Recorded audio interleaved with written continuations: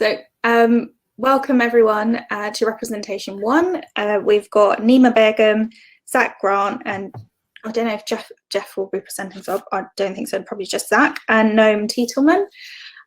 My name is Farah Hussain. I'm a PhD student at Queen Mary, and I will be chairing this session. Thank you for bearing with us while we sorted out all the technical side of things. If you have any questions during the sessions, feel free to pop them in the Q&A bit on the right hand side of the screen, and then you can upvote people's questions. So if there are 2 or 3 people who want to ask the same question, but you didn't get there quick enough, you can upvote somebody else who's written it down, and then I'll know that there are a couple of people who want to ask the same question.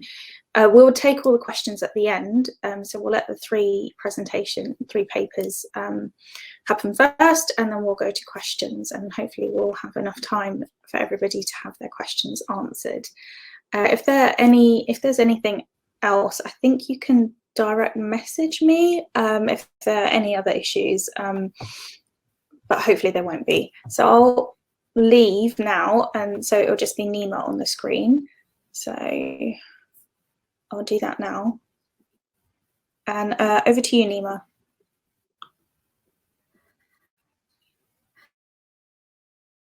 Can you see my slides okay?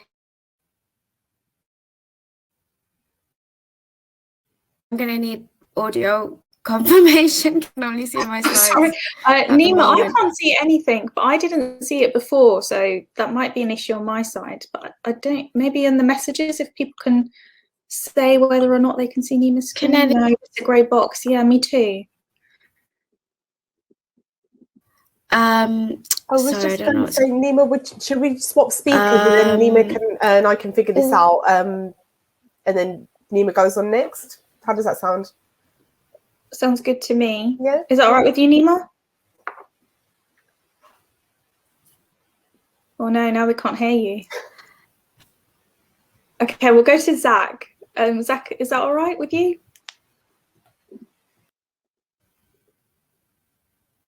You'll have to share your audio. Yeah, there we go. Okay, great. Can you hear me and see me okay? Yeah. Excellent, great. Okay, just give me a second to work this out. That's all right. Screen 1, share. Oh, infinite regress from the beginning. Okay, can you just confirm what you can see for me on the screen? Using your mic. We can see the slides. You can see the slides, great. Okay, great. Okay, excellent. All right, thank you. So I'm going to be sharing some early stage research from myself and my co-author Jeff Evans on the extent to which Labour suffer a trade-off or an electoral penalty from white working class voters, and they are seen to be more heavily associated with representing ethnic minority interests. Sorry, my webcam is falling off there. I recommend you click full screen in the bottom of your window so you can review my regression tables, etc., and you don't have to look at my ugly face throughout this entire presentation. Okay, so this dilemma of a divided coalition is the same facing many centre-left parties in Europe and North America. How can you reconcile groups which might see themselves as having competing political interests? So here, our findings suggest that white working class voters are less likely to view representation of working class interests and the representation of Black and Asian interests as strongly correlated as other groups, something that is not reducible to any potential latent ethnocentrism or hostility to those groups per se. Also, those members of the white working class who do see Labour as more focused on ethnic minority issues than working class issues, and more generally are less likely to support the party, even when you're accounting for potential reverse causality and partisan-based motivated reasoning. So just a brief word on how we actually define these groups in our paper. So we're looking at 3 groups here. Ethnic minorities, which we just class as all non-white Britons of any class and educational background. And then for class, we're using an adjusted version of the old UK government socio-economic group schema. So we divide respondents in our survey into 6 occupational groups, which you can see on the right. And we're primarily interested in the 2 you can see are highlighted. So the white new middle class, which we measure as professional employees, so that's nurses, teachers, social workers, academics, employed consultants, etc., with a degree, which is a category that's grown a lot in the last 30 to 40 years due to the expansion of the education system. And despite higher rates of income and educational attainment than traditional left-wing voters, this group has tended to support left-wing parties internationally for a few reasons. Firstly, a university degree is associated with social liberalism on immigration and other social issues.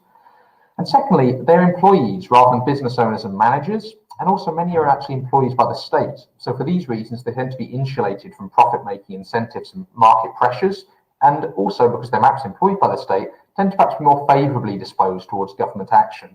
And they also have higher rates of unionisation than many other classes in Britain today. So if those groups are the new social democrats, the old white working class are skilled, semi-skilled and unskilled manual working employees without a university degree. So today that includes people like cleaners, drivers, security guards, supermarket workers, warehouse packers and carers. And like their mid-20th century predecessors, miners, dockers, assemblers, etc., these jobs are mainly defined by lower rates of pay, less secure employment contracts and fewer promotional prospects and health benefits than middle class professions. And also, they tend to have more supervised monitoring and less job flexibility and autonomy than the self-employed or manual foreman, which has traditionally given them a greater stake in collective action and government redistribution and wage setting. So hence their historical association with the left. Now, the other groups are in our models, but we amalgamate them into a large other category. And for brevity's sake, I'm not going to be discussing them here. But we're focused on these three groups because they tend to vote Labour to a large or historical extent, but they also tend to think differently about a lot of social issues, and particularly about the relative trade-off between representing working class and minority interests. So how have the size of these groups changed over time? For context, this is data from the British Social Attitude Survey from 1983 to the present, supplemented by the British Election Study where possible. So it shows the four groups. The white working class without a college degree are in the dotted red line, and then the subset of that group who also identify as working class, if you ask them, do you belong to a class, are in the solid red line beneath. The white new middle class, degree holding professional employees, are in light blue, and ethnic minorities are in black. The data is a bit noisy, as sometimes the items to measure employment change survey to survey, but the main takeaway here is that though in the 1980s around a third of Britons had classic working class characteristics by our definition, and fewer than 10% were white new middle class employees, and only around 1 in 20 of an ethnic minority background, this has changed steadily and fairly consistently since then, till we get to around 2019, when actually all three groups are now roughly of comparative size, and the working class has declined by over a third, the new middle class has doubled, and the ethnic minority population has more than tripled. So in 2019, these groups make up around 40 to 45% of the population, depending on how you measure them.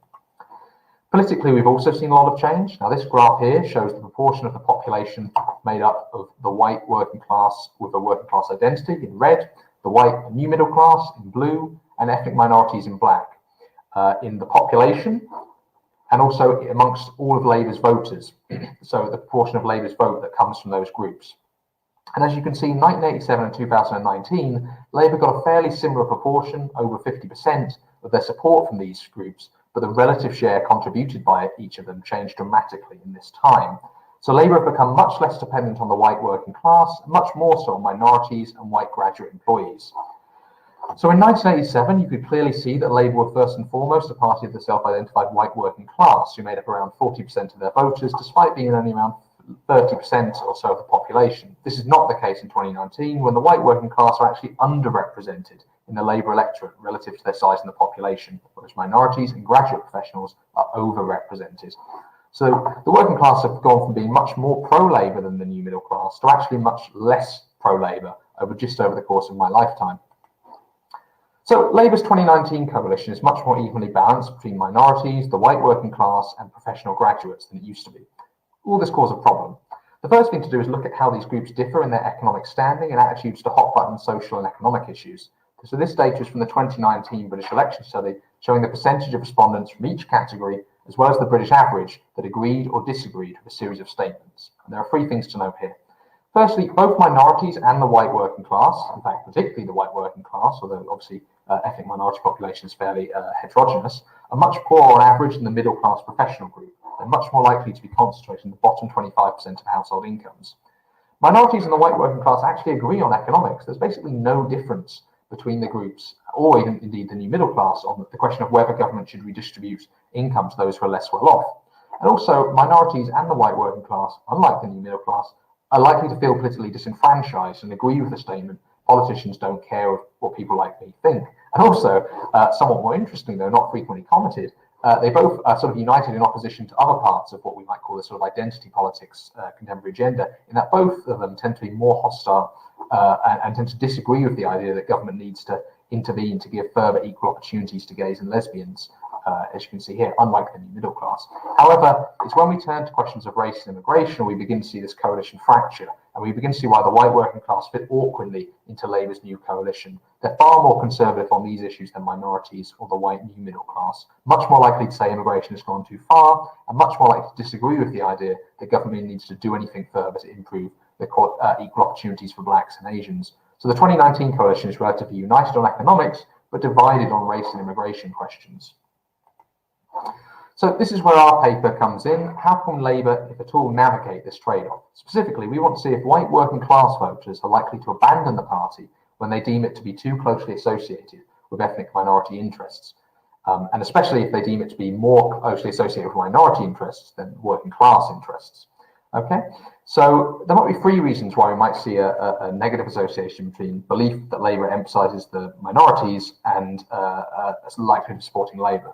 I mean, first, it could all be about partisanship and indigeneity. Those who like Labour says the party does well representing everyone and denies that the party focuses on one group to the extent of the other. Those who hate Labour for other reasons just say the party is bad for the working class. The second is this is all actually about ethnocentrism. Those who are fundamentally hostile to blacks and Asians are more likely to claim Labour is obsessed with them and in turn less likely to vote Labour. But the third, more interesting hypothesis is that this isn't actually about latent ethnocentrism or racism, etc., or partisanship. And perhaps this is just about feelings of relative neglect. So the white working class know that the party used to stand for them and feel left behind when they deem it to be talking too much about different groups, even if they bear those different groups no ill will per se. So to test these hypotheses, we rely on a handful of items in the British election study. To measure the extent to which people believe Labour looks after different groups, we've got ratings for how well Labour look after the working class and blacks and Asians on a 0 to 3 scale. So we subtract the score of how well they think Labour looks after working class interests from how well they think Labour looks after black and Asian interests to get a measure of how much more pro-minority and pro-working class the respondent thinks the party is. Obviously, the caveat here is we're assuming that people think of the white working class specifically when answering the question about Labour's representation of working class interests. So it could be that blacks and Asians are actually seen to be part of the working class, but we think this is a fair assumption given our reading of the general discourse about class and race in the popular press and popular culture today. And we also have the classic scale of feelings of closeness to Labour to tap partisanship when necessary. And to tap ethnocentrism, we use a measure commonly used in US papers on race and group identity. We ask people to say how warm they feel towards whites on a scale of 0 to 10, and then subtract from this how warm they feel towards blacks and Asians on a scale of 0 to 10. So someone with a score of -10 feels very close to non-whites, very cold towards whites. Someone with a score of +10 is the opposite, and someone with a score of 0 is neutral either way. So first, what is the actual correlation between perceptions of how well Labour represents the working class and how well they represent minorities? Interestingly, this is positive for all groups. So in a vacuum, people who say Labour do one thing well say they also do another thing well. However, the correlation is less positive for the working class, even when you control for ethnocentrism, as well as perceptions about where Labour stands on a variety of issues. So you can see this relationship from the margins plot here on the right. The x-axis is how well Labour represent blacks and Asians, the y-axis how well the working class. The white working class are in red, and their slope is less strongly positive than the white new middle class's slope and for minorities. While the slope is not negative, as it would be if white working class people always saw representing minority interests as bad for the working class, it's a statistically significantly less steep, less of a positive slope, suggesting they do not view minority and working class interests in the strictly positive sum terms as the other parts of Labour's coalition. So here we have just briefly over time data from the British election study and internet panel showing our combined measure of whether Labour is seen as more pro-minority or more pro-working class over time, on the scale of -3 to +3, with higher numbers being more pro-black and Asian interests. So you can see a few things here. Labour was seen as far more working class than black and minority ethnic on average in the late 1980s and 1990s, but this changed under New Labour when we know from Jeff's work and Ollie Heath's work and others, people viewed the party as less working class in all sorts of ways and more middle class, although that's another point. Now, this went back, and people viewed the party as going back slightly towards the working class since then, though clearly not all the way. And actually, since 2019 general election, using the most recent waves of the internet panel, you can see people have actually seen it go more towards minorities again. And importantly, throughout this entire time period, the white working class are more likely than any other group to say Labour is more pro-minority than pro-working class. And again, this trend has actually increased since the 2019 election. And this gap between the white working class and other groups on this question is robust for controlling for values, perceived Labour position on issues, age, partisanship, etc., etc. So the second question is, does this actually matter for vote choice? So here we use Wave 19 of the British Election Study Internet Panel to predict support for Labour in the 2019 general election in models A and B. And in model C, where we add a lag-dependent variable, we're actually predicting whether 2017 Labour voters remained loyal or not to the party in 2019. So importantly here, a little bit complicated, I break down new middle class according to those members who identify as middle class, about 2/3, and those who identify as working class, about 1/3. This is important as some people who are objectively middle class in job and education may still feel working class and hence react in a different way when they perceive Labour as neglecting working class interests. This is what we find. The figure on the right shows the probabilities people from different groups who voted Labour in 2017 have of abandoning the party in 2019. So the same people that interviewed at different stages. According to whether they believe the party catered more to working class interests, which is on the left of the x-axis, or more towards minority interests, which is more on the right of the axis, controlling for all the variables in Table D, including ethnocentrism. As you can see, Labour's 2017 white working class and white new middle class with a working class identity supporters became more likely to defect if they saw the party as being disproportionately focused on minority issues. But the reverse is true for minorities in the white new middle class with a middle class identity. They actually became more likely to remain loyal in such circumstances. So the coalition moved in different directions on this question. Although I should point out, only the difference between the new middle class or a middle class identity is statistically significantly different from the working class due to sample size issues with the minority population. Very quickly, as I know I'm running out of time, we also use the power data to try and unravel the causality between perceptions of Labour as a working class or minority focused party and partisanship. As I mentioned earlier, the worry is that people who don't like Labour for other reasons just say the party neglects the working class in a survey, even though that is not what is driving their dislike for Labour per se. So here we're looking at just white working class voters between 2019 and 2021 using 3 waves of the British Election Study Internet Panel, same voters interviewed multiple times. So we implement a cross-lag structural equation model to try and unravel the causality between Labour support and perceptions about Labour representation, controlling for these other variables. So this type of model works by using simultaneous equations to model, for example, values of Labour partisanship and perceptions of Labour group representation in 2021 as functions of the values of both these variables a year early in 2020. The logic is that variable 1 can be said to be a cause of variable 2 if previous observations of variable 1 are associated with present observations of variable 2, even holding constant prior observations of variable 2 itself. It was a bit of a mouthful. So therefore I can say that perceived Labour group representation gaps cause respondents to reduce support for Labour if the belief in how Labour represents blacks and Asians relative to the working class is a strong predictor of Labour support in 2021, controlling for Labour support in 2020. And we standardise the coefficients here so the sizes can be directly compared to work out the dominant direction of causality. So here are our results. I ran 2 models here, one for December 2019 to June 2020 and one for June 2020 to June 2021. The straight lines show how well past values of the variables predict future values. Partisanship is very stable over time, very highly correlated, and perceptions of Labour group representation correlated over time but slightly less strongly. But these diagonal lines, which is where the cross-lag gets its name, shows the effect of past partisanship on future beliefs about Labour's representation of black and minority group interests versus working class interests, and vice versa. So first, in the first model, past partisanship does not predict Labour BME working class focus at all, but past Labour BME working class focus perceptions do predict negative attachments to Labour in later waves. And the second model, both are significant predictors, and the effect of past partisanship is actually quite a bit larger than perceptions of Labour group representation. Interestingly, the negative effect of believing Labour is more pro-minority than working class on Labour partisanship is bigger in 2020 than 2021. This might be because the June 2020 wave of the BES coincides with the Black Lives Matter protests, so these issues may have been particularly politically salient at the time. Nevertheless, in both models, perceived Labour focus on black and minority ethnic voters over the working class is clearly significant, even when controlling for past partisanship. So the effect is not solely a function of motivated reasoning on behalf of those who either hate or love Labour for other reasons. So that's it. Early stages, but we have shown that 1, Labour's coalition is united by views on economics, divided by identity politics. 2, white working class voters are less likely to see black and minority ethnic interests and working class interest representation in positive sum terms than other groups. And 3, white working class voters are likely to punish Labour when it appears more focused on minority issues than the working class issues than minorities and certain members of the new middle class are. Okay, so sorry that was a lot to get to, but cheers. Thanks for listening. Thanks so much, Zach. So we'll get, Nima, is it working now?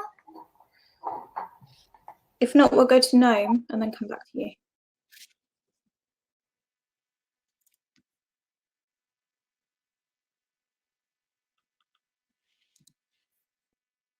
Okay, we'll go to Noam first and then come back.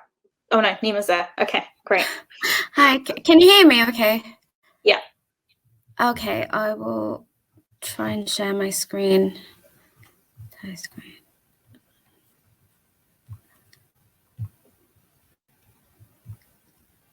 Can you see my PowerPoint? Yep, we can. Should I go to full screen, or I'm a bit worried about going to full screen and messing everything up? If you think, yeah, it's working.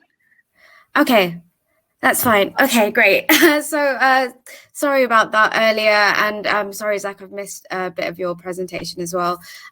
So this is a project with Maria Sobolewska as part of CODE, the Centre on the Dynamics of Ethnicity at the University of Manchester. So we've been looking at ethnic minority representation at the local government level. And this paper focuses on the intersection of ethnic minority and female representation in UK local government.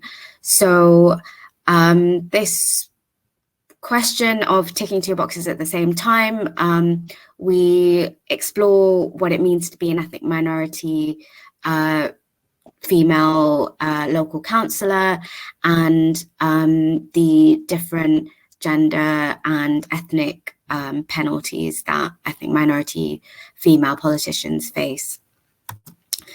So to start off with,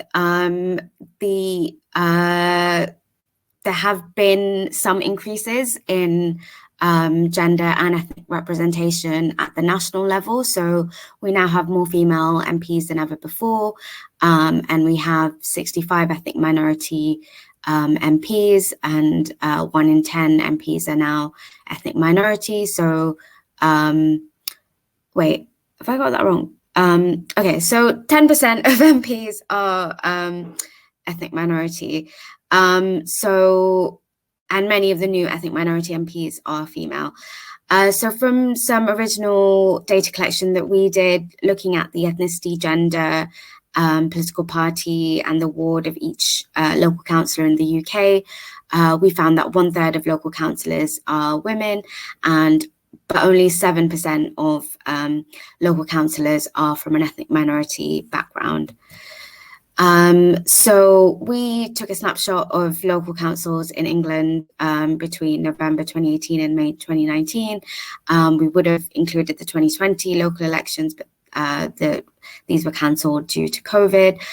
So we collected the names and photographs of all councillors in the UK, and we coded them as either ethnic minority or white, and we were able to break that down a bit more into Black or Asian or white or East Asian.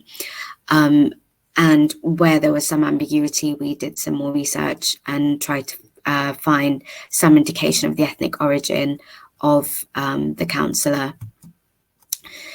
So as well as the quantitative data collection, we've also conducted interviews with ethnic minority local councillors across England, Scotland and Wales. So we've conducted 94 qualitative interviews, which also includes interviews with white British councillors in cabinet and leadership positions within the council.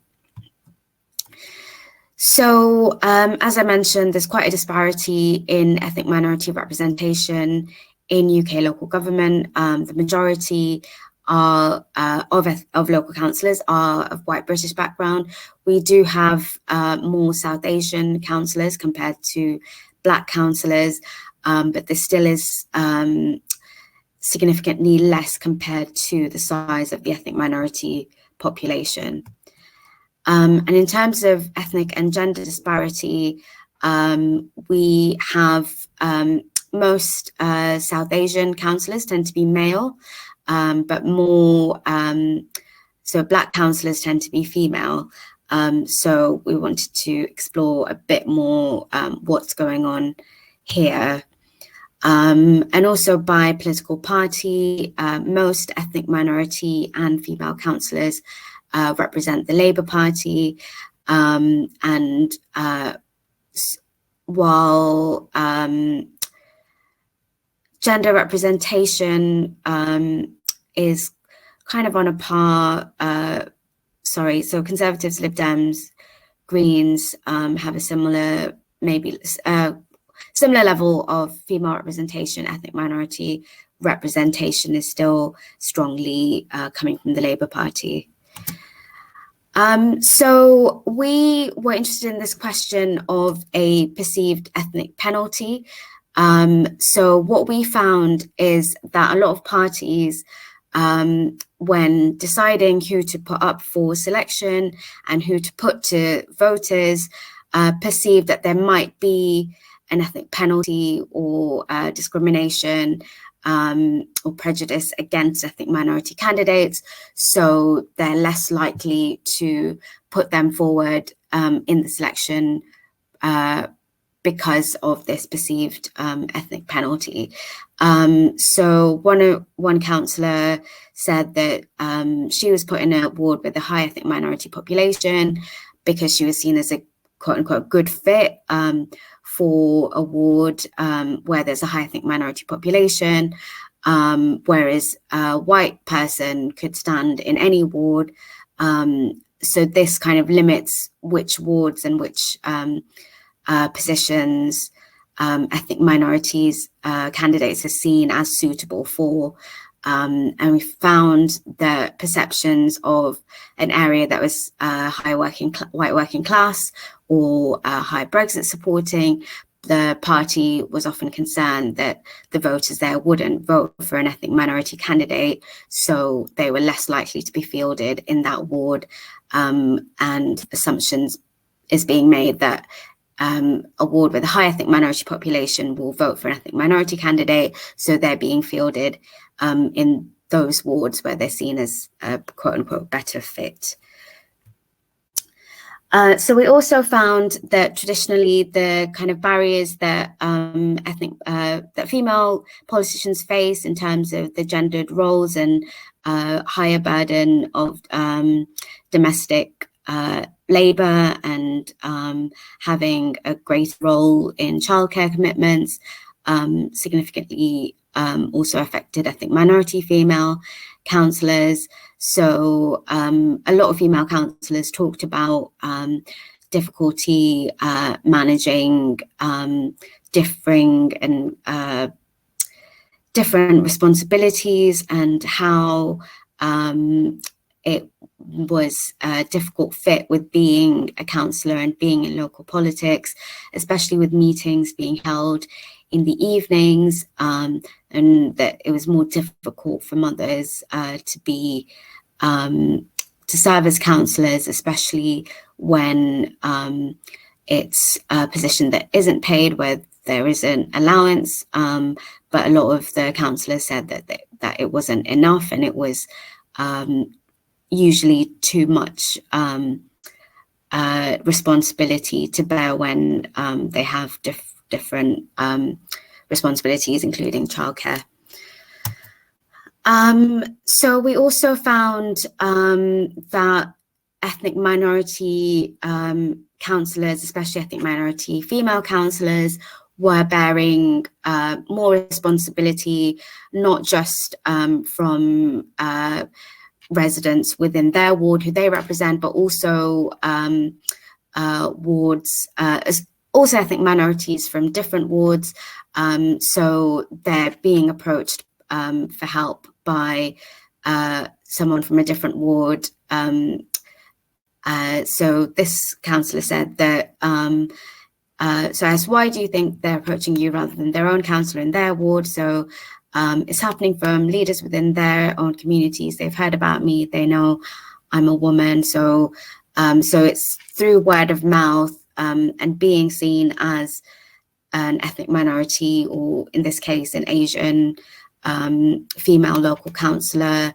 Residents from outside their ward are relating to them and seeing them as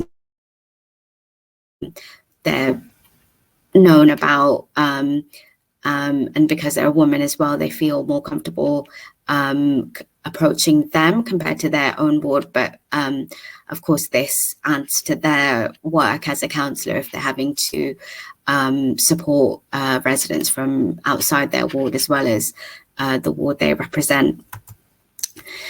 So some councillors also talked about how they were often seen as so some ethnic minority councillors talked about how they were often seen as the quote unquote race person and faced additional responsibilities to do with equality, diversity, inclusion that weren't necessarily shared out with other councillors and white councillors as well. And they also talked about this idea of acceptable difference, that they were seen as, or some perceive themselves as being tokenized, and that they were being used for the council to appear more diverse, for the party to appear more diverse and gender inclusive, especially with an ethnic minority female local councillor. But they felt that they were being held back in certain ways when serving on the council. So they said, excuse me, that issues around race were seen as controversial, and so they had to appear to be representing all interests and not just ethnic minorities, and almost avoid issues around race and racism that might be perceived as controversial. So one councillor said they want black faces but not black voices, and they felt pushback against what might be seen as minority concerns. So they also felt that ethnic minorities who towed a particular line, who avoided issues around race, were given more space or went further than ethnic minority councillors who raised issues around race and ethnicity and were seen as disruptive as a result of that. So we also looked at gender quotas and how this might affect ethnic minority female representation. So there were some perceptions that all women shortlists were giving advantage to white women, particularly white middle class women. So Diane Abbott has referred to all women shortlists as all white women shortlists. So we've seen quite a lot of increase in gender representation, but a lot of the female councillors tend to be white, or through the all women shortlists, we've seen a lot of white women being selected and elected. Though there are some exceptions. So Dawn Butler, for example, was selected through an all women shortlist. So there were perceptions that ethnic minorities, women fill an ethnic and gender target simultaneously, but the gender and ethnic penalties that ethnic minority women face isn't necessarily recognised. We still have significant underrepresentation of Asian women compared to Asian men, and there is significant underrepresentation of Black men at the local level as well as the national level. And the experiences of ethnic minority councillors, ethnic minority female councillors especially, they talked about having to conform and being acceptably different. So they're different, could be accepted when they were showing how progressive or diverse the local council is or the local party is, but when it came to raising issues around racism, they felt pushback and that it was unacceptable to raise those kinds of issues in some of their experiences. So I'll just leave it there. Thank you.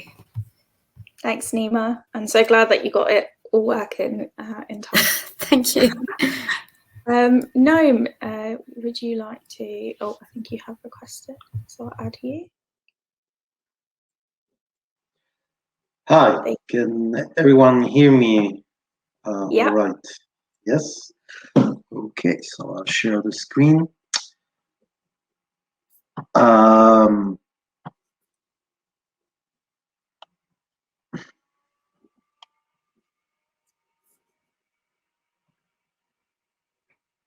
So first of all, thank you so much for your presentation, Nima and Grant. I think our three presentations are going to complement each other really nicely. I'm going to, luckily enough, I think especially Grant's, Zach's presentation was really close to mine, so I hope I can squeeze through the context and just go straight to the findings, which I think is the most interesting part. My name is Noam Titelman. Good morning or good afternoon, depending on where you are right now. And the paper I'm going to present is called Class, Ethnicity, Age, or Education, What Characteristics Determine Citizens' Sense of Political Communality. It's part of my PhD dissertation, and hopefully it will become a research note pretty soon.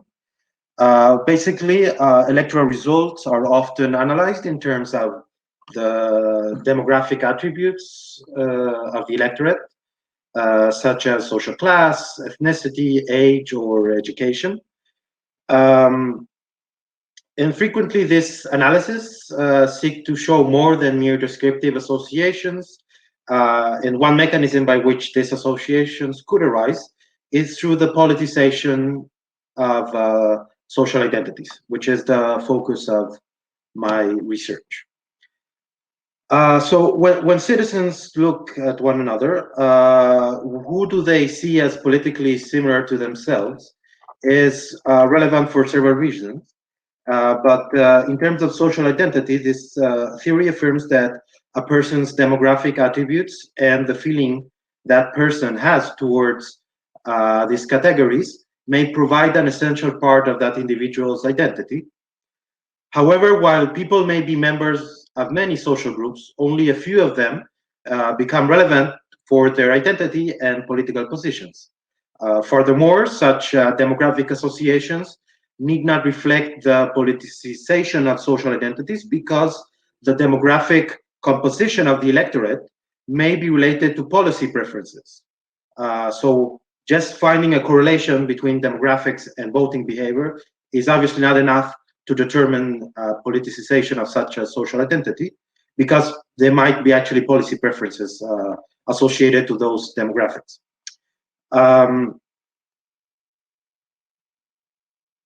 How can we determine which social identities are more important for how people perceive political commonalities between themselves and other citizens? Well, this study, which I'm going to present, was designed to elicit information about the extent to which citizens perceive that different social, cultural, and economic characteristics are relevant to their own social identity and to their political grouping. So a persistent debate about competing social identities in Western democracies has revolved around the importance of social class, as Zach mentioned before. Several studies have shown a historical relationship between social class membership and voting behavior in the Anglo-American context, as well as in the European context. Additionally, several studies have focused their attention on other characteristics of the European population that may explain electoral behavior, the importance of ethnicity, age, and education in predicting political attitudes and behaviors have come to the fore. Some have claimed that these new demographic patterns, ethnicity, age, education, express more than mere correlations and are the result of new emerging social cleavages that have replaced the old class divide. In this broader context, I have focused on the British context because of its interest as an example of this general trend. And this implies that parties could become less aligned with social class identity without social class identity being less salient for individuals. This study, by focusing on respondents' sense of communality with other people, sets aside the question of whether the parties are providing a sharp social class silent choice and focuses on whether citizens feel their social class is important on its own. And additionally, as Brexit and the debate it sparked may have brought upon the emergence of new political identities, and these new identities reflect pre-existent but less politicized social divisions. So the issue is that when social identities are measured directly and not just in an attempt to predict electoral behavior, as has been especially the case for class, ethnicity, and religion, comparison of the relative strength of these identities tend to be difficult. And this may be partly a methodological issue, as many studies of competing social identities rely either on one item questions, even if there are several questions, each one is measured on its own, without measuring the relative strength.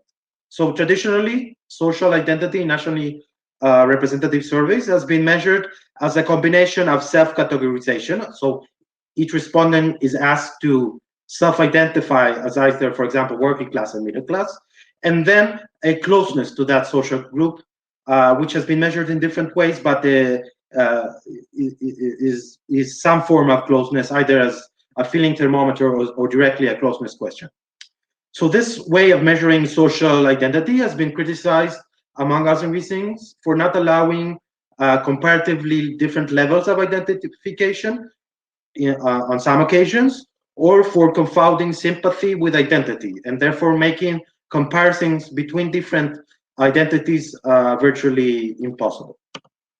So, for example, in the 2016 British Social Attitude Survey, respondents were first asked if they describe themselves as working class or middle class, which is the self-categorization part of social identity, and then asked, and I quote here, some people feel they have a lot in common with other people of their own class, but others don't feel this way so much. How about you? And then the respondent would either give an affirmative or negative answer.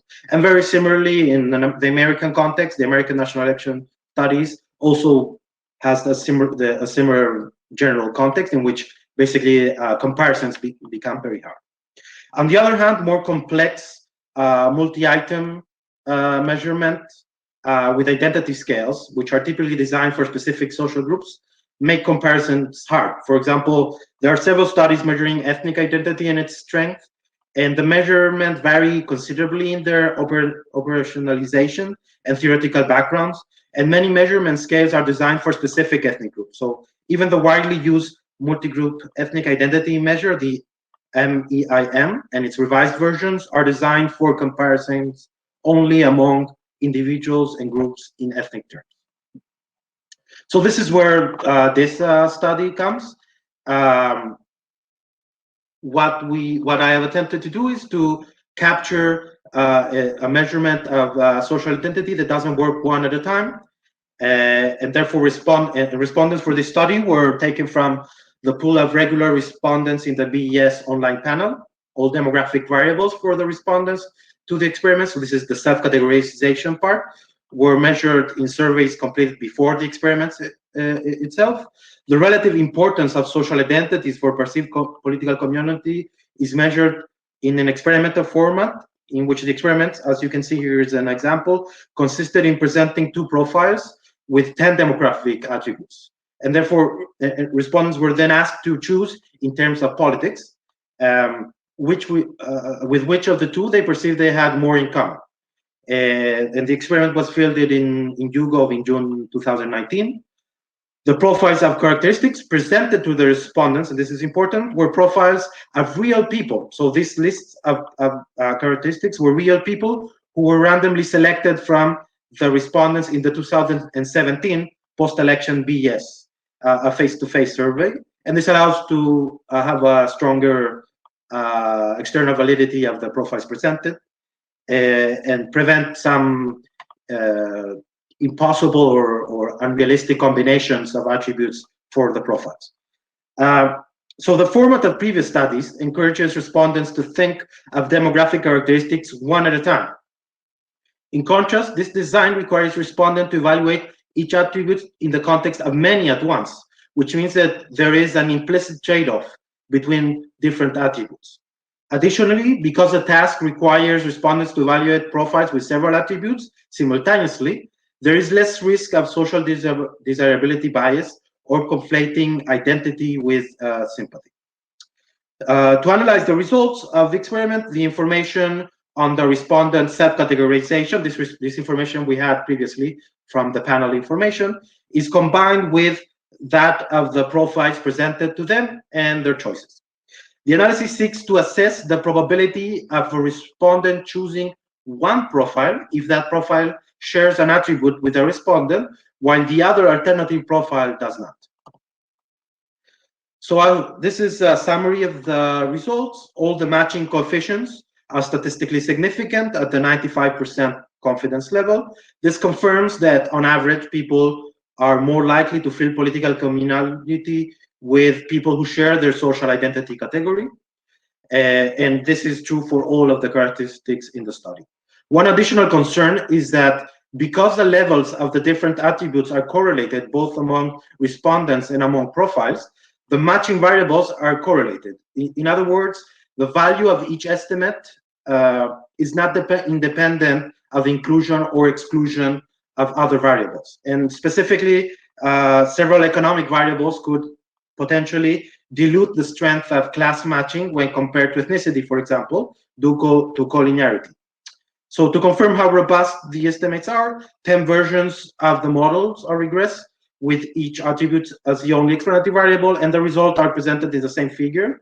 And as you can see, the patterns are largely unchanged. So at least that concern seems to be diminished by these results.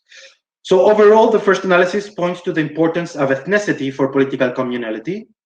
Age, education, and matching subjective class, while playing some role in perceived political communality, seem to do so to a lesser extent. The same is true for the different attributes related to class, such as home status, income, and subjective family class. Just to bear in mind, the comparisons here are within different categories. So for example, this is comparing individuals with the same level of university education compared to individuals with different level of education, so without a university degree on the one hand, and people who share, for example, a working class status compared with someone who does not share that status. Furthermore, and this is important to see whether these perceived communalities, political communities, have been politicized, the relationship between perceived political communities and vote choice, such as party vote and EU referendum divide, are also analyzed by including the corresponding interaction effect in the regression model. And as the figure shows, the importance of ethnicity is found to differ by party and referendum vote. Specifically, conservative and Leave voters give significantly more weight to this aspect for perceived political community compared to Labour and Remain voters. So these findings suggest that ethnicity might have become a politicized social identity, and that the demographic association between ethnic self-categorization of a respondent and vote choice is not the result of mere policy preferences. And as you can see here, ethnicity is clearly the strongest one, and this is explained. So the general importance of ethnicity in the population is explained by its importance for conservative voters and for Leave voters. I did not include this in the presentation, but I also looked for the interaction between the two. And Leave Labour voters behave in a very similar way to conservative voters. So it is the Remain Labour voters that are showing much less relevance of ethnicity. And this is a second point here, and strongly relates to Zach's presentation. The measurement design allows me to evaluate the way class and ethnicity interacts. And specifically, I look at the so-called white working class, or as Zach pointed out, one version of the white working class hypothesis, as has been very common in public debate and discourse, which claims that white working class will gravitate more to majority ethnicity than economic position as the focus of its identity, which is, for example, what Kaufman and others have claimed. And this would suggest that white working class respondents should be especially sensitive to ethnicity in terms of their perceived political commonalities. And what figure 4 shows is that the difference in relevance for each social identity among respondents that identify as working class and middle class. And while there are some differences in the importance given to some groupings, such as age, education, region, I find no evidence that the relevance of ethnicity differs by social class. So there is no difference, at least in my experiment, in the relevance given to ethnicity, depending on respondent social class. So both working class and middle class respondents give roughly the same importance to ethnicity, at least in my experience. In conclusion, I've presented a measurement strategy of the strength of social identities based on the perception of political communalities. By using this measurement strategy, I can compare the relative strength of different social identities in the population from the perspective of how citizens perceive one another rather than from their tendency to vote together. Instead of relying on electoral predictors or identity scales designed for one specific social group at a time, this method allows for comparison of the relative importance of several social identities, reducing the risks for social desirability bias and confounding group membership and policy preferences with social identity. I have found that ethnicity plays a substantive role in the perception of political commonalities for English citizens, and this is an important point. My sample is representative only of English citizens, and because of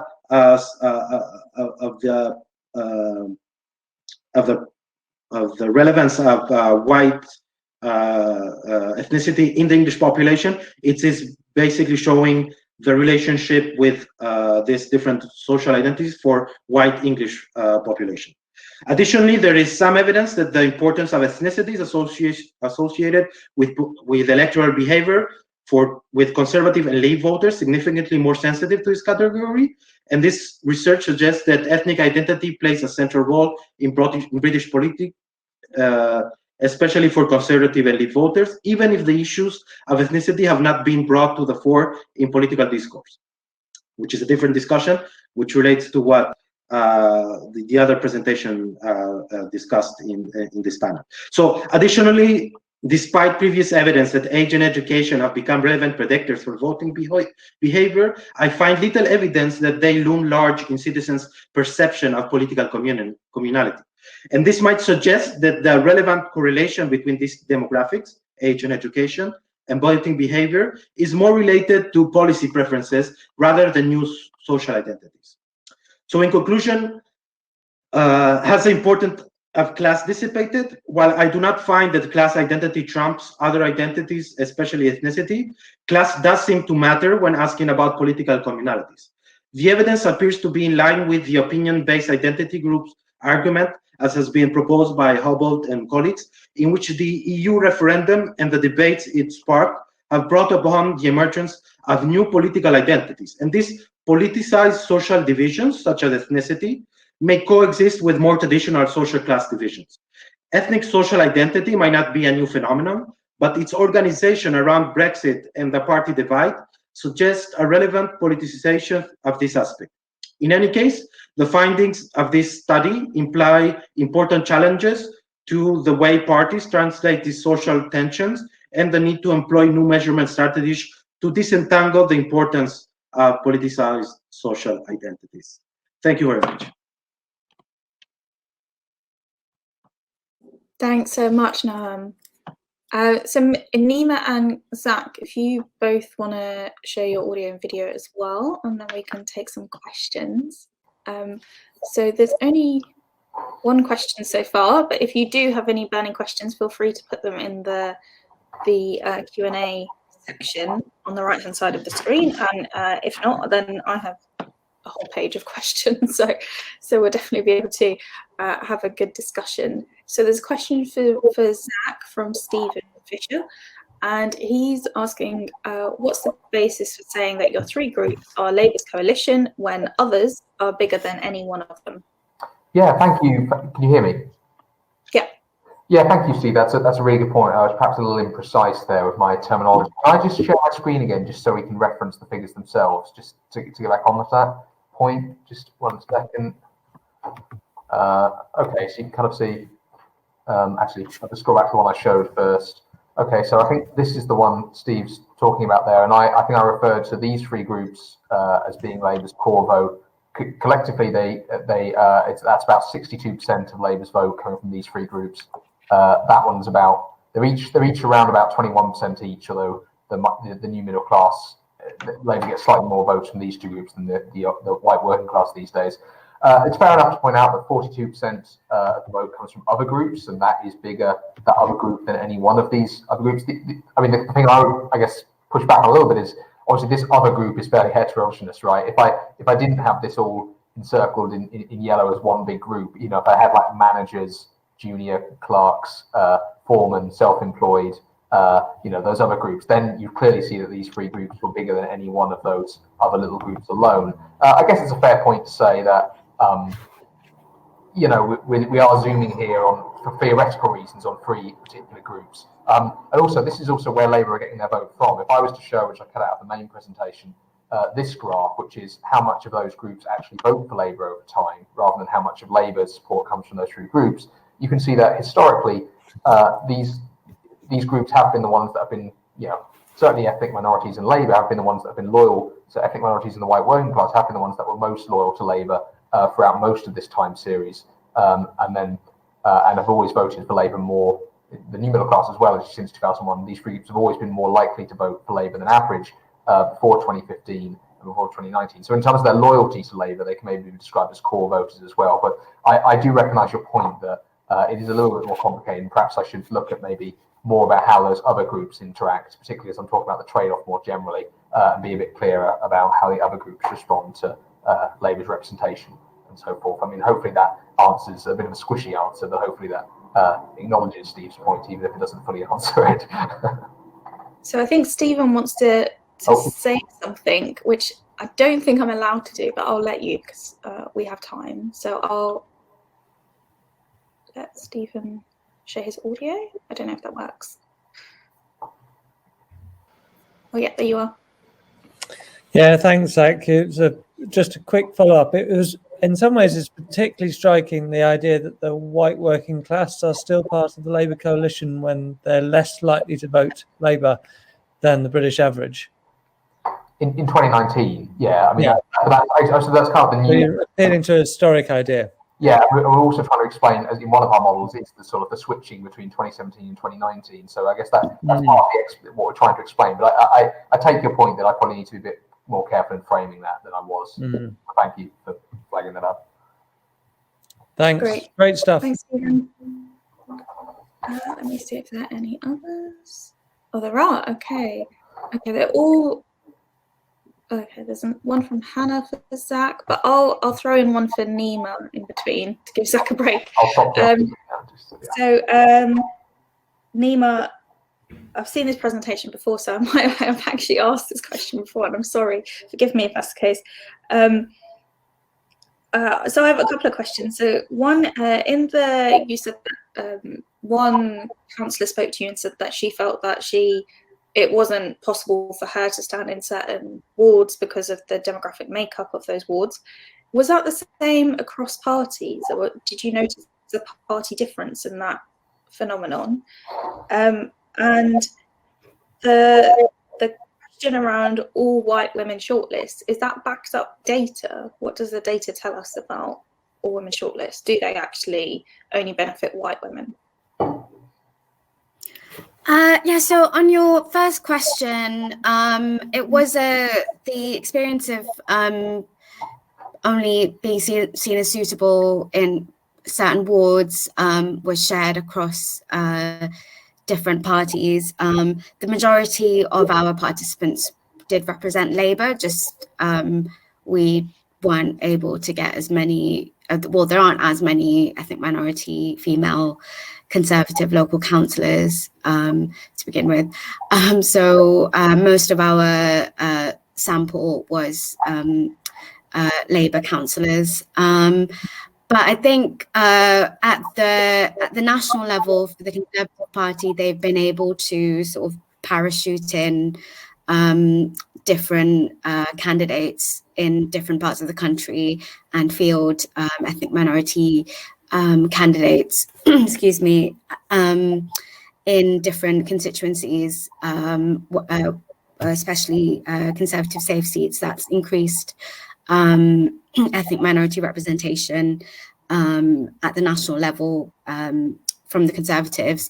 But at the local level, this question of how local are you, how well known are you in the local community, how well do you know the local issues and so on is a lot more important. So, and this is kind of an additional barrier for ethnic minority candidates who, if they did want to be fielded in a different ward from the one that they live in, or in a ward that's majority white, that they might not be seen as being local enough or knowing the ward enough. But at the same time, these candidates aren't being put to the voters because the parties are making the assumption that this white community or majority white community isn't going to vote for an ethnic minority candidate, so we can't field them there, and we don't want to lose that seat, so we'll field a white candidate. So sorry, excuse me, could you remind me of your second question? Oh, sorry. yeah, about all white women shortlists. Is that backed up by the data? I don't think it necessarily is. I think this idea that white women have been the most to benefit from all women shortlists, I mean, is true to an extent because the majority are going to be white women. I think where the debate has been around all women shortlists disadvantaging ethnic minority men. So I think that's the difficulty that we have with that. We have fewer ethnic minority women standing to begin with, so you have fewer ethnic minority women coming through on a all women shortlist compared where white women will do better. But the debate has been around how, unfortunately, I don't agree with the framing, but that it's ethnic minority men who are being disadvantaged by all women shortlists. That makes sense. Yeah, thank you. I have a question for Zach as well, just to put my hand up. Okay. Yeah. I'll go. We've got a couple of questions here, and then we'll go to Nima for her question for Zach. So Hannah's question for Zach. She's. Yeah. Oh, have you read it? I'll read it out. Sure. Yeah, everybody else. I can think of a few people who might argue that these trends are actually due to education differences rather than class differences. Have you done similar analysis on education? Yeah, so I mean, that's a really good point. I think it's fairly undisputed that having a degree or not is a better predictor of social issues like your attitudes to immigration than your objective occupational class position. I think that's relatively well established in the theory. Now, obviously, we've kind of fudged that a little bit by building education into our model of class, right? So our white working class are people with working class occupations without a degree. Are white new middle class people in professional employment with a degree. Just because I think these days, I think having a degree is also to a certain extent a marker of class. I don't know, Jeff might be rolling his eyes when he at me speaking about this. But I think that's a fair point. Should we try and rerun the models, see if they're robust, if we take education out of our model of class and just look at do we still have an effect controlling the class between the white working class and the white new middle class? That's probably something important that we should do. I think self-identity itself is also relatively important here, because we saw that the white new middle class, who refer to themselves as working class, actually reacted in the same way as the white working class to when they perceive Labour to be more pro-minority. So I think self-identification plays into it as well. These three things are quite tangled up, and I take your point that it would probably be worth a robustness check just to confirm, is it the degree driving this, or is it occupational position? But no, that's a really important point, and again, a good and a fair comment from Hannah. Great, thank you. And then a question for Noam from Stephen. Why do you call them political communalities when the survey question doesn't include the word political or prompt for politics? And you're on mute, just so you know. Okay. Yes, I ran through it too quickly, but the prompt is actually thinking about politics. With which of these two people do you think you have more in common? I'm sorry, I rushed through it, so I'm not surprised that you didn't manage to read it. I'm actually very interested in, if I get enough funding, I hopefully will be able to run the same experiment without the question about politics specifically, because I do wonder if it's too strong of a prompt, which actually relates to another question I read there, because maybe people are actually trying to guess how that profile voted in the latest elections, which is still interesting, because they still perceive that they have more political commonality with this individual for whatever reasons they do.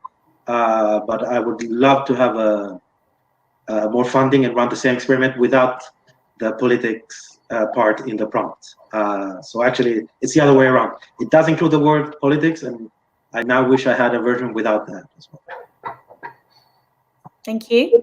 And if anybody has access to any research grants, we know where to direct them. Ralph also has a question. So he has two questions. So was the order of identities randomized? And secondly, is it possible ethnicity is perceived more strongly as the relationship itself is stronger? And then he clarifies, as in it's more widely known that a large majority of ethnic minority voters have a preference for Labour. Yes, so the order was randomized. Yeah, I guess this is a question about causality. I cannot, I mean, it's an experimental format, so I do know that when people are presenting these attributes, under some assumptions, I can claim causality in the relationship on which the way people answer that specific question. But then I'm looking at another aspect of it, which is whether their responses are organized according to their vote. But I think this question points out to the fact that I cannot tell which one came first, if you want. Maybe people are perceiving more political commonality because they know that they voted in the same way in the previous election, or maybe it's the other way around. They perceive they have more political commonality, and that's why they voted in that way. I cannot establish which came first, but I do think it's still relevant on its own, and I guess it's a broader question about social identity in general. When people are answering who they feel closer to, what do they actually mean by that? Maybe they are thinking about which groups they voted similarly to them. I mean, it's a broader question. It's a big Pandora box where you can open what this closeness question actually means. So yeah, I definitely take that into consideration. I mean, it's something I need to take into consideration to explain this relationship. Okay, thanks. A question for Nima from Alex. For surrogate representation, do councillors see this as an important part of their role, or more just necessary because of a lack of direct representation? And if I could just piggyback onto that question and ask, did people see that as something that they should? Oh God, how should I phrase this? Did the leadership of the council recognise that these people were doing this extra work, and was that seen as an advantage when it came to promotions or extra responsibility and things like that? Yeah, so to answer both questions, I think it's often kind of invisible labour that they're doing, and it's not something that's being raised, that I'm being approached by residents from a completely different ward, or it might be kind of difficult to say, well, my colleague isn't doing their job because residents within their ward are approaching me instead of them when they're the councillor for that ward.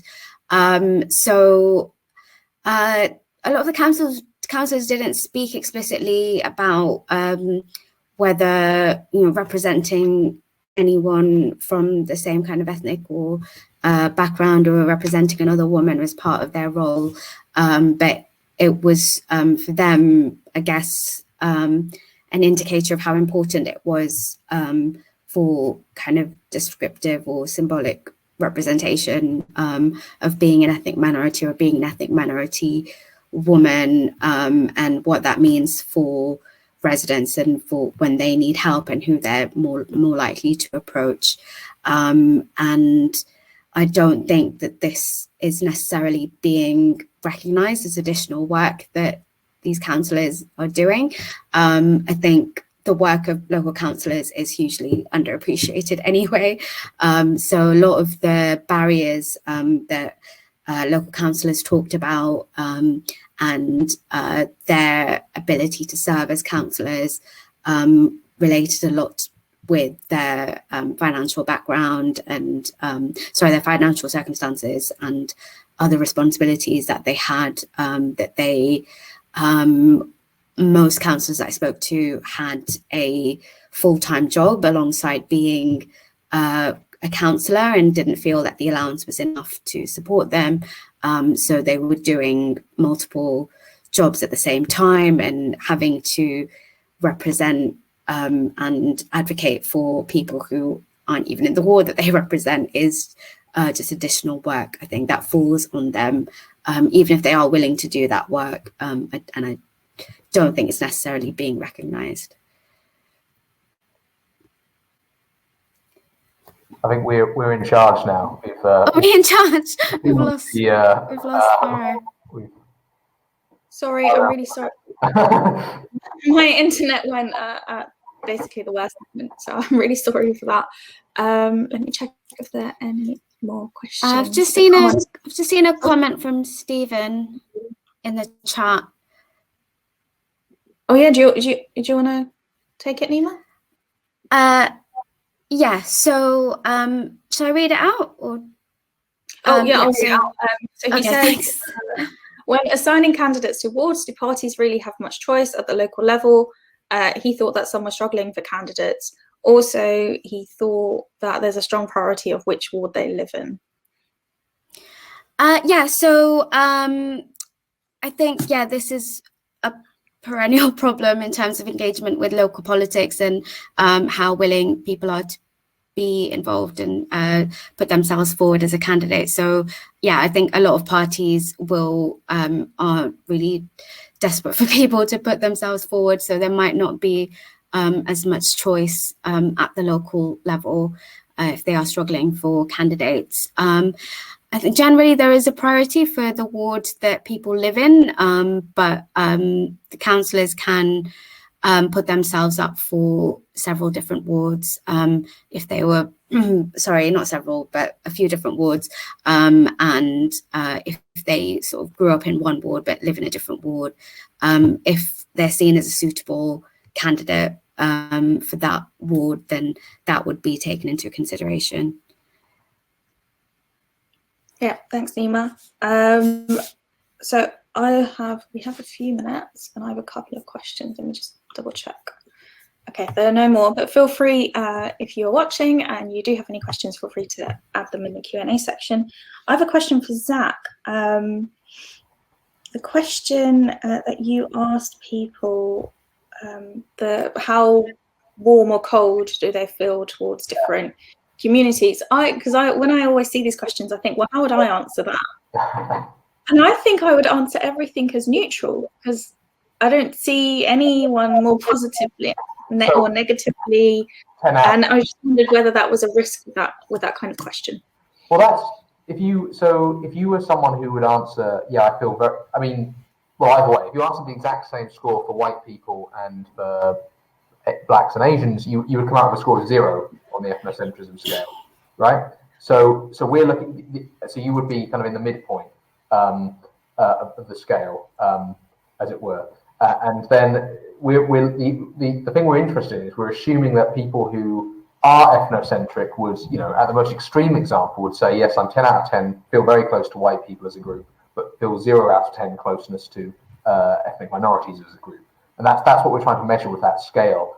Yeah, I mean, sorry, but was the question about closeness? I can't remember. Or was it how favourably do you see these groups? No, I've got the exact wording here. Just a second. It's it is, please rate your feelings towards people from different groups born in Britain, with 100 meaning a very warm, favourable feeling, 0 meaning a very cold, unfavourable feeling, and 50 meaning not particularly warm or cold. So we're looking at, so they score white people on a scale of 0 to 100, and they score Asian and black people, we take the average of that. And then we get this, by deducting the score that they give to Asians and black people from the score of to white people, that's how we get our ethnocentrism scale. Because the idea is, if you're very ethnocentric, you've given a very warm score, favourable score towards white people, and a very low score to these other groups. So that's what the neutral people. That's kind of what they're low. That kind of makes sense. They should score very low on this scale, because they're just neutral towards it. That is actually what we're trying to capture. How non-neutral are you in a way? Yeah. Towards these groups. Does that make sense? Or, yeah, that does make sense. I was just thinking. If you have feelings about the indicator, do tell me, because I'm relatively new to this area. And if you feel like you're not measure in some way, I'd be interested to hear it. I'm much more new to it than you are. I just was thinking, because if people felt that they don't see, they don't judge people on their race, or they don't have any feelings, negative or positive, or maybe they think, yeah, there's some horrible people who are black, there's also some really nice people who are black who I've met, so it all balances out and it's all 0 for everyone, then how would that be reflected? That's what I was just wondering. But you will be classed as non-ethnocentric, and that is most of the population would do just say, yes, I'm equal towards everyone, but there are some people who don't, and that's obviously what the scale is trying to capture a bit there. But no, I'll try and make sure I clarify that next time I speak about it. Thank you. Sorry, if no problem. Do I have time to ask? Thank you. And then, yeah, of course. That's okay. Sorry, I completely forgot. I'll just quickly comment on Stephen's follow-up. That a lot of ethnic minority candidates who lived in very white wards were asked to stand in more diverse wards. So the assumption that ethnic minority people will vote for an ethnic minority candidate, and they were seen as being more suitable or a better fit for a ward that was more diverse. So from my question for Zach, so I'm going to be that person and say it's more of a comment than a question. But I was just wondering if you were able to see how ethnic minority working class people versus ethnic minority middle class people felt. And I mean, these categories or these identities aren't mutually exclusive. I am working class and I'm ethnic minority, and this trade-off is a bit troubling for me, especially when my family have been affected by the bedroom tax and all these other cuts to universal credit and so on. And so there is the dual ethnic and class injustices. So I would just be careful about your framing in that this is, I mean, parties historically have been worried about this white backlash and that focusing too much on ethnicity will lose them white voters. And I think now that parties are looking to get more ethnic minority voters because there's more ethnic minority people in the population, there's perceptions of this shift towards parties trying to appeal to ethnic minorities. But I think a lot of minorities feel that Labour definitely take their votes for granted. So I would, just thinking about how ethnic minority class experiences are important to this as well. And so even though ethnic minorities, including middle class minorities, still vote Labour, the class experiences the classed experiences of ethnic minorities risk being erased in this kind of framing. Yeah, it's a good point, a fair point again. I think actually that's what you're saying is actually. I think what our results show is that actually, when you ask minorities, do you see a trade-off between class interests and minority interests? They actually don't see the trade-off, but the white working class do. I mean, I get your point that objectively there maybe shouldn't be this trade-off, but I think the point we're making is some groups within the electorate do see there as being a trade-off. And again, it might just be because when you ask people what is a working class person, for a lot of people in this country, it will still be a sort of, white guy with a flat cap and a whippet. I understand that that's not reflective of who the working class are in 2021 to the same extent, but I think it's still a sort of very the sort of racialized conception of the working class is still quite prevalent in this country. Maybe I think I hear from what you're saying that I need to be more clear in suggesting that that's not necessarily the case, but it just might be how some people think about these issues. Even though I don't think they are mutually exclusive. I think that maybe we shouldn't reinforce this, that working class and ethnic minority are mutually exclusive and the working class is the most diverse class that we do have, and a lot of ethnic minorities are concentrated in lower class positions, so there's the dual ethnic and class penalty that people face. So I think there might be a perception that I guess, sorry, I'm taking up too much time, but maybe we need to think about, I think, why it's I think the white working class see the penalty that they face as working class people, not just as working class people, but as white working class. And it's not that being white disadvantages them, it's because they're working class. And usually white and working class are married together, as though it's the white working class who are being uniquely disadvantaged compared to ethnic minorities, for example. I guess that's the point I was trying to make. Thanks, Nima. I actually had that on my list of questions as well. I think you only have to look at the housing waiting lists in any London borough to see that the working class isn't all white. There's quite a big overlap in those two groups. So I'm going to quickly squeeze in a question for Noam, if that's okay. So do you have any data, or do you know if ethnic minority voters think ethnicity is as important as white voters?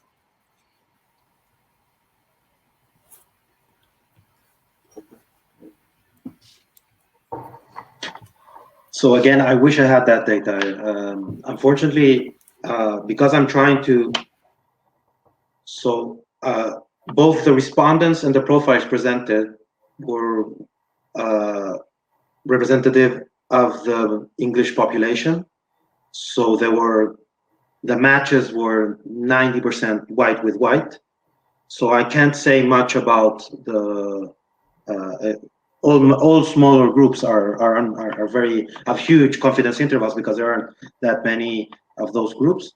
So even when I grouped together all of the non-white respondents, it was still too large to say much about it.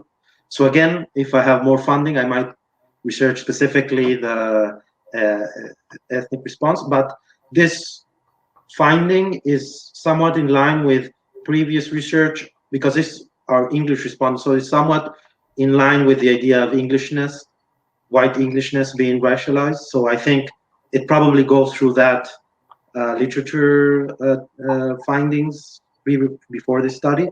So I suspect I might find something very different if I look only on minority ethnic response. It's a modest finding, but I think it's still very interesting. Yeah, definitely. I think we had 3 really interesting papers, and I think they sparked an interesting discussion that we've had or those of us who are allowed to share our audio and video, and also in the chat as well, there are more comments. So if you haven't read those, it's worth doing before the session ends. Thank you to Nima, to Noam, and to Zach for your really interesting presentations, and thank you to everyone for your questions and for watching and engaging with the papers. Okay, guys, good morning. We are here at Hopin. I think it's the 5th software that I've used for any kind of interaction with other human beings really that do similar things to what I do. I can see that we have a bunch of people already in the audience, which is great. But the most important thing is that we have all the presenters here. And we have, I'm going to start with Rabia Malik, who is going to be presenting on experimental evidence from Pakistan. Do voters dislike dynastic politicians? Then Adam Ozer is going to be presenting Always Wanting More, a cross-national assessment of government delivery and rising voter standards. And then Sarah Hobolt is going to be presenting Countering Bad Politicians. All right, so we're going to go as the program says we should go. And we're going to start with Rabia. Rabia, there is a small square thing like a screen with a red crossing there. If you click on it, it's going to let you choose whether you're going to have the full screen or a window. In those windows, you probably have, oh, you're quicker than I am, and you were able to do a PDF full screen, so you're much better than I am as well. Well, I tried this out in the green room, and I learned that you need to full screen and then click on share. If you do it in the other order, it shares a blank screen. Don't ask me why, but that's about as far as we got in figuring. Well, it's just amazing that you were able to do that because PDF, the PDF window is not amazing. So let's say 15 minutes for every presentation. Once we're done with all presentations, I'm going to open the discussion. You know, the discussion is going to be weird. You're going to be, people in the audience are going to be typing in the Q&A tab here on the right-hand side, and they're going to be asking questions. You know, the authors are going to be responding to them. So the floor is yours, Rabia. Thank you so much. I'm assuming everybody can hear and see the slides. Perfect. Just, you know, yell at any point if anything goes wrong. But thank you all for being here. Thank you for sharing, and thank you everybody in the audience in particular. I'm excited to be presenting a paper with Sergio Asensio on Do Voters Dislike Dynastic Politicians? Experimental Evidence from Pakistan. So I want to start off by telling you a little bit about this gentleman on your screen, Bilawal Bhutto Zardari. He's currently the chairman of a party called the Pakistan People's Party, or the PPP, which is one of the 2 largest opposition parties in Pakistan at the moment. Now, Bilawal Bhutto is serving as a federal legislator for the first time, but he's been chairman of his party since quite a young age. He became chairman in 2007, all of a sudden, when the leader at the time, who was his mother, Benazir Bhutto, was assassinated in an election campaign. Benazir Bhutto is a 2-time prime minister of Pakistan, and she became a well-known politician in the late 70s after her father was executed by a military dictatorship. Her father was Zulfikar Ali Bhutto, was the founder of the PPP and the prime minister of Pakistan in the 70s. So as you can see, the Bhutto dynasty, which is a pretty well-known dynasty in South Asian politics, is well and alive, with the chairmanship of the party has been clearly passing down generations. There's lots of other Bhutto members who are also well-known politicians, including Benazir's husband, Asif Ali Zardari, who was the president of Pakistan for a term a few years ago and is also Bilawal's father. So that's one of the 2 main opposition parties in Pakistan. The other one currently is the Pakistan Muslim League Nawaz, or the PMLN, and the face of that party is currently the VP, or the vice president, this lady called Maryam Nawaz. She's not serving in the legislature at the moment, but most people think that she's being groomed to take over the party at some point, to lead it, and potentially to run for prime ministership. She is the daughter, probably not surprised at this point, of Mian Muhammad Nawaz Sharif, who's the founder of the party and the longest serving prime minister of Pakistan. In addition, Nawaz Sharif's brother is a very, very well-known politician in his own right. He's the longest-serving chief minister of the largest province in Pakistan, that is the province of Punjab, and also currently the president of the party. So the point of these 2 examples is just kick off the fact that dynastic politics are alive and well and very much flourishing in Pakistan. But even beyond these 2 families, of course, these are very well known, but dynasties are actually very common in Pakistan. There's some descriptive work in recent years that shows exactly how high the proportion of dynastic politicians in the legislature is, even more so if we focus just on the province of Punjab. And they come from all parties, all ethnicities, and voters, generally do tend to know who they are because this is not something that they hide in their campaigns. And as I'm sure most of you are aware, dynasties are quite common and studied, in fact, in many countries, especially some of these on your screen.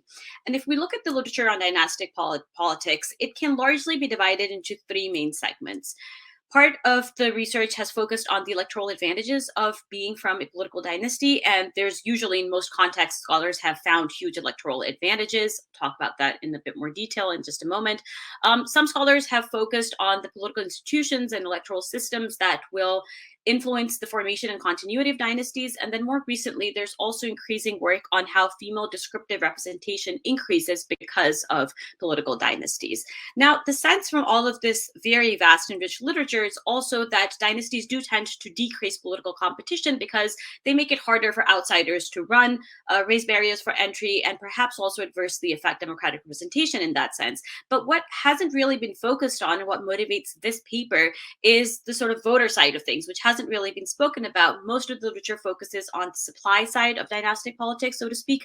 And so we were interested in thinking about, well, do voters perhaps generally also prefer dynastic politicians, which is part of why we see them flourishing so much. So that's the question that motivated this project. And we addressed this through a simple survey experiment in Pakistan where we randomize the dynastic nature and the gender of a potential candidate and then ask some questions.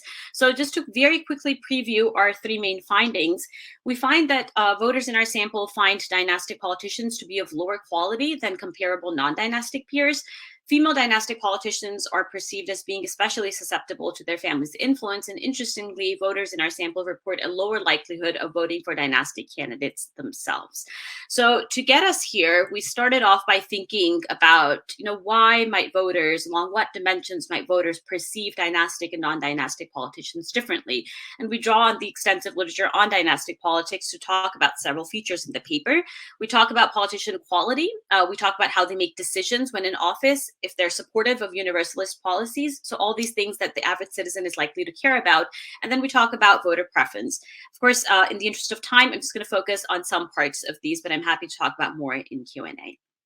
So starting off with politician quality, we think of quality in the paper as sort of a set of non-policy valence characteristics, things that voters will intrinsically value. And I'll talk more about measurement in a moment, but just thinking about dynastic politicians, this is one of those hypotheses where we feel like could actually go both ways. So voters might perceive political dynasts to be higher quality than their non-dynastic similar counterparts for at least three reasons. Political resources we know pass down generations. This could be financial resources, education, and so on. People who are part of political families automatically benefit from greater political connections. They're already part of this elite network. They have insider knowledge that might make them more able to get things done. And that's something that voters would care about. And then finally, with new political aspirants, voters tend to have imperfect information about the quality, so they might infer quality based on the family that you're coming from. On the other hand, though, there's reasons to believe that voters might actually perceive political dynasts to be of lower quality, again, for at least three reasons or due to at least three mechanisms. So some might think or find family ties that substitute for other attributes. So if you have, the family connection, and there's like a quote in one of the papers that we cite that says, if you're a candidate, do you really need the political experience? And so things like having to work hard, having experience, being educated might be things that you don't need to work on or have as much if you're coming from a political family. There might be other voters who perceive dynasties just conceptually to be undemocratic and might oppose them. And then some might perceive dynasts to be more corrupt or dishonest if public resources are used to help dynasties persist. And there's certainly evidence in some developing contexts, at least, that that is the case. We also then think about independence in decision-making, and we expect dynastic politicians to be perceived as less independent from their families than their non-dynastic counterparts. The reasoning for this is fairly straightforward. We also draw on the literature where people have found that families tend to shape political preferences. So we just kind of extend that to say maybe this will also affect their actions while in office, or voters use family names as ideological shortcuts. When we're talking about independence from families, though, what we're more interested in is thinking about female politicians, and we expect this effect to be stronger among female dynastic politicians than male dynastic politicians, for reasons that also stem from the existing literature. So there's evidence from many countries that in lots of contexts, changing candidacy requirements have led more female relatives of politicians to be nominated. So changing candidacy requirements could be things like term limits, could be education requirements, could be somebody not being allowed to run for office due to corruption charges or something else. And oftentimes you see female relatives being nominated. So on the one hand, this leads to an increase in descriptive representation of females, which, you know, is good, presumably.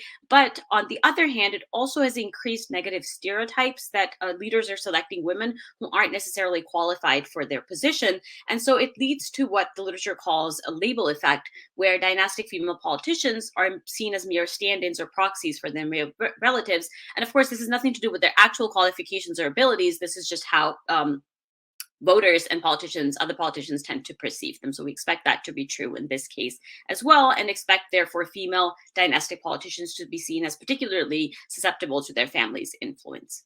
And then finally, when we come to voter preferences, we think it's unclear starting out whether voters will prefer dynastic candidates or not, because this links with the expectation that I just spoke about a couple slides ago of candidate quality. So on the one hand, if dynastic politicians are perceived as higher quality because of what we term the resource advantage effect, then voters might be more likely to vote for them. However, if they're perceived as lower quality because of what we're just terming the nepotism effect, which is, amalgamation of several features that I talked about, then they would be less likely to vote for dynastic politicians.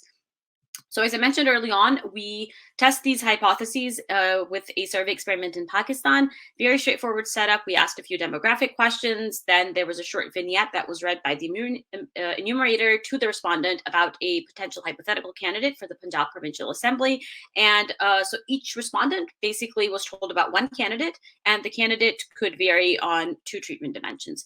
The candidate was either from a political family or the first person in their family to be running for office, and the gender varied, which varied just by using two common Pakistani first names, Saad and Sadia. They sound very similar.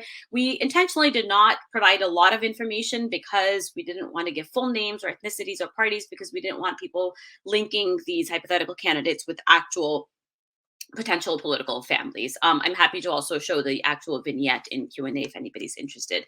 And then we asked a few questions to measure respondents' perception of these candidates along dimensions that we were interested in.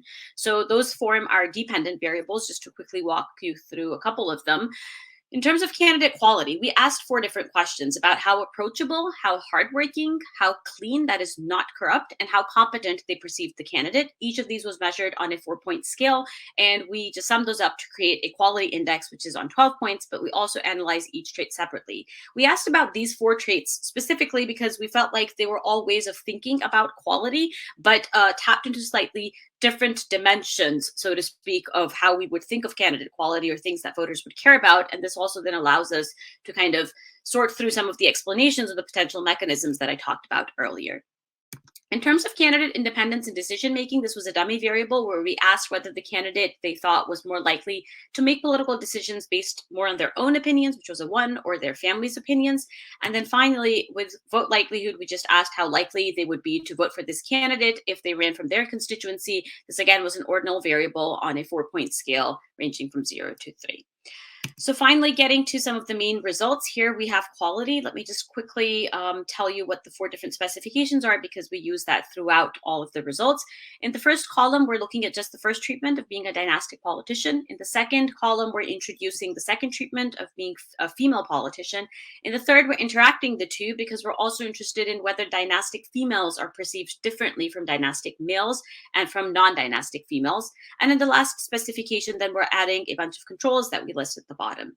So the main takeaway from this first table is when we look at quality as an overall index, dynastic politicians are seen as significantly lower quality, but there's no meaningful systematic difference based on gender.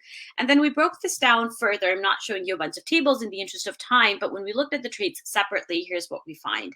We find that dynastic candidates are perceived to be significantly less hardworking and less approachable, and also that female non-dynastic candidates are perceived as much more hardworking than everybody else. And together, this lends credence to the mechanism or the argument that dynastic ties are perhaps substituting for other traits.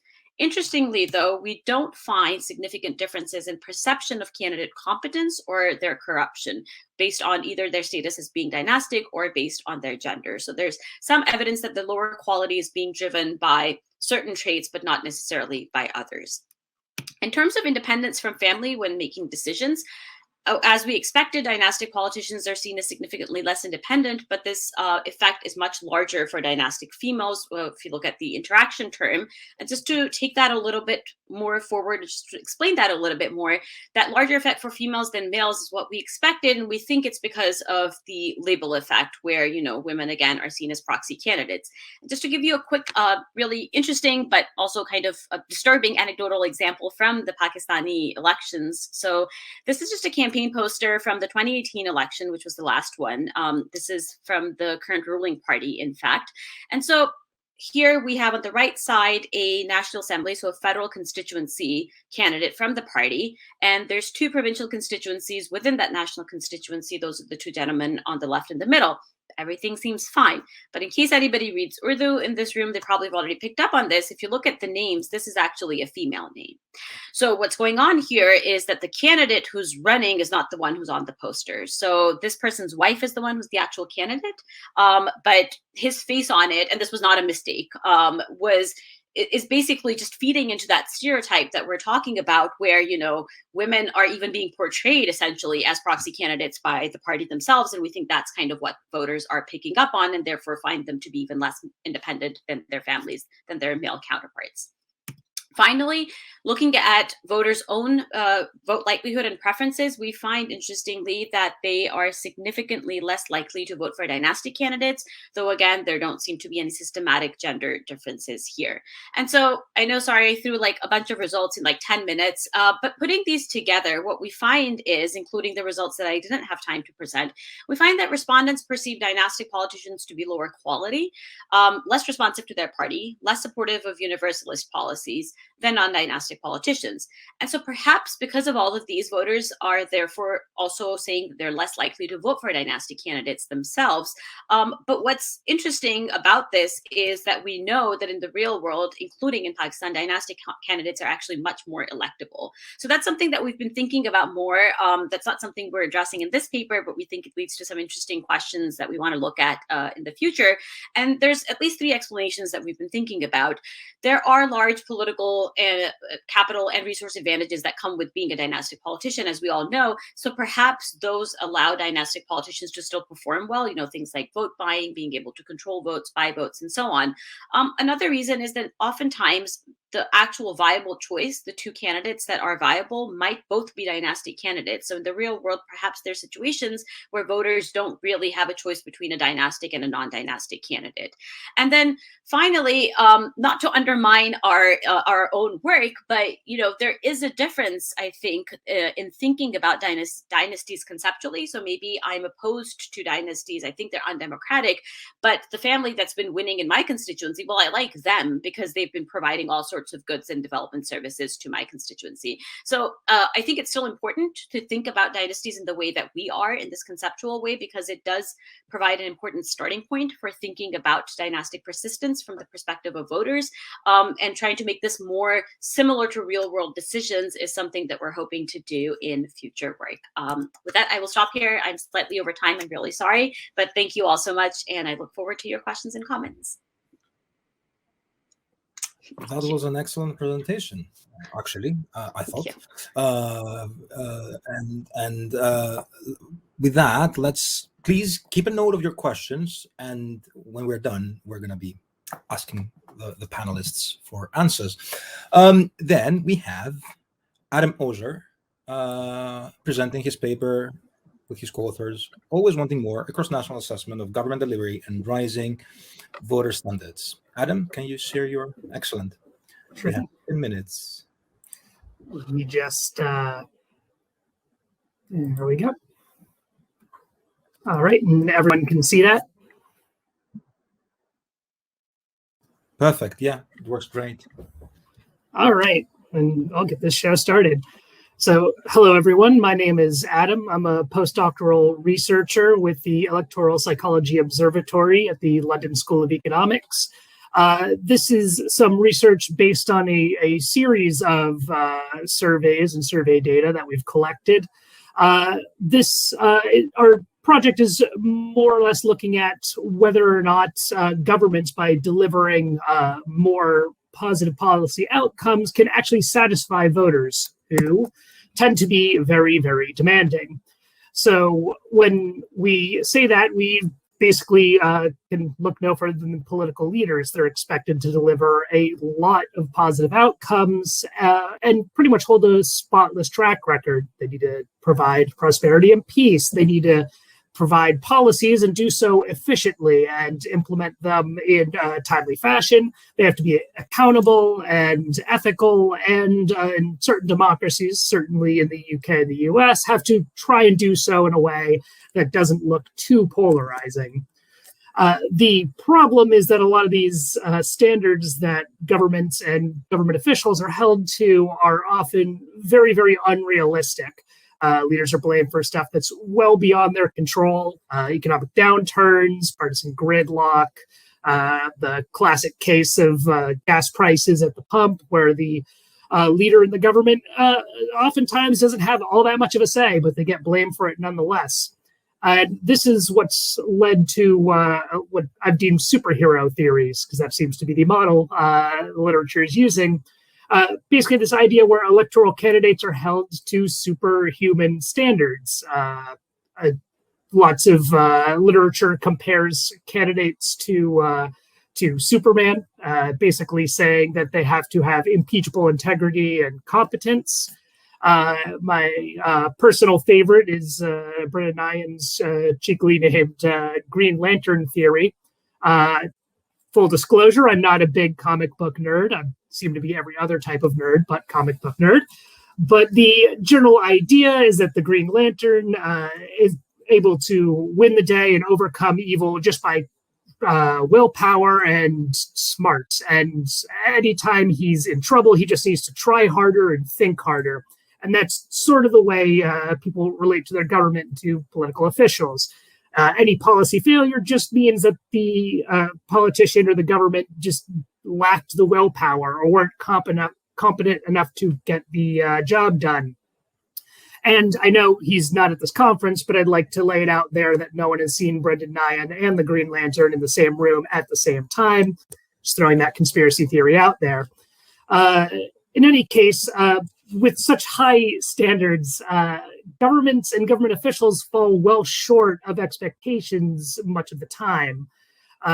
This can lead to a number of rather normatively negative outcomes: rising distrust and cynicism, a lot more extremism, people tending to look to more extreme and less experienced politicians to try to correct the problem. And it leads to electoral hostility and hopelessness, this feeling that things are never going to get better and that the opposing party voters or out party voters are the problem and need to be dealt with in harsh, sometimes rather undemocratic fashions. Well, this is all well and good. We want to ask the question, well, what happens when the government does live up to those standards, even if just briefly? Are voters satisfied, or are we just stuck in this loop where governments deliver on policies, expectations get higher, they deliver even more, expectations get even higher, and eventually they're just doomed to fall short of increasingly lofty expectations?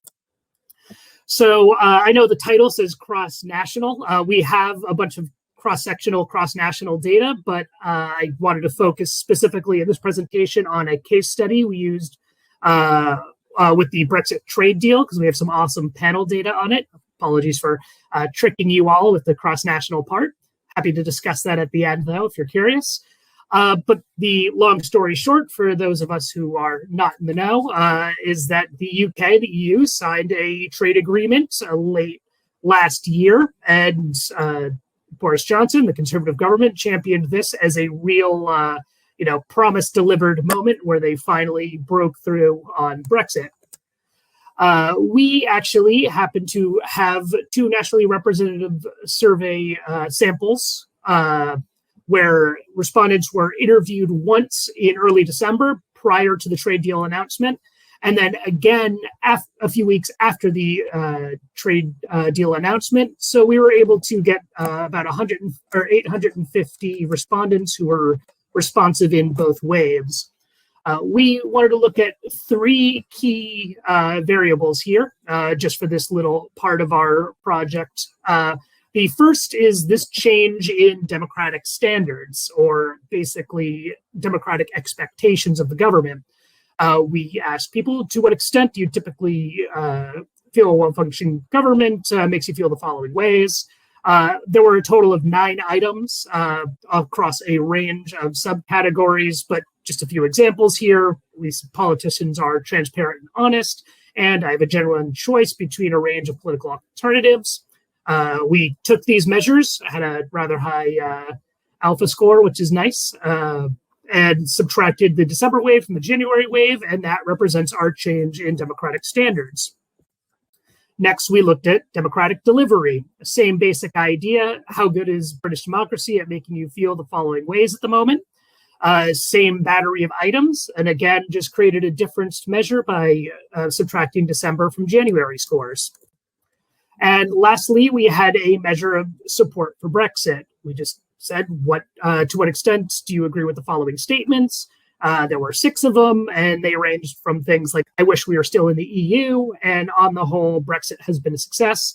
All of these measures, I should mention, were measured on ordinal scales, which were then later rescaled from 0 to 1 in most cases for ease of interpretation, except for the change variables, which I will explain right now. So here we just have the distribution of our change in democratic standards on the left and democratic delivery on the right, the change from wave 1 to wave 2. They've been coded from -1 to 1. So 1 would indicate that, for example, on the democratic standards plot over here, 1 would mean that the standards increased from wave 1 to wave 2. -1 would mean that people's expectations, their standards decreased from wave 1 to wave 2 in the wake of the trade deal announcement. The same goes for our change in democratic delivery. And what we see here is that there wasn't a large median or mean change in standards, and about a 1.5% change in positive change in delivery. But the real story here is that there's a rather wide variance, which could be driven by a number of things. But the idea here is that people's expectations and their sense of whether or not the government was delivering what they wanted changed quite a bit over the course of that month. It's quite variable. We just ran a simple analysis here, and what we find, looking at this in a simple OLS regression, is that a 1 standard deviation change in democratic delivery leads to about a 6-point increase in democratic standards, or in other words, since all of these variables here are standardized, a 1 standard deviation in democratic delivery increases democratic standards by about 3%. We also see that support for Brexit actually decreases democratic standards. So people with stronger support for Brexit actually have lower expectations for delivery on Brexit. The interesting thing here, I find, is that when you interact the two and look at democratic delivery based on support for Brexit, we see that as among individuals with higher support for Brexit, every increase in democratic delivery increases or exacerbates the increase in democratic standards that much more. So, in other words, the change that is derived, the change in standards that is derived from increasing delivery is strongest among those who support the government and support Brexit the most.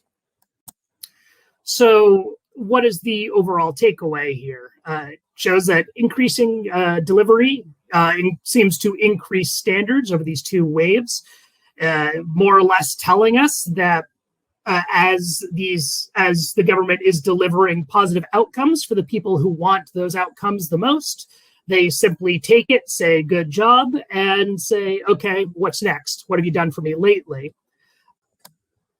That implies that there is very difficult to satiate voters in the long term. As mentioned previously, it seems that the more the government gives people in terms of positive outcomes, the more they expect in the future. And if that's the case, the government is sort of destined to eventually fall short of these lofty expectations. They're just going to keep getting higher and higher the more the government delivers. That down the line could lead to backlash, disappointment, etc.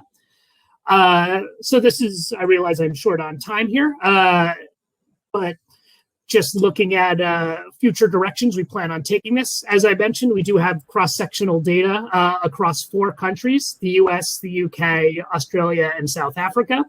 And what we find is the same very strong correlation between democratic delivery and democratic standards. The higher one perceives government delivery to be, the more they want and the more they expect in the future. We are currently fielding several survey experiments to try to nail down sort of the causal mechanism here. There is likely at least some endogeneity. Seems rather cyclical, where increasing standards will eventually lead to disappointment, which will lower standards. So it goes a little bit of both ways, and we want to try to look at survey experiments to try to get at that causal direction. We have further survey work coming up, trying to do similar projects like this surrounding upcoming elections in different countries. Germany is one that comes to mind immediately with their election right around the corner. And when it's safe to do so, we actually have a bunch of field work planned, but not sure if you noticed, there's a giant pandemic happening, and that has put a little bit of a kibosh on that plan, but we hope to get back to that as soon as it's safe to do so. Yeah, that is just about all I have for y'all today. Thank you for your time, and thank you for listening. Excellent, thank you. Thanks for the presentation. There is a little button there to exit the... There we are. Cool. Thanks, Adam. We are now moving to Sarah Hobolt, Countering Bad Politicians, co-authored with Moritz Osnabrück. Good. The pronunciation. I think it was good. Okay, it was great. Let me see whether I can share. Can you see that? Perfect. Now I'm too scared of putting it into like presentation mode, so I'll just do it like this. I don't have a ravious courage and technical ability. So I think Moritz is here actually, and it's great to present this paper with you guys, which is a sort of a project in the early stages, and we look forward to any comments you have on it. So of course, countering bad politicians, we know that political economists like to have this view that, you know, how do you select good politicians as opposed to bad one? And we'll come back to what this idea of bad means, but I can think of a few examples here just to give you a sort of a taste of the sort of thing we're interested in, which is particularly politicians who have in one way or another led to democratic backsliding in their country. In other words, have led certain initiatives that undermine core liberal democratic institutions. We have Bolsonaro in Brazil, Trump, of course, famously in the United States, Erdogan in Turkey, and Orban in Hungary. And each of these have been criticized by international organizations and others for being so-called illiberal itself, and like to call Hungary an illiberal democracy, quite sort of as a sort of description of the democracy he has in Hungary.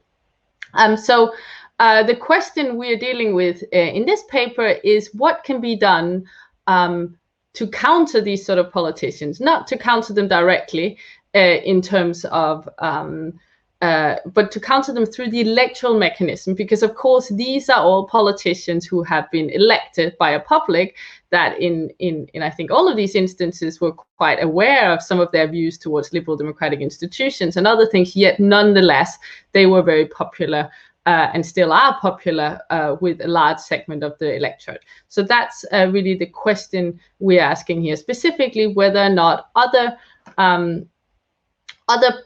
politicians can do something in order to reduce the appeal of these politicians. So really this sort of general frame and interest in this is this idea and this phenomenon we've seen in established democracy of democratic backsliding, which is not when you have a coup or some kind of external military force coming in, but rather when you have democratic elections where you have elected politicians that undermine core liberal democratic institutions, such as the free press, the independent judiciary, and checks on the executive. And these politicians, we've also seen quite a lot of evidence, both observational, as I referred to, but also experimental evidence by, for example, a recent APSR paper by Graham and Swolik that shows that voters are quite willing to ignore these sort of more liberal traits of candidates. And still, if there's other reasons, partisan reasons, self-interested reasons to re-elect them, sort of turn a blind eye to that. So what we are looking at in terms of what we call bad politician here is we look at, first of all, dimensions of illiberal behavior. And here conceptually, we take a starting point in Levitsky and Ziblatt's work and their famous book. And we look at these 4 dimensions where illiberal politicians are those who are weakly committed to democratic rules. It's those that deny the legitimacy of political opponents. They might even tolerate or encourage violence, and they are ready to limit civil liberties of their opponents. We don't only look at that aspect because we're interested in seeing, when it comes to bad politicians, whether illiberal politicians, as we define it and operationalize it, is somehow worse in the minds of voters than other transgressions or controversies. So we also look at other transgressions that have to do with corruption, so expenses, scandals, and so on, and that have to do with what you might think is moral transgressions. In this case, we operationalize it as extramarital affairs. So we look at different kind of controversies and see, first of all, are politicians punished more for being illiberal than other things?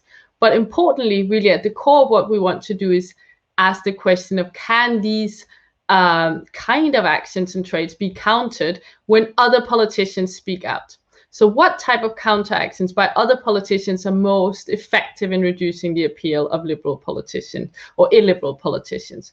That, of course, has been a key question in the US, for example. You know, to what extent is it really that the other Republicans, not Trump himself, are complicit by not speaking out? And if they spoke out against some of the views of Trump, would that really make a difference to his appeal?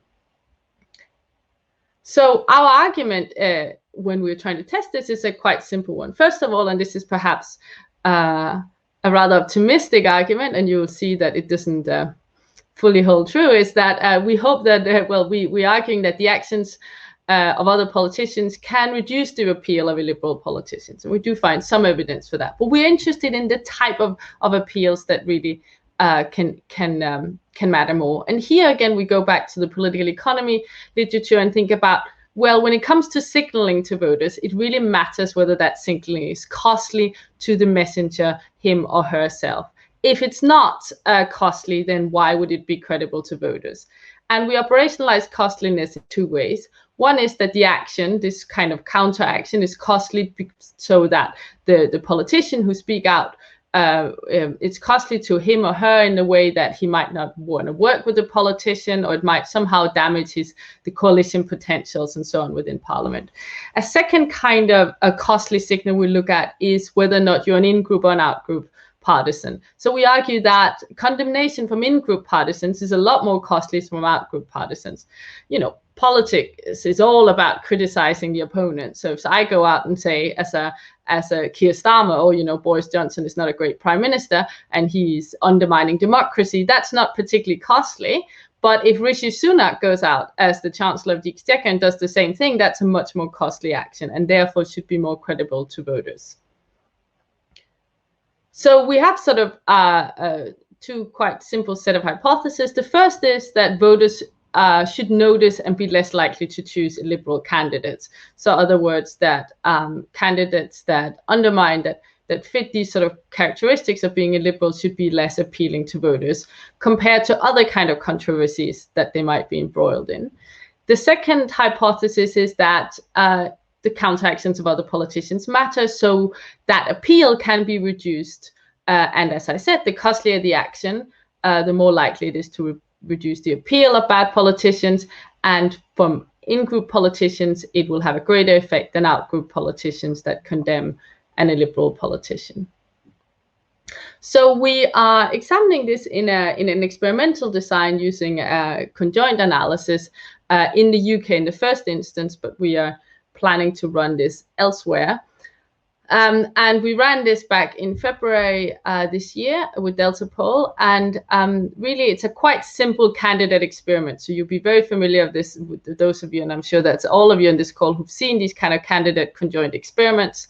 It's a multifactorial experiment where respondents are simply presented with two candidates and asked to choose between them. Of course, the advantage of doing a conjoint is that you can really see the relative weight of these different traits in terms of determining the preferences and the favorability of respondents for these candidates.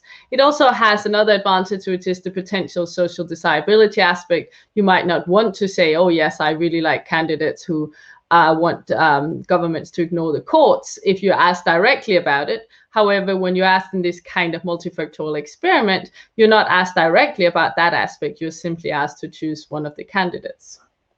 So we have 5 sets of traits here. I'll tell you some more about them on the next slide, but really it's gender, party, and experience. And here we just look at Labour Party and Conservative Party, the 2 main parties in the UK.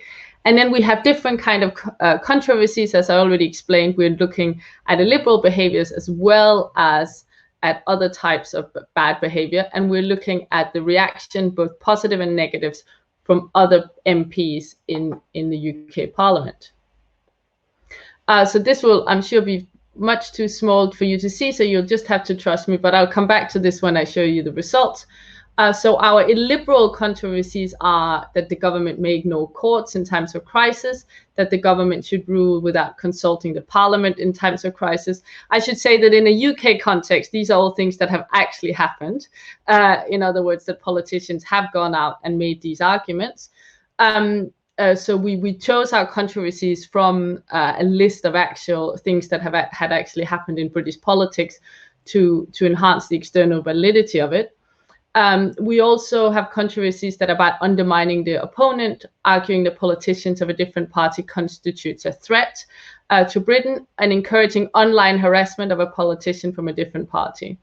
Also arguing that government should exclude certain journalists from press briefings, so that relates to the freedom of the press. Again, as I said, these are all instances that have occurred in the UK.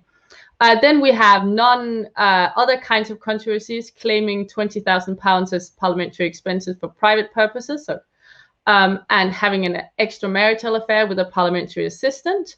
I'm sure all things that have also occurred, and ignoring multiple messages from constituencies. So this is a kind of controversy that's more relating to maybe not being a very good constituent MP. Now we also have then, in the preamble, we are presenting people with saying, you know, politicians are often embroiled in controversies, so they will understand why we are presenting this kind of information. But we also have a reaction from other politicians. These can either be politicians from the candidate's own party or from the other party, so either Labour or Conservative. And the reaction can either be to defend the behavior, not react to the behavior, condemn the behavior for damaging democracy. So here we are specifically priming that aspect, refusing to work with the candidate on the grounds that the candidate's behavior was damaging to democracy, and calling for the candidate to be expelled on the grounds that it is damaging to democracy.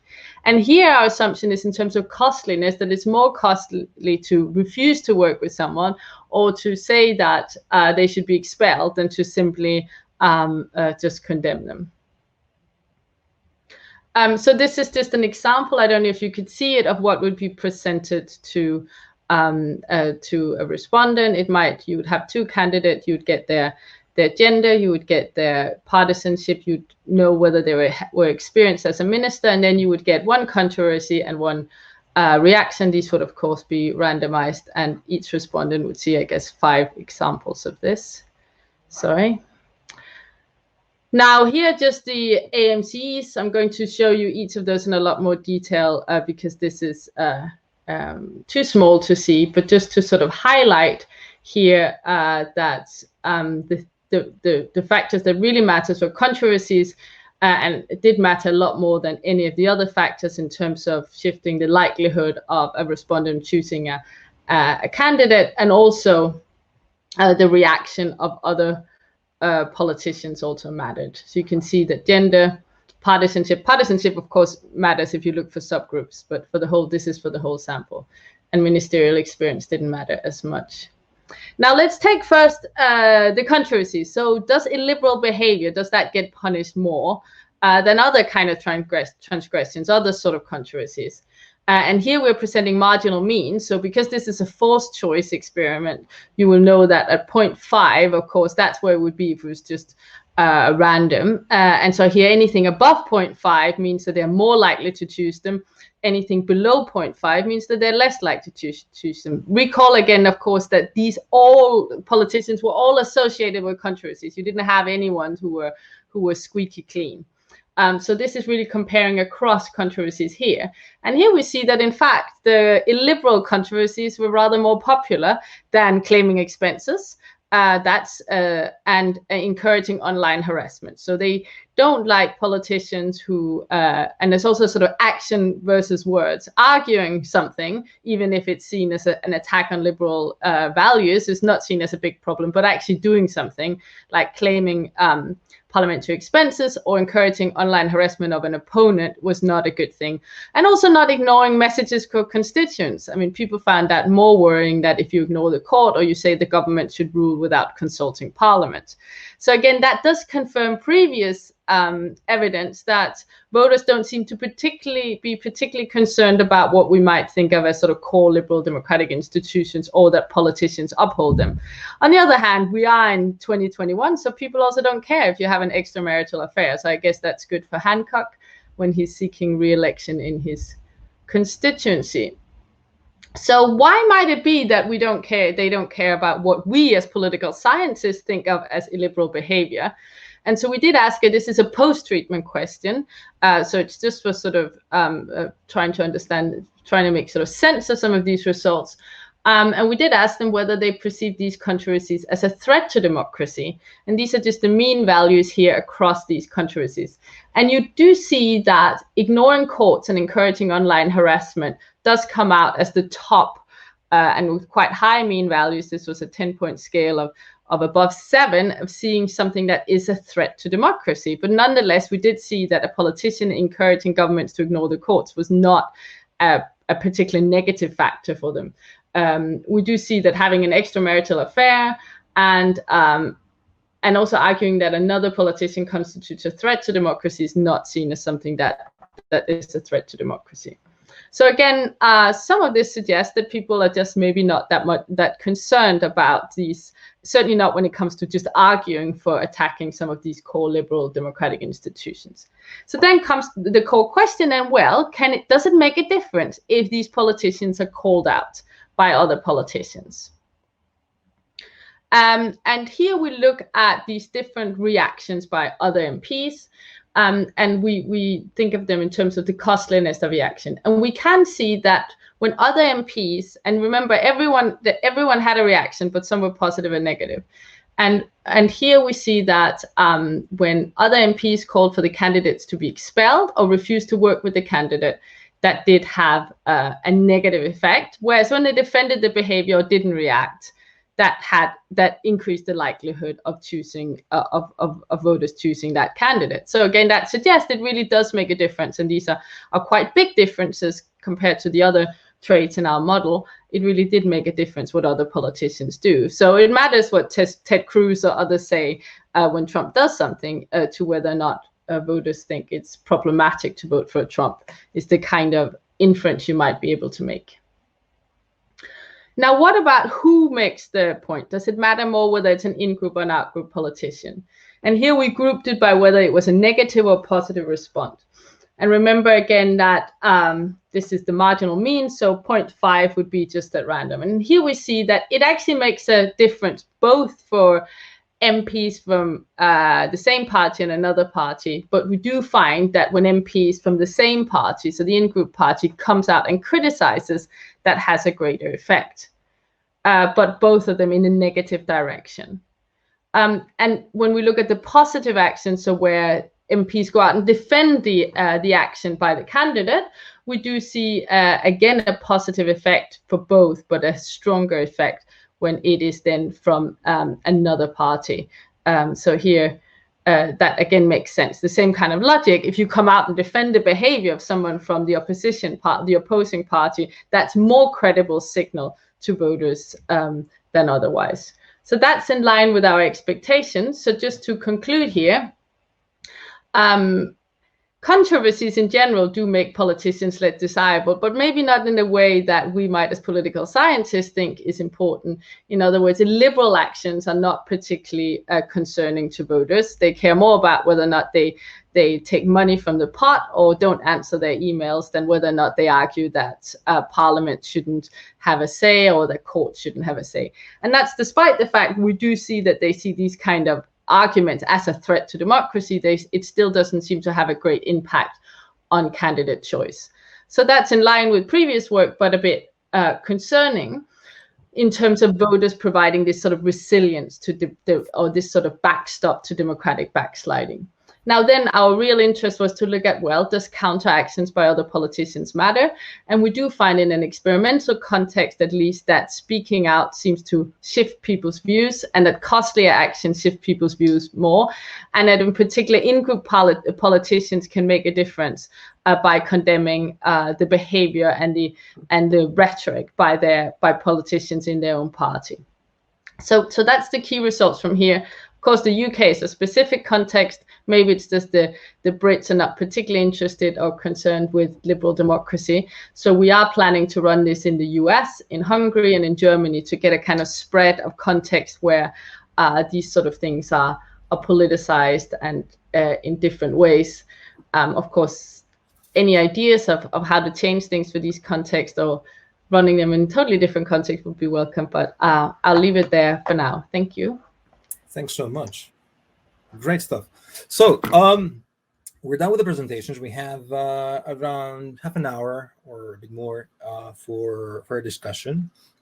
For the audience, this is for the audience. If you have a question, you just type it in the Q&A tab on the right-hand side, and everyone can see it. And I'm going to try and communicate the question to the relevant panelists. Before I start doing that, because there is a question already for Sarah. So Sarah, you should be doing your homework while I'm speaking. I'm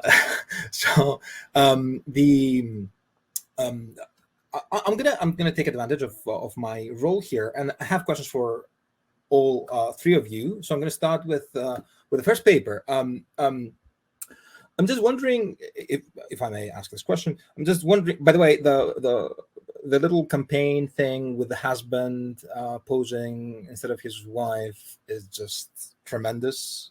I don't know why we don't know about this. This should have been a viral thing. I'm just wondering about the design a bit. So you have a design where you give a hypothetical kind of scenario where you have a dynastic, a nepotistic politician, and he has, and you ask whether he or she has high quality or he or she is electable and all those things. But the thing is that people will isn't it as if you're inviting them to link this hypothetical example with a real world example? So if you do the same experiment in a place where nepotism doesn't work, yeah, you could figure out some baseline changes from the treatment. But if you do that in Greece, for example, and you ask about dynasties in Greece, or I guess Pakistan as well, it's ridiculous because we have the same family running, the same 2 families, 3 families running the country for the last 50 years. So it's a bit, I'm just wondering whether you're inviting people to think, to put a face next to the hypothetical scenario. Okay, that's the kind of thing that I've been wondering, and whether you could use some of the pretreatment covariates to figure that out, to see whether people respond differently to this. And I guess if you have a 2-party competition, you have both parties having dynasties, it's fine. So basically you're kind of capturing something current. But if you have a one-sided thing it becomes a bit of an issue, isn't it? So it becomes a bit of a you're always you're inviting the respondents to think about a particular kind of party or government or things like that. So that was the first one. This kind of relates to, actually, I'm not going to ask this question because it's Florian's question. So what Florian is asking on the Q&A, I had a similar question for Sarah. So I'm going to give that to Florian to ask the question. But for Adam, I have this thing. So basically, the reverse is also true, isn't it? So if you are not providing to your constituents or your electorate, the standards go down. It's an average effect, isn't it? And I'm just wondering, and that's fine. I don't mind that. I'm just wondering, because you're going to be doing survey experiments now, whether it would make sense to have both kind of a positive policy outcome and a negative policy outcome, and see whether the expectations change proportionately, whether there's an asymmetry to those. My expectation would be that, it's not the same having a positive thing and having a negative thing going on. And ideally, you would like to see how this moves in a lot of games, a lot of sequences, to see how whether people pick up a particular kind of updating thing for their governments, and whether that has an effect. If I may predict, the results are not going to be the same to the macro level, but we'll never know. So Florian is asking, and was, I think, very similar to the question that I was planning to ask Sarah. Did you think these items triggered partisan responses? Maybe conservative voters associated certain behaviors with the Prime Minister Brexit and just answered in line with partisan identity?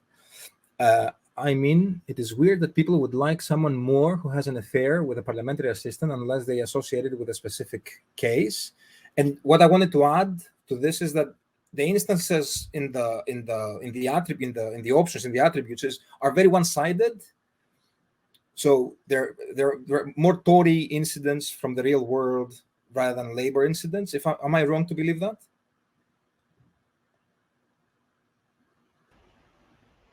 Well, with the Liberal, of course, some of these are more recent, but not with the others. I'm sure Labour politicians were equally, for example, hit by the expenses scandal. That's right.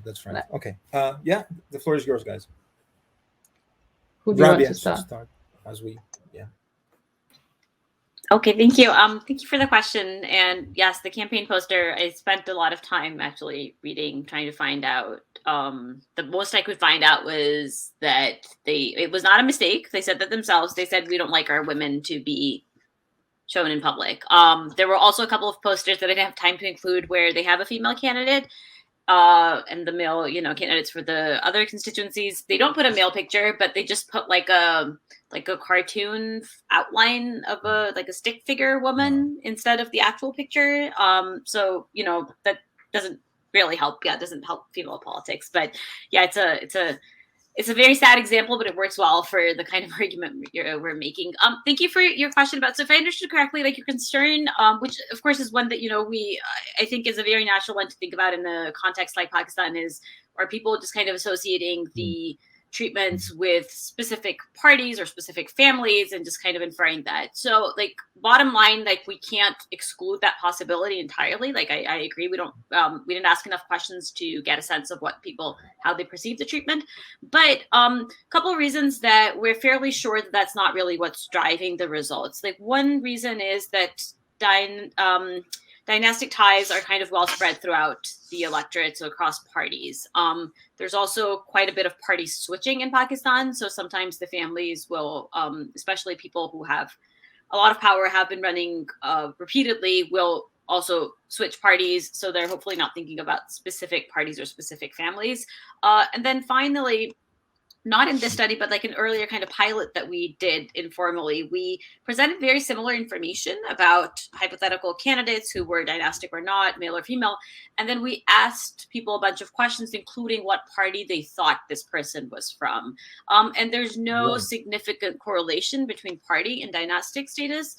That's something that we need to include in the paper, actually. I mean, I didn't have time to talk about it in the presentation, but that is something that we're going to explicitly put in the paper, because I feel like this is a question we've gotten quite a bit. And so hopefully, that backs up this assumption that people are not necessarily associating specific, because we gave a very, very small vignette where there was really not enough information for them to make that connection. But Adam? thank you for the question.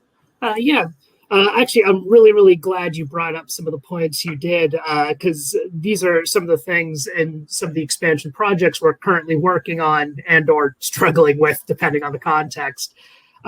So, for example, your recommendation to have a positive and negative outcome for our experimental approach, that is, you nailed it. That is exactly what we're doing. We're having a positive, negative, and control, and hoping to do that across several issues. Depends on budget and sample size and all that. In terms of will this is the reverse? Yeah, so hopefully that'll get both of the causal mechanisms at play, but also kind of show whether or not the reverse is also true, which we strongly suspect it is. And there are some interesting implications there. In terms of looking at the trends over time, this is the one thing that we really, really want to get at, and we're trying to find creative solutions to. It would be lovely if we had the ability to just keep re-interviewing people over time, or even just take cross-sectional looks over time. Unfortunately, it's hard and expensive to keep running a lot of representative surveys like that. So we have looked into some other solutions, looking at content analysis of media articles and stuff like that, taking a peek at, political newsletters that campaigns and current office holders release. Both of those aren't the perfect solution. I will fully acknowledge that. It has me pulling my hair out sometimes, but those are both very, very good recommendations and stuff that we're looking forward to attacking in the future. If I may, there is you have a general government delivery of goods set up here, and it's, to me, there is a variable that we've been using forever, which is, how what do you think about the economy in the last 12 months? And there's a question. So what are your expectations about the economy in the following 12 months? So you have the before, after, and you have panel data too. So the BES has data on this. The American National Election Study has data on this. And although they are fairly correlated and they're biased with partisanship and all those things that are confounded, I mean, it's a good starting point to see how those changes relate to the prospects of voters. So when they're happy with what happened last year, are they expecting more in the upcoming year? So the data is out there, and it's panel, so you have individual level change to tackle that. Just as a recommendation, Sarah. Thank you so much for those questions, Florian and Spiros. I'm going to show you quickly the answer to it. I think that's the easiest. And the answer is basically that this is split. The EMC is split by Conservative and Labour, and you don't need to be able to look at the detail to see they're basically identical, except the one that should be different, which is the partisanship of the candidate. If that was not different, I'd be worried. So, of course, the only one that's significantly different across any of them. But I was shocked, actually, how similar those two patterns are. So the AMC is across when you basically, these are the heterogeneous, you use a subplot comparison here are basically identical except from the partisanship of the candidate. So, but the fact that you both raised that question make me think maybe that's something in the paper we should actually explicitly discuss. We also do it by other things like authoritarianism and things like that. But I found it quite fascinating, just the sort of null finding on this. It's amazing that you don't see differences. No, there's no, because it's a good point that you were making. The ignoring the courts. You would think maybe we can also do it by Brexit identity. It might be very much or excluding journalists from press briefings. That was a conservative proposition at the time, and you just don't find. Basically, voters don't care about these things. And even like with the court one, you do see it ranks very highly on the question of whether or not it could be a threat to democracy. But so it's a great question, and I think we might want to, with both of those questions, we might want to make a bit more of those parallel patterns. I think this plot is great. I mean, it tells a lot. I mean, the problem with those designs is that you give someone a like a bundle of information, and then you're saying labor did that. If you compare labor doing something that they never did with a real kind of Tory scandal, this is where the problem comes, I think, because but if that's how people think about it, you think that labor would be massively triggered to be it's amazing that it is actually, I mean, now it is really hard to design these, and I'm not saying we did it perfectly, because it's very hard to design it in a way that actually makes sense to voters, and that's why we didn't want to ask them about sort of democratic principles, because I don't think most voters think about it, but rather ask them about sort of concrete events. Now that goes to the second question from Florian, which is about why do people like a candidate more who has been in an extramarital affair? Now, again, going back to the design, the point is here that every single politician were involved in a controversy. So we're not comparing Mrs. Squeaky Clean to someone who, so basically the comparison here is across controversies, and their extramarital affair is one they don't care about compared to a politician who's done something else. That's the point here. And then you might ask, so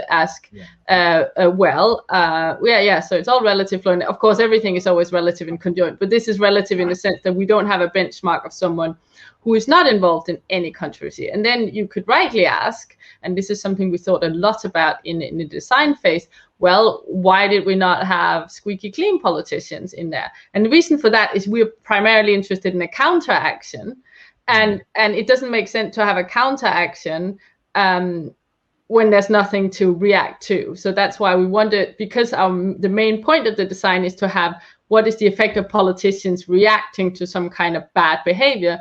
We had to have everyone being involved in some kind of behavior. So that was something we went back and forward on. But then we had a spread of behaviors, as you'll see. No, it's not.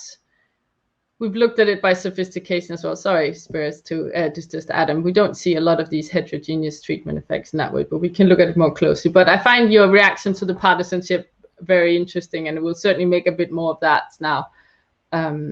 And it would be more interesting when you go to the other countries and you do the same. I would expect in the US there to be, like with everything in the US at the moment, when you run, things are just like, even we've done work on like COVID, and it's totally not politicized in the UK, and it's massively so. That's that's partly why I think we want to do it in other contexts, even though of course it won't be enough to sort of generalize, because it's going to be an N of 4, but just to see whether these patterns. But thank you so much for those questions. I mean, by the way, I strongly encourage people in the audience. Actually, I know some of them, so I might call them up to ask a question, but I might also refrain from doing so. While we're waiting for more questions, one of the possibilities. So, for example, Robbie had the pilot where she kind of ruled out the possibility that people think in a particular way. You could think of a pilot or an additional experiment, even in the UK, with no design, to see whether people with no conjoint, where people need the benchmark of the clean politician. So it's not relative anymore, but you have the squeaky clean politician, and you compare so you have a factorial design with more arms, if you want to add the reactions, and you have low expectations about the cases where you can constrain the cases where you have the squeaky clean politician, or you don't care about it, just like that. You want to see whether there are differences.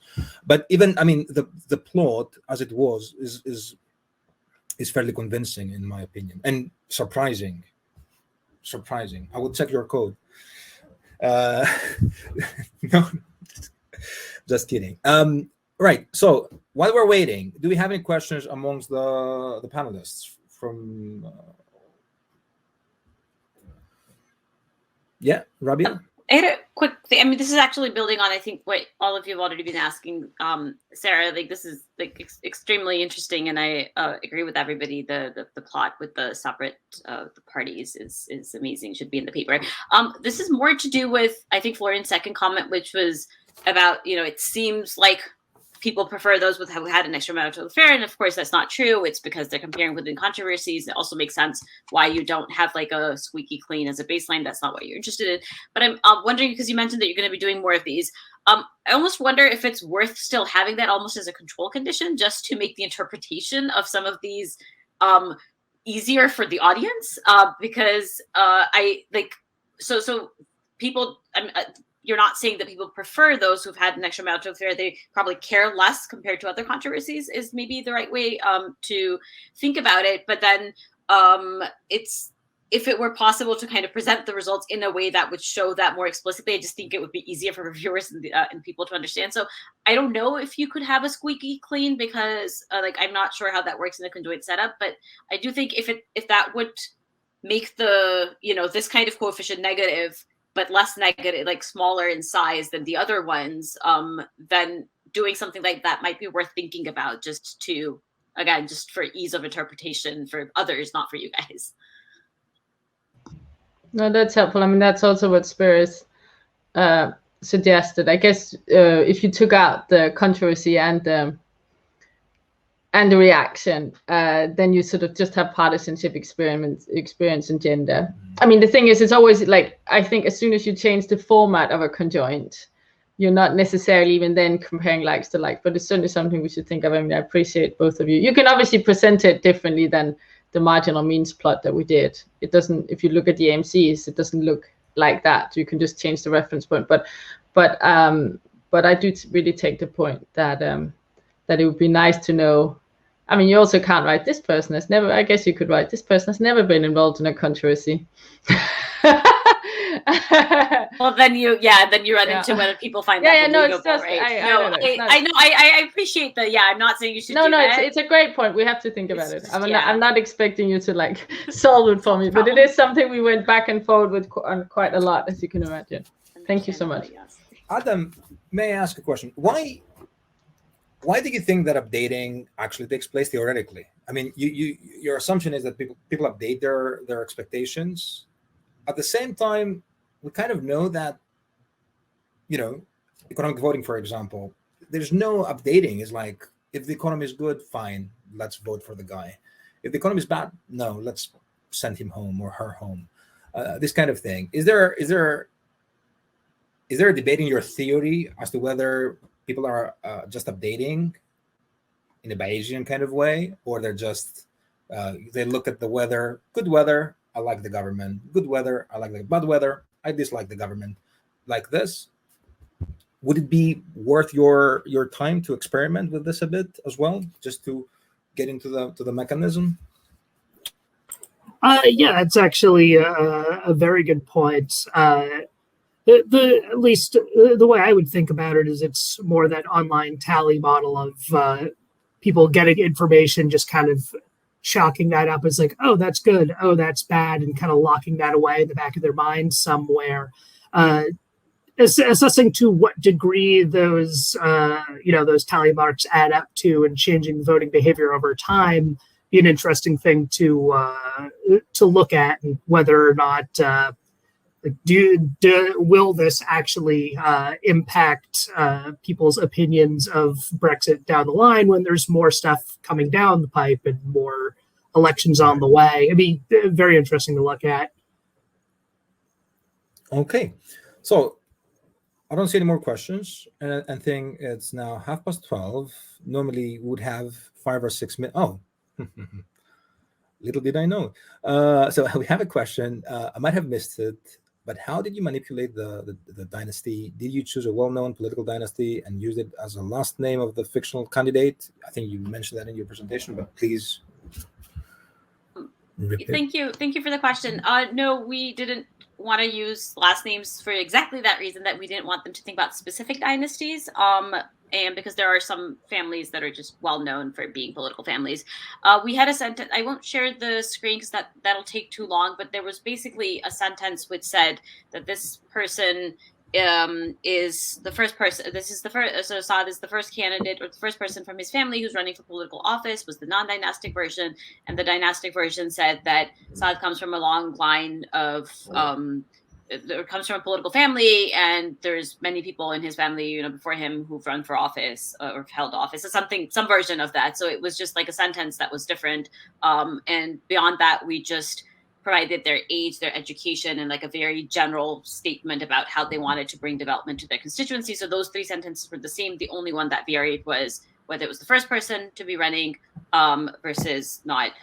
There's a follow-up about whether if we used an actual dynasty. I mean, that's kind of what I was talking about a little bit on the concluding slide, that there, I think there is a difference between thinking sometimes for voters, thinking about dynasties as an abstract conceptual concept versus an actual dynastic family. The reason and when we thought about this a lot, whether we wanted to use real politicians or not, the problem is with budgetary constraints, we'd end up having to pick 1 or 2 dynastic families, and then just it would be impossible to separate the effect of that family from how voters tend to think about dynasties. And so we decided not to do that.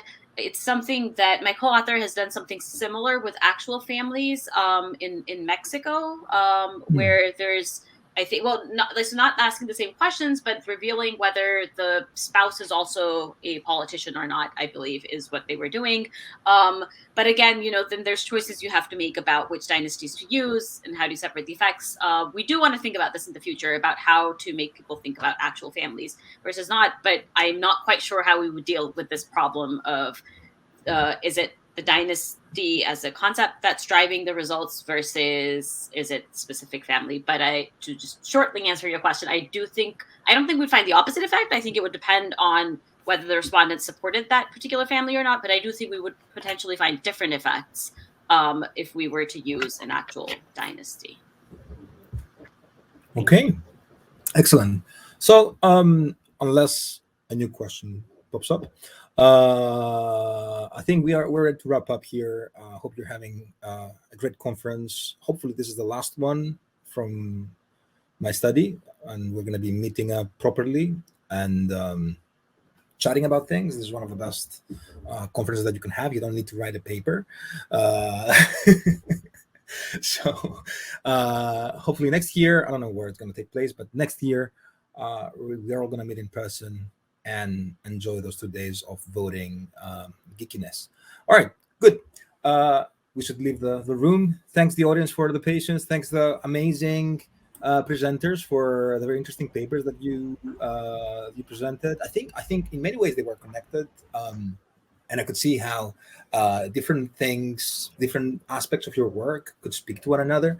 So I'm sure you're going to be keeping up with this, or you're going to be exchanging information, thoughts about your work over email or here in the Q&A. But with that, I think we can wrap up and see you in a different panel. Have a very good lunch break. Thank you, Spears. Thank you for sharing. Yes. Thank you. Yeah, bye. Everyone. Bye-bye. Thanks, everyone. Cheers. Hello to everyone who has joined this panel. Thank you for turning up. This is Public Opinion 2. My name is Joe Greenwood-Howe. I'm a research fellow at the University of Strathclyde. And the first announcement to make is, unfortunately, Kimberly Tower could not attend today. So we're going to be doing 2 papers. Firstly, from Jesper Lindqvist, who is presenting on When Left is Left and Right is Right, approaching a universal explanation of the left-right dimension. And we're going in the order the papers are presented in the program. So then second, we'll have Kevin Cunningham, who's going to present on Rally Round the Flag, the Corona Bounce, and the role of media discourse. Now, because we're down to just 2 papers, I'm going to allow the speakers to have 20 to 25 minutes. I will do the thing where I sort of drop back in just to let you know in case you're going over that time.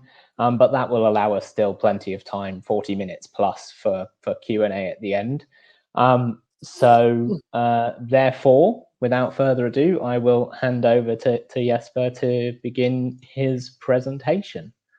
And thank you. I'm going to share my screen here then.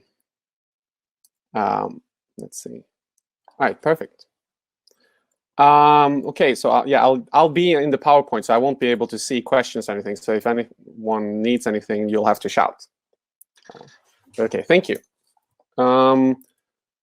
So let's see. Yeah, so okay. So my name is Jesper Lindqvist. I am with the University College Dublin School of Politics and International Relations. So I'm doing my PhD dissertation on left-right politics, and I have been working on this now for perhaps 3 years, but I started working actually on left-right politics before that because it was some sort of interest of mine. And so my whole dissertation and my work is basically very much in this paper. I'm working towards a very clear goal here, which is to try to find some sort of, or really understanding whether we can find a context-independent explanation of the left-right dimension. So the left-right dimension of politics it's not universal, but it's applied in a lot of different representative democracies around the world. And often, in many of these contexts, it's the most salient and most important dimension. And it's not just confined to Western Europe or Western politics. It's discussed in Eastern Europe and in Asia and in Latin America, etc. So, and the interesting part for me is that we use these same terms, left and right, in each of these contexts a lot of times. But the question really is then, if we use the same terminology, does this mean that it has some sort of similar meaning in different places? So the question is then, is there some sort of context-independent explanation that can divide left and right in politics around the world? And if so, what determines whether something is left-wing or right-wing? And so in this paper, I use the World Value Survey. Just to like preface this a bit, I'm using the World Value Survey to test some competing explanations against each other. Kind of like, so this, I'm only able really to put forth here and present the first part of the paper, mainly because of time constraints, but now we don't have as much time constraints. But it's enough as it is, this beginning of, let's see, I'm just gonna time myself there so I know the time as well. No, so there, it's essentially, I'm trying to test these competing explanations that put forth whether there's some sort of context-independent explanation. I use survey data to do that, and then we can see the patterns in different countries. So that's what we're going to get to. Okay, so this is how I envision the idea of that there would be some sort of context-independent explanation of left-right and some sort of underlying cause. So we can think of this in the sense that we have this sort of left versus right. So think of this as a society where, so we see that there's a left and there's a right, and there's this sort of left-right competition. And this is what we're trying to study, the competition between the left and the right, and being more left or more right. And we can measure this with left-right classifications. So we have experts who classify parties as being left or right. We have individuals who say that they are left or right. They put themselves on the scale. They can put parties on the scale or a policy, etc. And I think it's just important to separate the measurement, the classification, from actually the conflict itself, because there are cases where these don't align. So, for example, you have, for example, the German Greens, when they came up, they said, "Oh, we're neither left nor right," and that's a political strategy to say, "Well, we're not left wing or right wing," because then you can attract more voters. But now they have been established as left wing, and maybe I would have been more honest to go about that sooner when you know that. But so I'm just pointing out that there's a difference here between the classification and the competition. And the idea is, if there would be some sort of underlying cause, is that political adversaries, whether these are parties, elites, or voters, whoever it is, they divide themselves up on this dimension, and they cooperate rather with the left or the right, depending on what they prefer, on this dimension of competition. And that would be, if this kind of cause we see here, if that is the same in different contexts, if there's some sort of similar dynamic from context to context that replicates, then we could talk about a left-right dimension that might be a language we use to explain the same type of phenomenon, even though it's observed in different contexts. Okay, so in the literature, I'm going to talk about 4 competing narratives, although not all are similarly popular. So the first one I'm going to be talking about is the idea that left-right is sort of an economic dimension. So this has been quite popular in academic literature, and also in the minds of a lot of people. They grew up, perhaps, a lot of people in the last century, and in a lot of countries in Western Europe, for example, class conflict or this kind of economic conflict,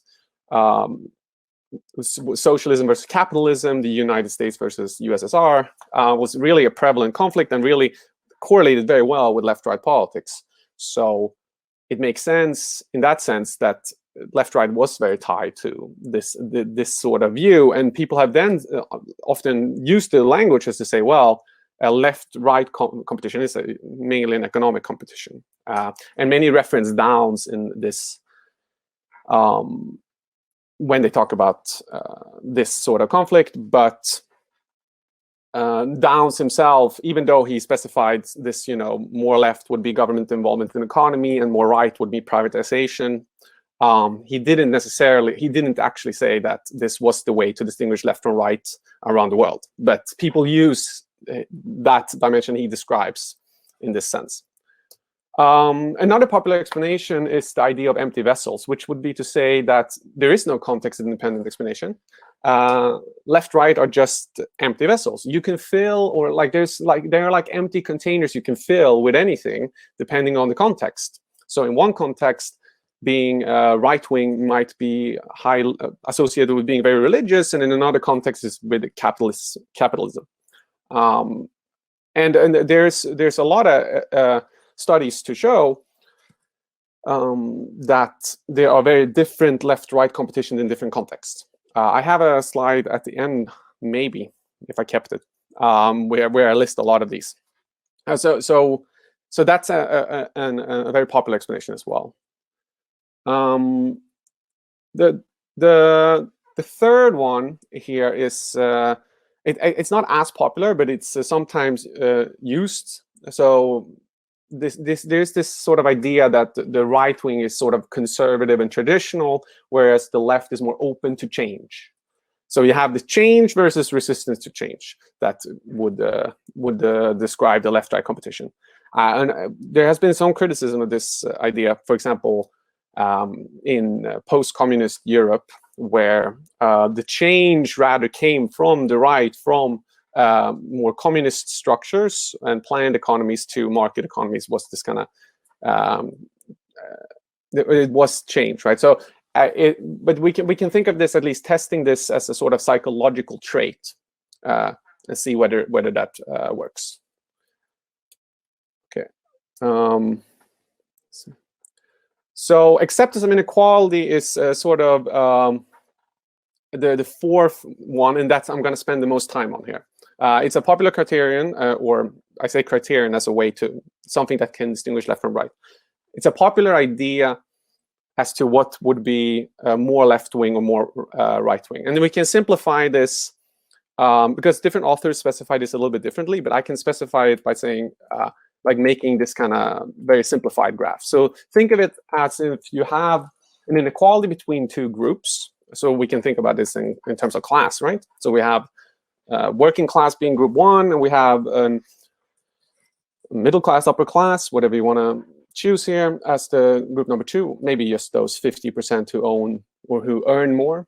And if you look at these two groups, one is overall doing better, having more resources power than the other, and then essentially being more left-wing would be associated with a lower B, which would be, in relative terms, these two groups coming together in overall outcomes. And group 2 and more right-wing would be an acceptance of this kind of inequality. Or, for example, arguing for, in terms of class inequality, we can talk about arguing for meritocracy, that you should be able to do some effort and to gain something from that effort, right? You should be paid accordingly. So, and the idea here is that kind of the dynamic is the same or very similar if we just switch to a different inequality. So if you take, for example, the Netherlands, it was a lot about economic policy, maybe 1960s, 1970s. And then it has become more and more about immigration. And immigration is very closely tied to left-right in the Netherlands today. And it's a very salient inequality. And we can put in the groups in this sort of simplified equation as well. We can say, okay, we have group 2 would be white Dutch natives, and group 1 are, you know, refugees or the Muslim minority in the Netherlands. And you can just see that the prediction would be that the left would be more willing to have more immigration compared to the right, who would be more accepting of the inequality between those two groups. Okay, so the hypothesis here is that acceptance of salient inequalities will correlate with right-wing cell placements. I say salient inequalities not because I can test salience in this part of the paper, but because we have an because there are different inequalities that are salient in different time periods and in different parts of the world. In some parts, you have ethnic inequalities that are important. In some parts, you have religious inequalities. In some parts, you have gender being an important component, or class. So, and as I said in the beginning, we expect them to make their left-right choice based on this inequality. Then it kind of has to be salient for people to make that choice based on that inequality. We wouldn't expect that the inequality between shorter and taller people would influence people's left-right choice, because it's not a politicized salient inequality that people make political decision in regards to. Okay, and then the competing hypothesis. So we like this idea of the privatization versus socialization in the economy, as it's been proposed. It's always been this idea that it's related to economic issues. So then it's not context. It's not in the same way malleable to context. So we simply test preferences for less government spending correlate with right-wing cell placements. And resistance to change, as I described earlier, is I'm confusing you a little bit by naming the hypothesis in a different order than I presented them. But okay, so H3, resistance to change, will correlate with right-wing cell placement. Being more conservative, being more traditional, will be more right-wing.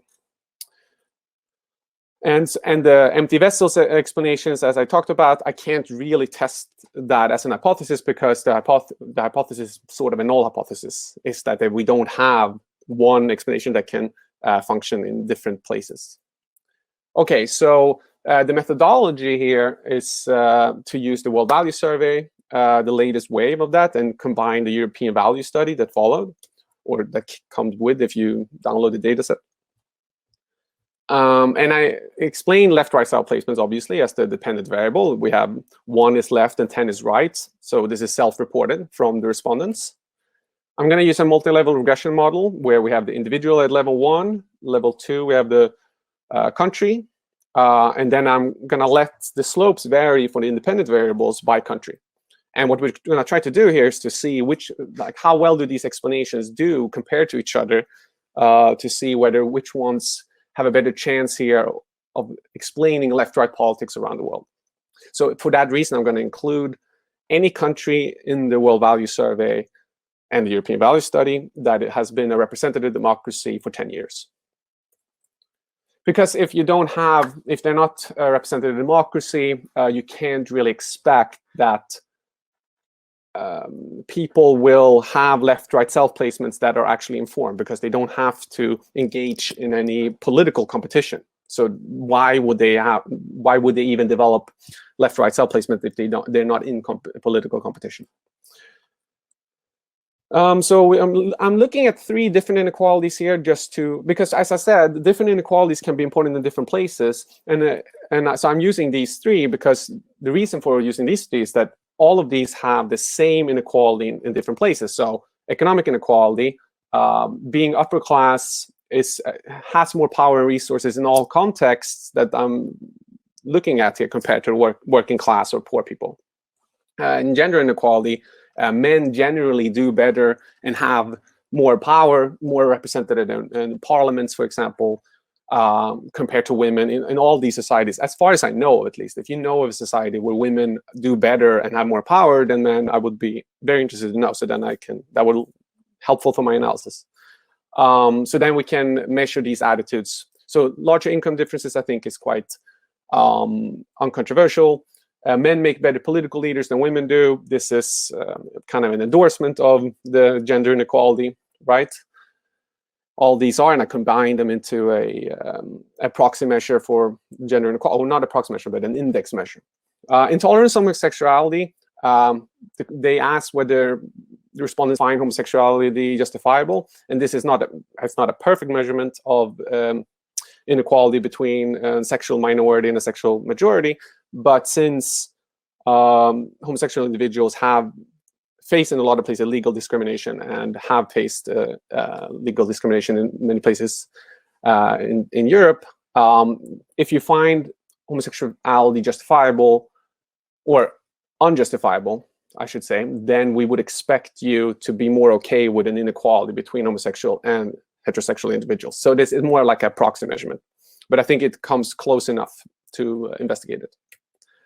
For the other 2 hypotheses that we can look at, we have privatization. This is quite straightforward. Government ownership of business and industry should be increased compared to private ownership of business and industry should be increased. This is fairly good operationalization of this concept. And then to test against change, I only have that in the World Value Survey data and not the European Value Study. So I'm going to use fewer countries for that reason. I'm going to look at whether our present society should be valiantly defended against all subversive forces. And I'm going to compare it to the second category here. Our society must be gradually improved by reform. So it's a dichotomous variable from that. And this, the entire way our society is organized must be radically changed, should be conversely then correlated with left-wing cell placements. But I'm just focusing on this one too. So all of these independent variables should have a positive correlation with left-right cell placements because right-wing is 10 and left-wing is 1. So I'm putting these into multi-level regression models. I'm using a lot of control variables that I have at the end, if you want to have a look at that. And here we can see the coefficients plotted for all countries individually. And as you can see, economic inequality, whether you're more accepting of economic inequality, correlates with right-wing cell placements. In most countries, I think it's like 80% or something here. You have some that are not significant. But all of these countries, Peru, Ecuador, Mexico, Korea, Croatia, and Slovenia, they have a positive coefficient, and that is also significant for one of the other 2 measurements of acceptance inequality. So it's not perfect. This kind of investigation I'm doing here we can't draw the inference that acceptance inequality separates left from right from all over the world, but the evidence is in line with our expectations. We do find a significant positive correlation in all countries except for Taiwan with our measurements of acceptance inequality, at least for one of them, and in many cases more. So economic inequality is a very good way to separate left from right. Gender inequality is almost as good. Actually, it's almost surprisingly well at separating left from right. It's funnily enough, it's actually better than our 2 competing hypotheses. We'll get to that soon. I should also mention regarding Taiwan that Taiwan has been documented to have very little left-right competition. They have a different dimension that is more dominant than left-right. So the question is whether that contributes to these results, because you don't find any hypothesis that works for Taiwan. And we need there to be left-right competition for people to develop some sort of understanding of left-right. Okay, but in any case, that's how we see it for gender inequality. Intolerance of homosexuality is not as good as the other two. It only can predict half of the cases, the left-right. We also have a couple of negative coefficients. Although Czech Republic and Philippines, I know from studying those cases that economic left-right competition is really dominant. So that might explain that the salient left-right politics there is economic class. So people are choosing their left-right based on economics rather than social attitudes. And that's actually interesting if you look at, for example, you see Croatia and Slovenia. Social issues, according to literature, are more important for left-right compared to class. And that might explain why they don't have significant results here, but they do for gender and intolerance of homosexuality. In any case, we can look at privatization, which is slightly better than intolerance of homosexuality at separating left from right, but less good than gender inequality and economic inequality. So it can predict a little bit more than half of the countries, significant positive correlations. And it's almost a little bit surprising given how common it is to assume that the left-right dimension is about privatization versus government intervention in the economy. So it doesn't do as well as economic inequality alone, let alone those different accepts of inequality. And against change is similar to privatization, can explain half of the cases. Just to give you your 5-minute warning. Perfect. Okay. Let's see. I don't have. I'm going to be done, I think, sooner than that. Maybe, unfortunately. No. So against change, we can see that it can significantly predict half of the countries. And as I said, I have to use a little bit fewer observations here because of that. I can't use the European value study data for this, but I'm controlling for the same things, basically a few different variables. But anyway, the conclusion is from this part of the paper, because this is not the whole paper, but the quality framework so far is in line with evidence, and it's better than government intervention in the economy and resistance to change at explaining left-right politics around the world. So really, what really is the takeaway from this is that studying the quality and equality framework further might be fruitful because it really, to me, from reviewing the evidence so far, that explanation stands to compare to the empty vessels explanation, which still is also possible. So those two explanations are the ones left here, whereas the other explanations seem to not do as well with evidence. So I think that future studies need to really focus on those two to understand, is this really about equality and inequality, or is it just an empty vessels? We can't explain. Left-right is just context dependent. So yeah, that's all I had to say, I think. Yeah, I have some other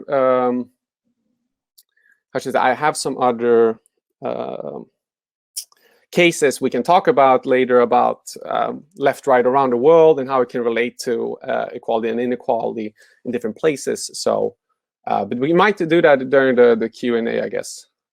So thank you at this point in time. Thank you so much. Yes, but I'm sure if we were in a room with actual people, there would be uproarious and enthusiastic applause.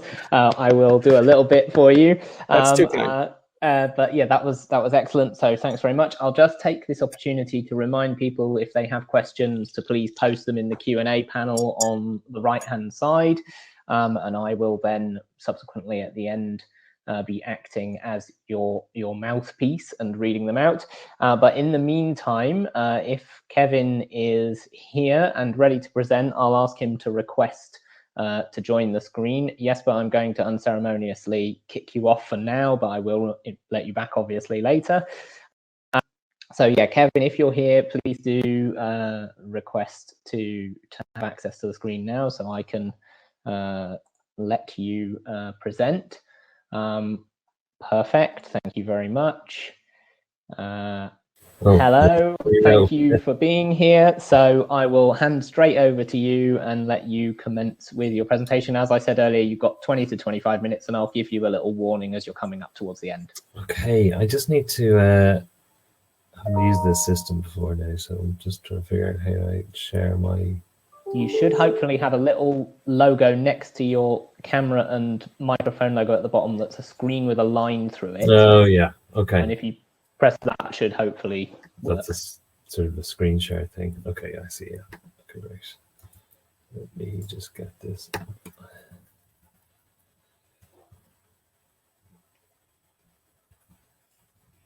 Okay. Window.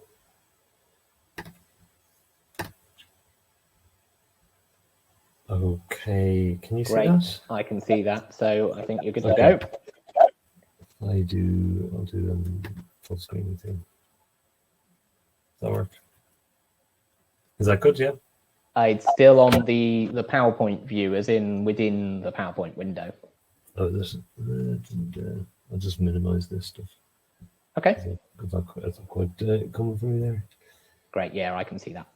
Okay, great. Okay, so this is some quite preliminary analysis on the rally around the flag effect and the extent to which it influences voting behavior in a more general sense, and what it might tell us a little bit more about public discourse, which is an area that I'm doing a little bit more on these days as well. So just to start off, I think with the usual photo of why, I think at the end of the day, we're all political scientists and we're all trying to understand, obviously, why do people vote for someone like this? How do people generally become particularly popular? And what are the fundamentals of voting behavior? I think a lot of what we're trying to understand is that. And I think when it comes to something like the rally around the flag effect, which is, just if people don't know, it's just the idea originally found by Mueller that in times of crisis, when a nation is threatened, incumbent leaders tend to benefit from a significant rise in public support. One of the first and most obvious examples of this was in 9/11, where George W. Bush's approval ratings would have gone from the mid-50s right up to 90% approval ratings. And you can see that in the first chart on the left-hand side.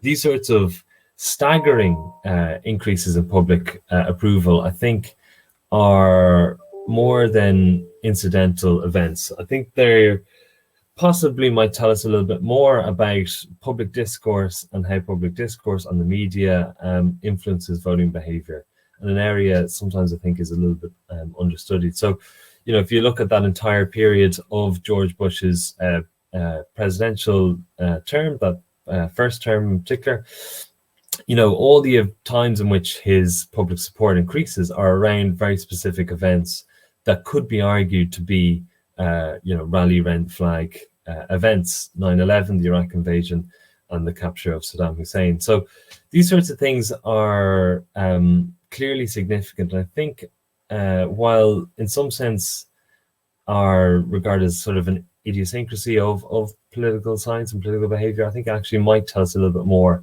generally about voting behavior in general. The other example there on the right hand side is Margaret Thatcher's first ministry, where this is just support for the Conservative Party, which, as we all know, in the context of the Falklands invasion, support for the Conservatives increased quite rapidly. And that was obviously a very interesting period because it wasn't just this rally effect, but also it was a period in which there was relatively more political instability, a lot of people kind of undecided who they were likely to vote for and that sort of stuff. So I just want to talk more generally about that particular event. The Falklands rally was obviously happened at a time when the Liberal kind of SDP were doing relatively well.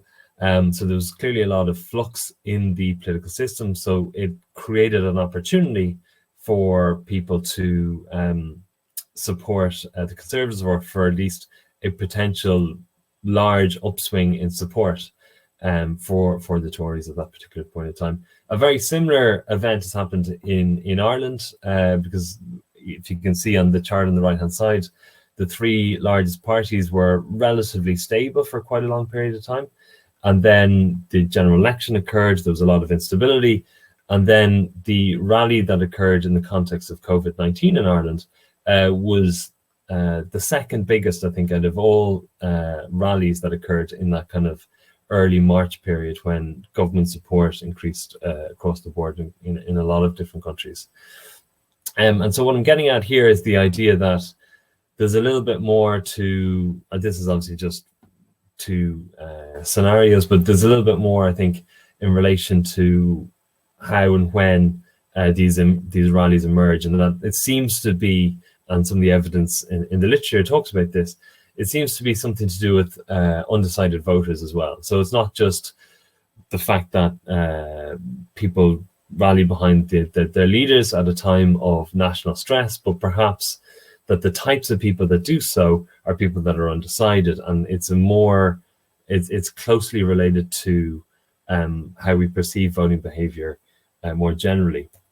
So just the literature on this effect, the rally around the flag effect, focuses on two areas. Originally, a lot of it focused on the kind of anxiety perspective, the idea that people were rallying behind their leaders in times of great fear for their country.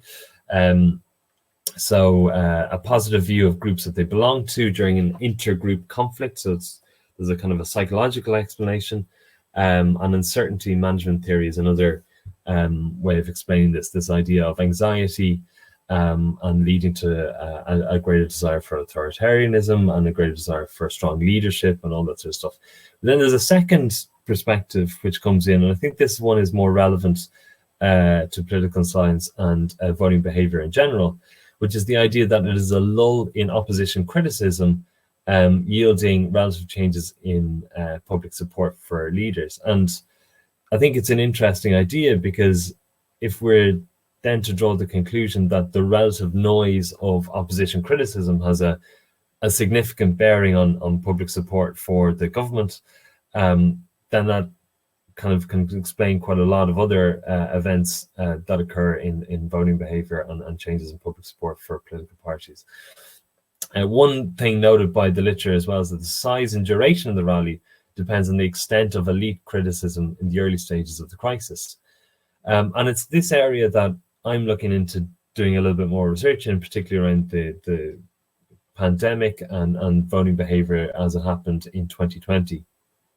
And then there's this other point that I mentioned, which is kind of obvious when you look, or at least it seems obvious when you look at the Falklands rally and the relatively recent rally around the flag effect in Ireland, was that those that are closer to the point of ambivalence on an individual level between approval and disapproval of the government are more likely to have changed their opinion in the context of those rally around the flag events.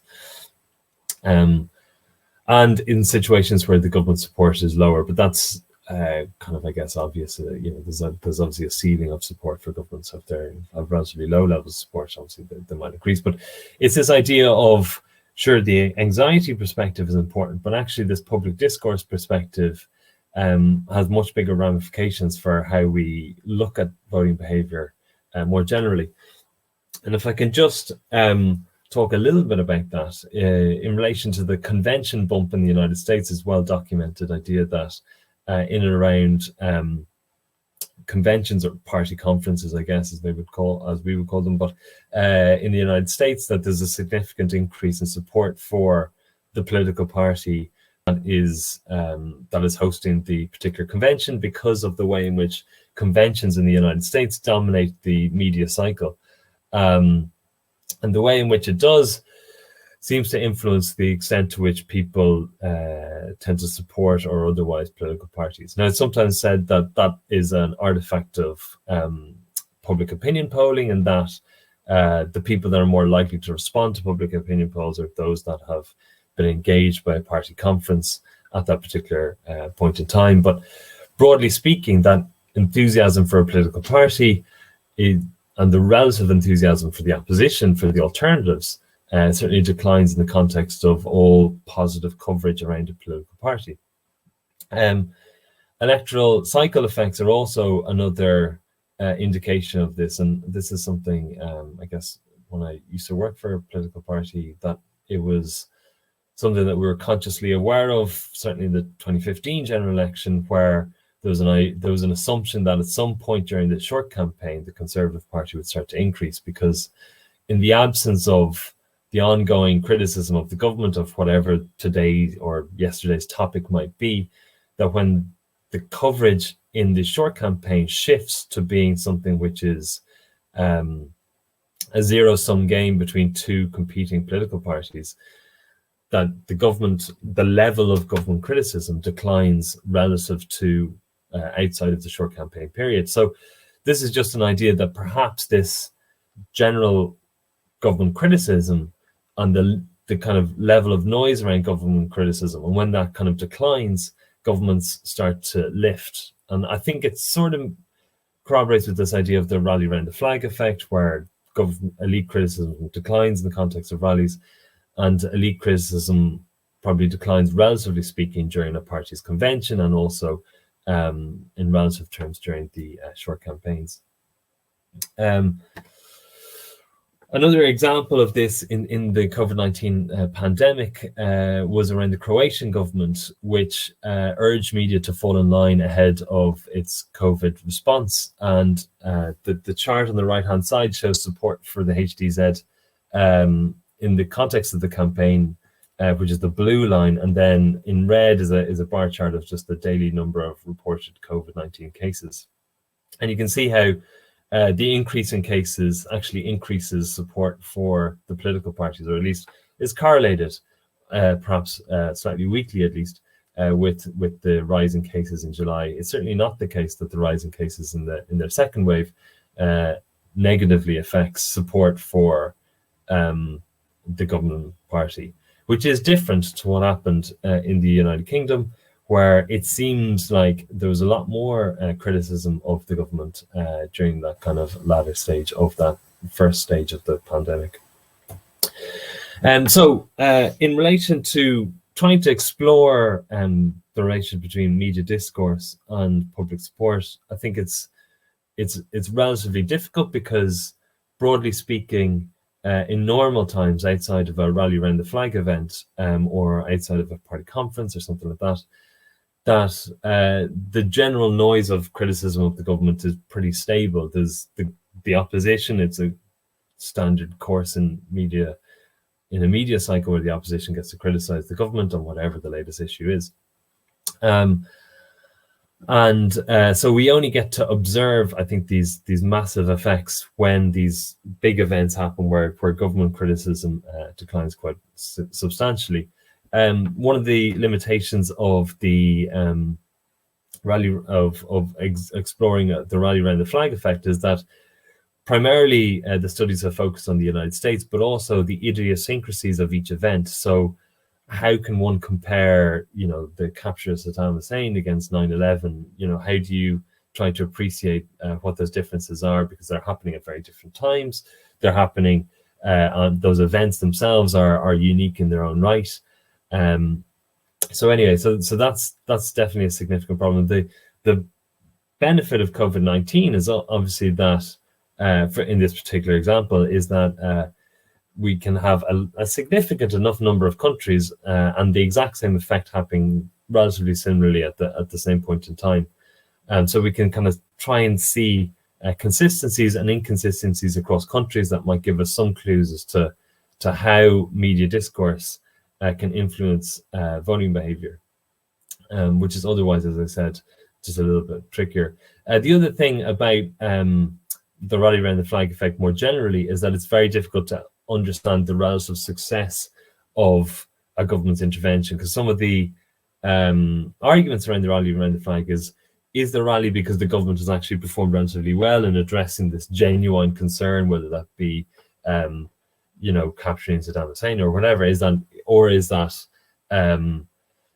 just a rally event? So in relation to COVID, you can actually have some idea of how relatively successful a country has been on the basis of the number of cases and deaths and that sort of stuff. So there's just at least some approximation of the extent of the challenge observable in each country. And from that, we can kind of learn a little bit more about how these differences transpire. Oh, I duplicated that slide. Okay, so this is just, again, this is all kind of preliminary analysis really, but this is just some charts of of the rally around the flag effect that occurred in a number of different countries. The font is probably very small because I wasn't really able to get the full screen thing working there. But the first chart there is basically each of these charts lift in around early to middle of March 2020. Each of those markers show as the number of cases rise above 1, 10, 100 and 1,000. And these are the countries which initially had a relatively large number of cases of COVID-19 in the first period of the pandemic. And you can see in every case, government support is lifting, somewhere between 5 and 15%. These are the countries where the biggest rallies occurred, and they are countries where there was a significant threat of COVID-19. Some of the countries for which the rally was much smaller actually had much fewer cases. So it seems that there's a significant number of cases, and significant threat at least is required for the rally to occur. So Fine Gael there in Ireland is the kind of the second row and the one in the middle, which is a very large rally, which is upwards of almost 18%. And that was in the context of perhaps a unique public discourse that occurred there as well. And again, I mentioned there was a lot of undecided voters in Ireland at that particular point in time. But what I'm interested in really is this elite discourse. Other examples where other countries which had very high case numbers, even higher in that particular first wave. In the United States, Italy and Spain, there was virtually no rally around the flag. In the United Kingdom is probably one of the most interesting examples because there was an initial rally which ended fairly quickly. And that's quite interesting because it's a good way of trying to test this idea of public discourse and the criticism offered by opposition parties. Some other examples, the first one there is New Zealand, which had a very large amount of support, and then down to Croatia, which initially in that first wave had only a small lift, but actually remarkably in the second wave had a significant second lift. I mean, there's a separate point here just to show that there was quite a significant rally around the flag in quite a lot of countries. These charts, as I said, are just the lines basically show the relative change in government support relative to February period of 2020, and it clearly increases significantly in around March. The lines themselves actually change color with the severity of the restrictions that are introduced. So as severe restrictions are introduced, particularly in say New Zealand, which is particularly dark red there, support for the government increases quite rapidly. So as soon as the government actually takes action, it's quite clear that support for the government actually increases in these cases. A lot of that is just around the government, but also the interesting point, as I said, is around elite criticism. These are countries for which there was very little change in public support for the government. Countries like Japan, Romania actually decreased support for the government. But again, a lot of these countries have had relatively few cases, and perhaps as a consequence, the question for me is the rally around the flag a function of this kind of either anxiety around a response and the government responding and the public supporting it, or also is it partly the way in which public discourse and elite discourse occurs, in the way in which opposition political parties do or do not respond. This is just one poll which I thought was quite interesting from YouGov, which looked at how Europeans and Americans thought of their own country and how they had handled the pandemic relative to other countries. And there's a lot. This was conducted relatively early on in the pandemic, and it just shows the idea of how different people in different countries perceive their own country to have done relatively well. In the United States, people thought that their country had done relatively well, and in different countries, people were looking at other countries, thinking those countries had done relatively poorly. So the perceptions in each country are slightly different according to the narrative that occurs in each country. It's just the point I'm trying to make. It's not just a response to the actual numbers of cases and how well the government has responded. Sure, there is a certain amount of that, but also there's this idea of public discourse. So what this study aims to do is just to measure opposition discourse, sampling and coding articles on the basis of the number of claims made by elite politicians. Shouldn't have a font or anything on it. Elite politicians in criticism of the government's position. And a secondary analysis I'm just going to produce here just to show you, it's just something I'm starting off with in relation to the numbers of articles mentioning opposition leaders. And the idea is opposition leaders kind of disappeared at that exact point in time when the rally was happening. And partly, maybe that is part of the idea. Maybe they decided they didn't want to get away in the way of popular support, or maybe also the absence of opposition leaders influenced support for governments. Just showing you a couple of different leaders here, just some of the initial leaders that have already started coding up. So in the UK, Keir Starmer, the number of articles that would have mentioned Keir Starmer or that he would have had quotes in declined significantly in that small period, as I said, where that significant rally occurred in around mid to late March. And then towards April, the leader of the opposition gained his voice significantly and began criticising the government. The opposition leader in Australia actually had a very, very weak rally around the flag effect, and you can see how there's only a very small, if any, sort of difference in relation to the amount of articles in which Albanese actually was quoted in that particular period in March, April. Yeah. Just to give you a heads up, you've got about 5 minutes left. Oh yeah, well, this is actually my last slide.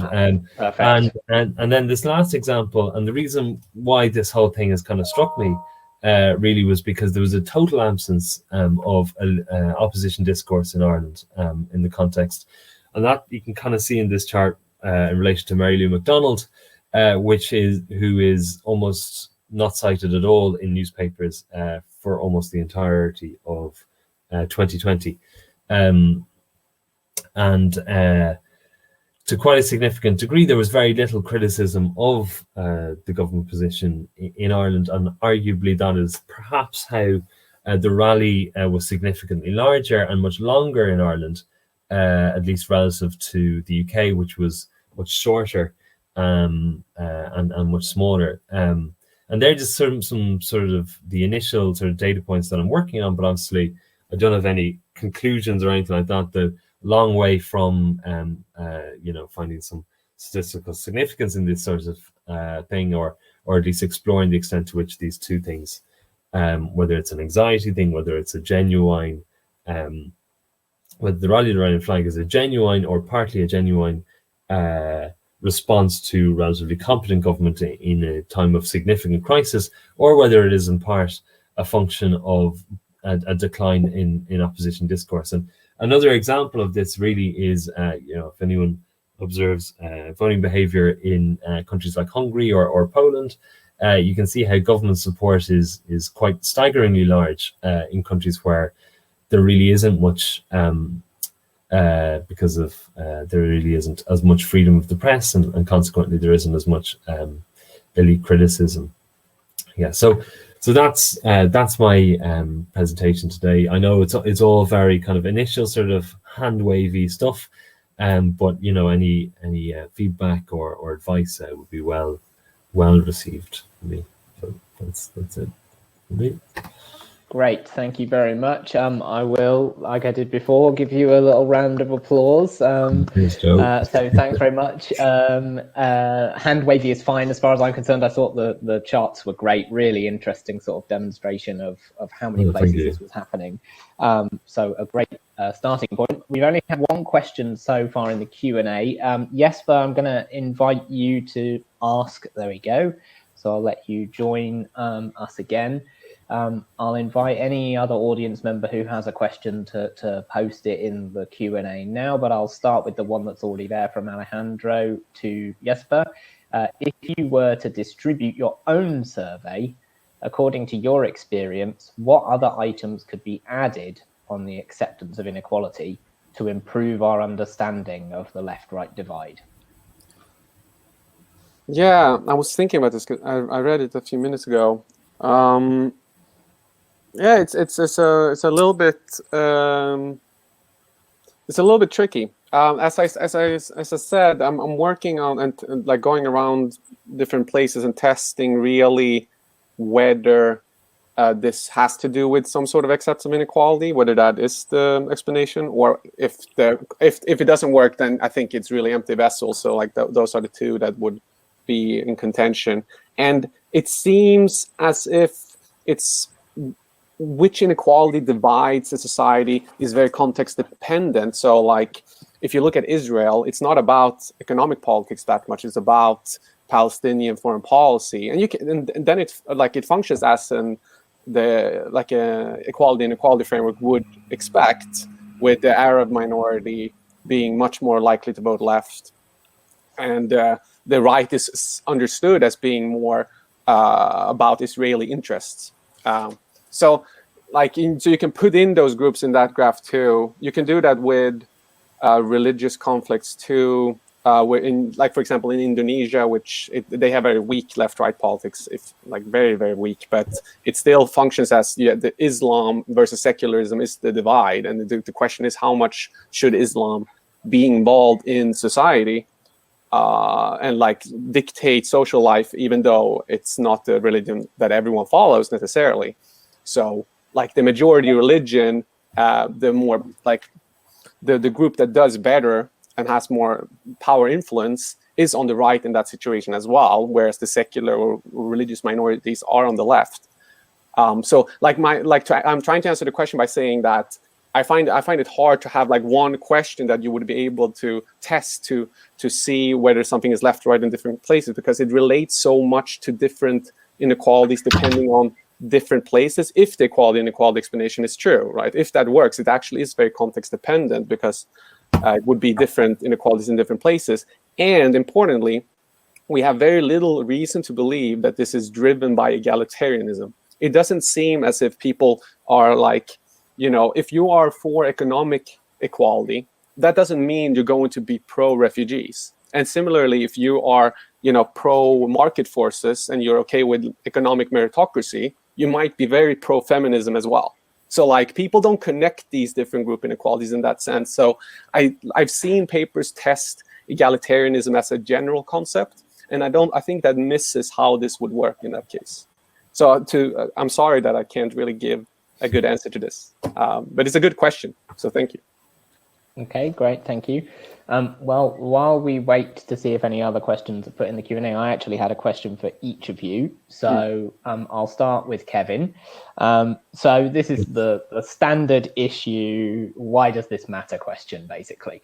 And the way I'll frame it is, obviously, to me, this is fascinating. So that's one answer. But the other stuff is, if indeed this is about elite discourse and how much criticism is going on, then to me, that suggests that as soon as an election comes on, any bounce will cease, because of course, when an election arrives, the other side are going to start criticizing their opponent suddenly. And so surely the bounce would disappear. So really the question is, are bounces just a sort of funny quirk of the moment, but with no real consequence in the long term? Or do you see that they can influence things down the line? Yeah, I mean, some of them lasted now through into the election. Maybe that's just because it kind of affected the relative support for the party, and it just lasted. Perceptions of competence, maybe, or something like that. I think the what if question is really, really important, and I think you're right in that. Increasingly, the short campaign itself is actually more and more important. Like you can see in Canada today, and obviously Theresa May's 2017 election, that what happens in the short campaign almost wipes anything that had happened prior to that. So these bounces are, perhaps idiosyncratic. I think the what if question is that I think it tells us a little bit more, if this elite discourse is influential, I think it tells us a little bit more about the importance of elite discourse, in that if you don't have it, you'll probably get a malfunctioning democracy, I guess, in some respect. It's that Hungarian example perhaps that I'm giving there as well.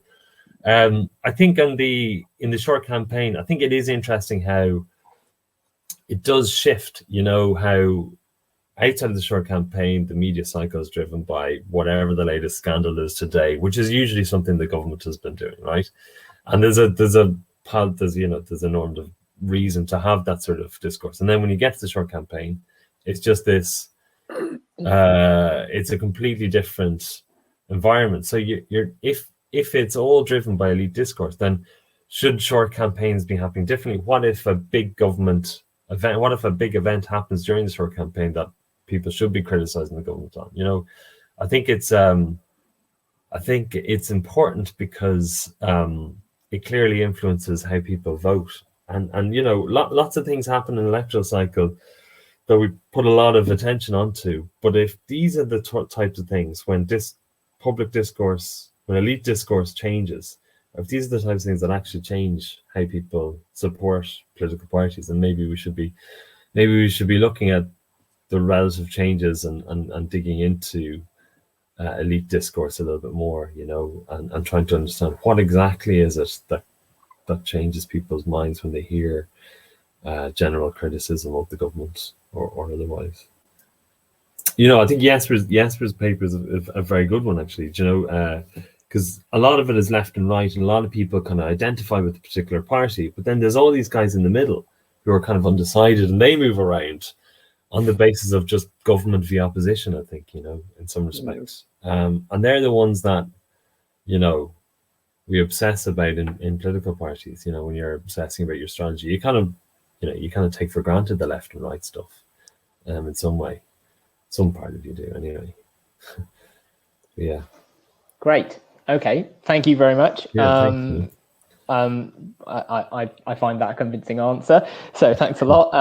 Jesper, my question you sort of quasi answered in your presentation, but not fully, which is you said that you excluded countries where you don't think people have had an opportunity to develop a left-right self-placement view because there's not any serious political competition. So why would they? And actually, I think a case that illustrates your rationale for doing that quite well is Taiwan, as you said. Like, people don't appear to have particularly developed a strong left-right identity associated with any of the metrics you're using because there's this other much more important thing going on there, which I presume is the nominal whether to reunify with China question. Yeah. So maybe I've already started to be convinced by your exclusion. I would nevertheless be interested to see the results, at least as a robustness check, with other countries included, to see what they're like. And also because there is an argument that people develop left-right positions regardless of a political system, right? As in, you know, the classic argument that you might be left-wing if you're in a group that is marginalized, and right-wing if you're in a group that's not marginalized, regardless of what the political system is, right? So, you know, that there's this sort of sociological driver of left and right rather than a political system or elite discourse driver of left and right. And so people actually, we might expect to have some sense of where they are politically, even if they can't express that. Yeah. So I think it would be interesting to include as an appendix, at least, these of all the countries, just to see what the results are and can compare that. Yeah, I think you're right about that. Regarding, and I think that's a really interesting discussion where it comes from, whether it's this sort of sociological explanation or elite-driven explanation. And I want to say that I'm fine with either or, that both pathways work, but there has to be a point where the individuals are given some sort of choice of left-right. They have to have some sort of, at some point in their society, there has to be, are you on the left or the right? There has to be some choice of that, right? So that can be voting, but there could be an informal language of just talking about left-right as a political dimension, which divides people, even if it's not tied to voting. I just don't understand exactly how that would work, but it can't, like for example, I write about this in a theoretical chapter, like being working class, for example, if we say like that's a less privileged position, it can't drive someone to be left-wing unless there is a left-right conflict where being working class is on the left. If that left-right conflict doesn't exist, if there's nothing to tie it to, then your socio-demographic position can't create a left-right position because you don't know what that language means, right? Like the language has to be there. There has to be discussion. And that's why, for example, if you look at Israel or Turkey, class has very little influence, if any, on your left-right position. Because they don't, the left-right competition is not about economics. Economics is not even a very salient issue. Class isn't the salient issue. And when class is very salient, as for example in Czech Republic, then you see that class very well correlates with left-right placements. So that follows the inequality framework. Now, so I think that it's the evidence I've seen so far has worked fairly well for that framework. I just need to look at more cases of it because, like, in more places around the world. But I must say, like, what you're bringing up, this conversation is super interesting. I could talk about this for hours. Okay, I think I could too, but let's see. For the other thing, we haven't had any other questions posted in the Q&A, but I was going to actually say, do either of you have questions for each other? I have. So please go ahead. I thought your paper was super interesting, Kevin, and I think it's really cool that you get this sort of. I mean, it's funny to say that this is an opportunity or like there is a benefit to COVID. Right, but there is a benefit, like in the research sense, that you have a crisis that affects everyone, fairly similar timing as well. So, like, that's kind of interesting. When I looked at your graphs, it seemed to me that you had some countries that didn't have high caseloads in the beginning, and then when they had higher caseloads in the fall, a lot of Eastern European countries, they seem to not have as much of this rally around the flag effect. And I was wondering, wouldn't that speak to the anxiety perspective that in the beginning of the pandemic, you know, like if I think most of us can remember 1.5 years ago when this came about in the beginning, it was very scary. Like I felt that too. And then if you've already gone through that and you go to the fall, you've seen other countries being able to deal with this, you know, you don't have the same reason for anxiety. Wouldn't that speak to that perspective actually doing quite well?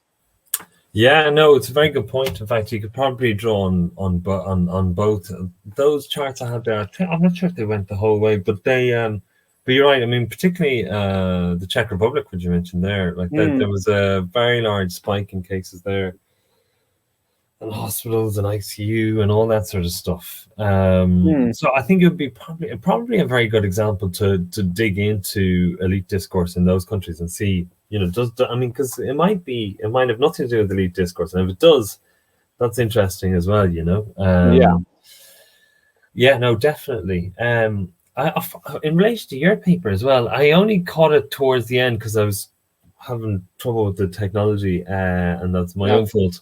But I got the general gist, which seemed to be explaining left and right in lots of different countries and what sorts of ideological issues emerge from that.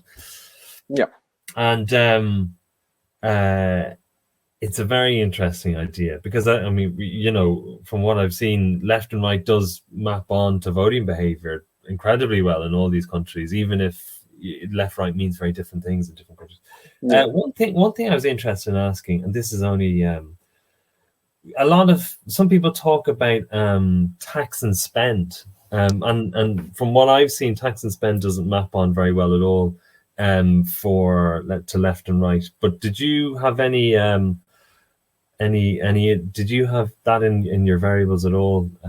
No, I wonder, is that maybe that is a survey item in the World Value Survey? I'll check that because that would be good. I was using privatization of the economy to say, like, so like should the companies be more publicly owned or should they be privatized? So that's not exactly the same, although I expected map on to similar concerns of capitalism versus socialism as in how to run the economy.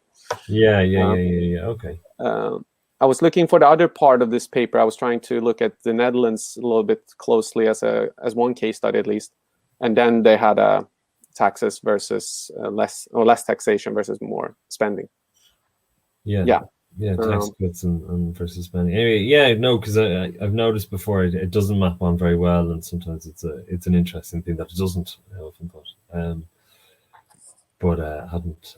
And then did refugees, did that being generous or otherwise to refugees, was that a big one? I just missed it. So I didn't look actually in this paper in regards to that, but I have another paper. I look at all European countries, and yeah, refugees map on very well. If you want more refugees, it correlates with left-wing cell placement. And the interesting part is, of course, that you've gone from having a class conflict in a lot of European countries or an economic-based conflict, and then immigration, refugees becomes more salient, and then you see that as refugee attitudes correlate more with left-right cell placements, income and economic attitudes correlate less, right? So because there's a lot of people who have to make a choice, they can't get both. There's a lot of countries. There's that paper by Van der Broek and Van Spanje from 2009 where they show that there's just on the supply side, you don't have a lot of these parties that are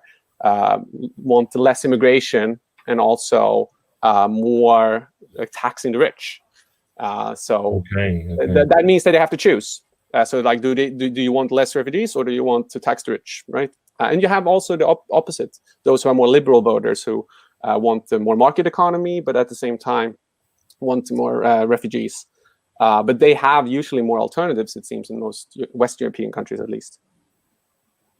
Okay.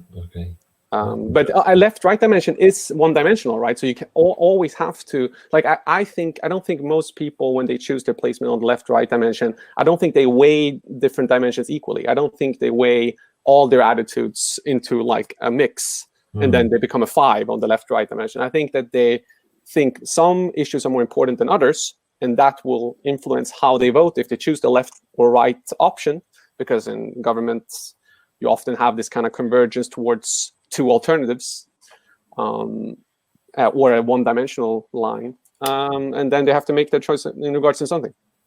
I was going to say, is there a possibility, in some countries that when people look at the word left and right, as opposed to maybe like liberal and conservative or something like that they might react slightly differently, and maybe some people might be more liberal, but I guess left-wing they might be somewhere, but it means something different for them. Or yeah, I think you have that problem in the United States a lot, where they confuse these terminology. And also, I've heard South Korea also uses a lot of conservative and progressive, I think. I'm not entirely sure, but I've heard that they don't necessarily use as much the terminology left and right. But yeah.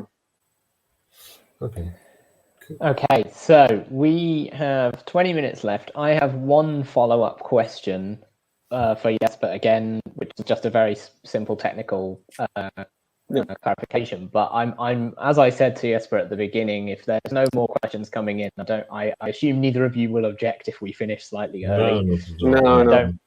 I don't think many people tend to object to that. So Jesper, the quick question was, it goes back to my original question, which is, what have you done with countries like, let's say, Russia, which have had a long history of developing a meaning of left and right, but are not currently necessarily sort of functional competitive democracies? Have you included them or have you excluded them? Because I suspect people in Russia will have an understanding of what left and right is, even though they might not really be able to express it competitively in politics.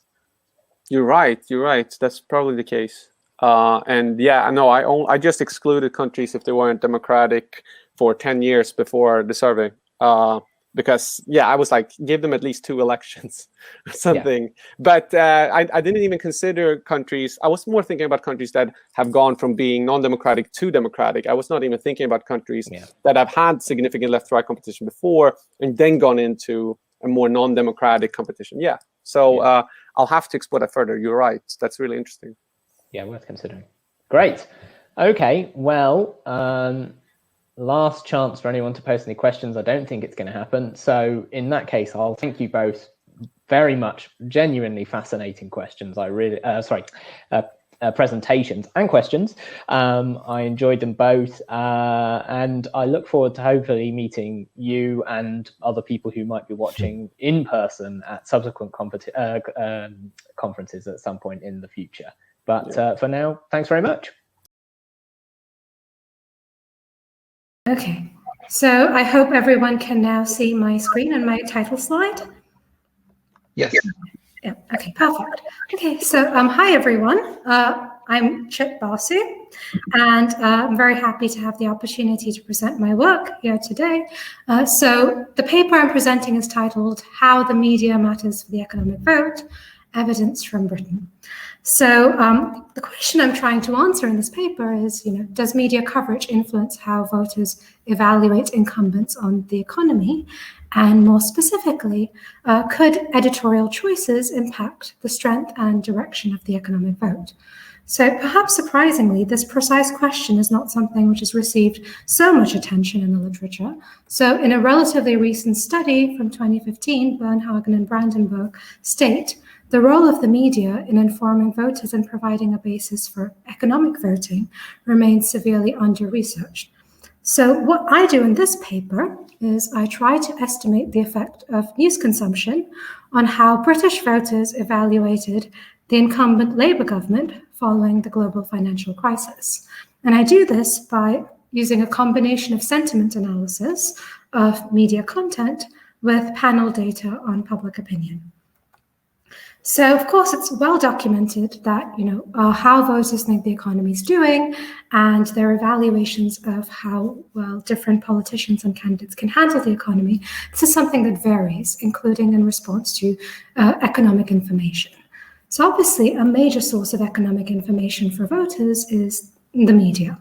So the question then, is raised, does media coverage also influence voters' perceptions and evaluations, and does it do so to an extent that actually matters for voting behavior, so for the economic vote? So there is, of course, an extensive literature on media persuasion, and this literature has frequently found measurable effects of media coverage on a range of outcomes, including policy attitudes on economic issues. So, for example, there's the recent study by Lucy Barnes and Tim Hicks, which finds an effect of media coverage on voter attitudes to austerity. But at the same time, I'm not aware of so much work which tries to link the tone of media coverage to the economic vote. So, for example, there's a recent study by Gartz and Martin which looks at the effect of the volume of unemployment news and does find that this has an effect on incumbent support. So the only study that I'm aware of, which is similar to what I'm trying to do, is by Bernhagen and Brandenburg from 2015, where they try to analyze the effect of media tone on economic evaluations and therefore evaluations of the incumbent using panel data from Ireland, but they don't actually find an effect.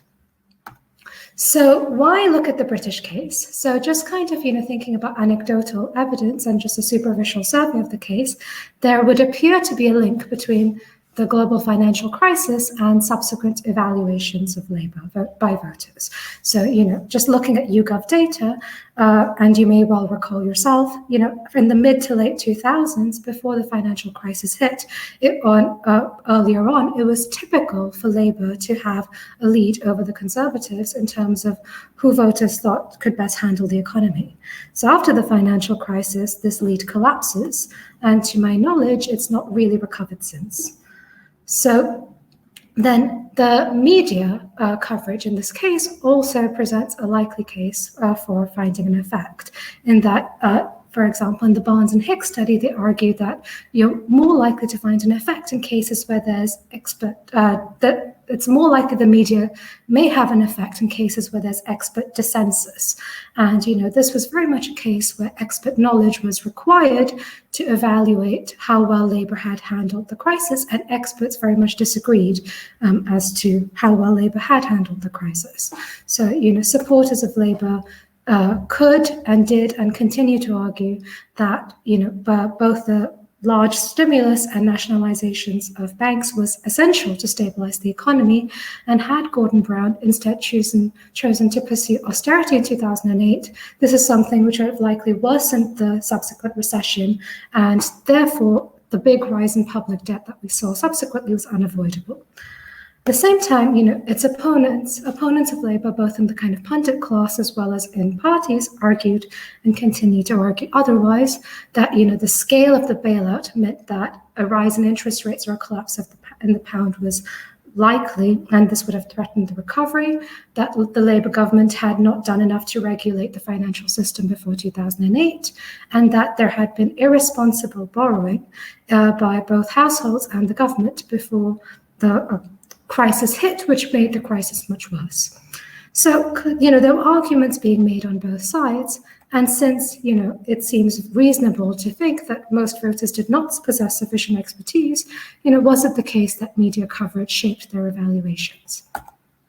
So what I do is, first of all, I use sentiment analysis, so quantitative text analysis, to measure how newspapers covered the Labour government's handling of the financial crisis, where with each paper being assigned a sentiment score, with a higher score implying a more positive coverage of Labour's handling on this issue. I then regress how individuals evaluated Labour in 2010 on their preferred paper's sentiment score. But, you might already be thinking, just this kind of straightforward regression analysis has a lot of problems, specifically, problems relating to endogeneity.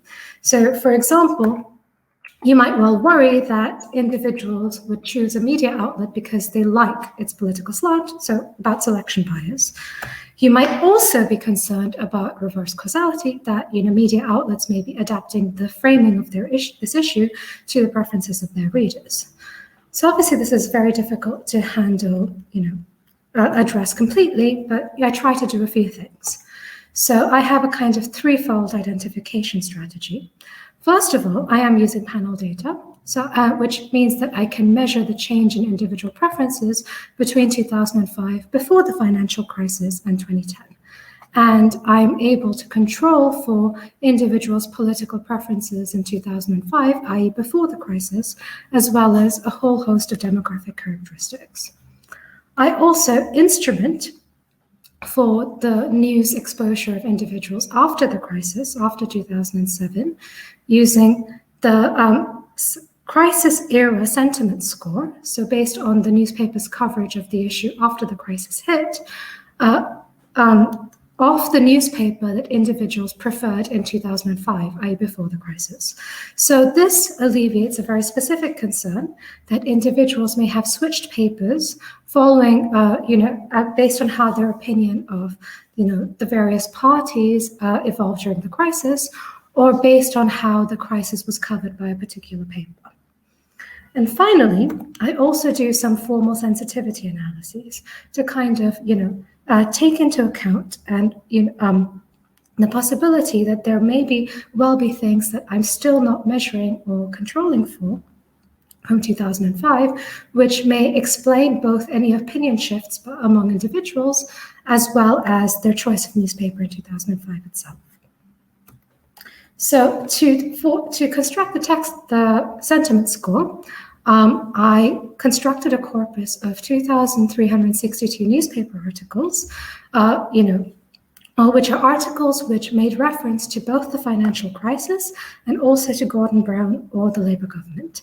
And these are articles which were printed between August 2007, when the crisis began, and May 2010, 6th May 2010, which was the day before the 2010 general election. And these are articles taken from 8 major British newspapers covering both broadsheets and tabloids.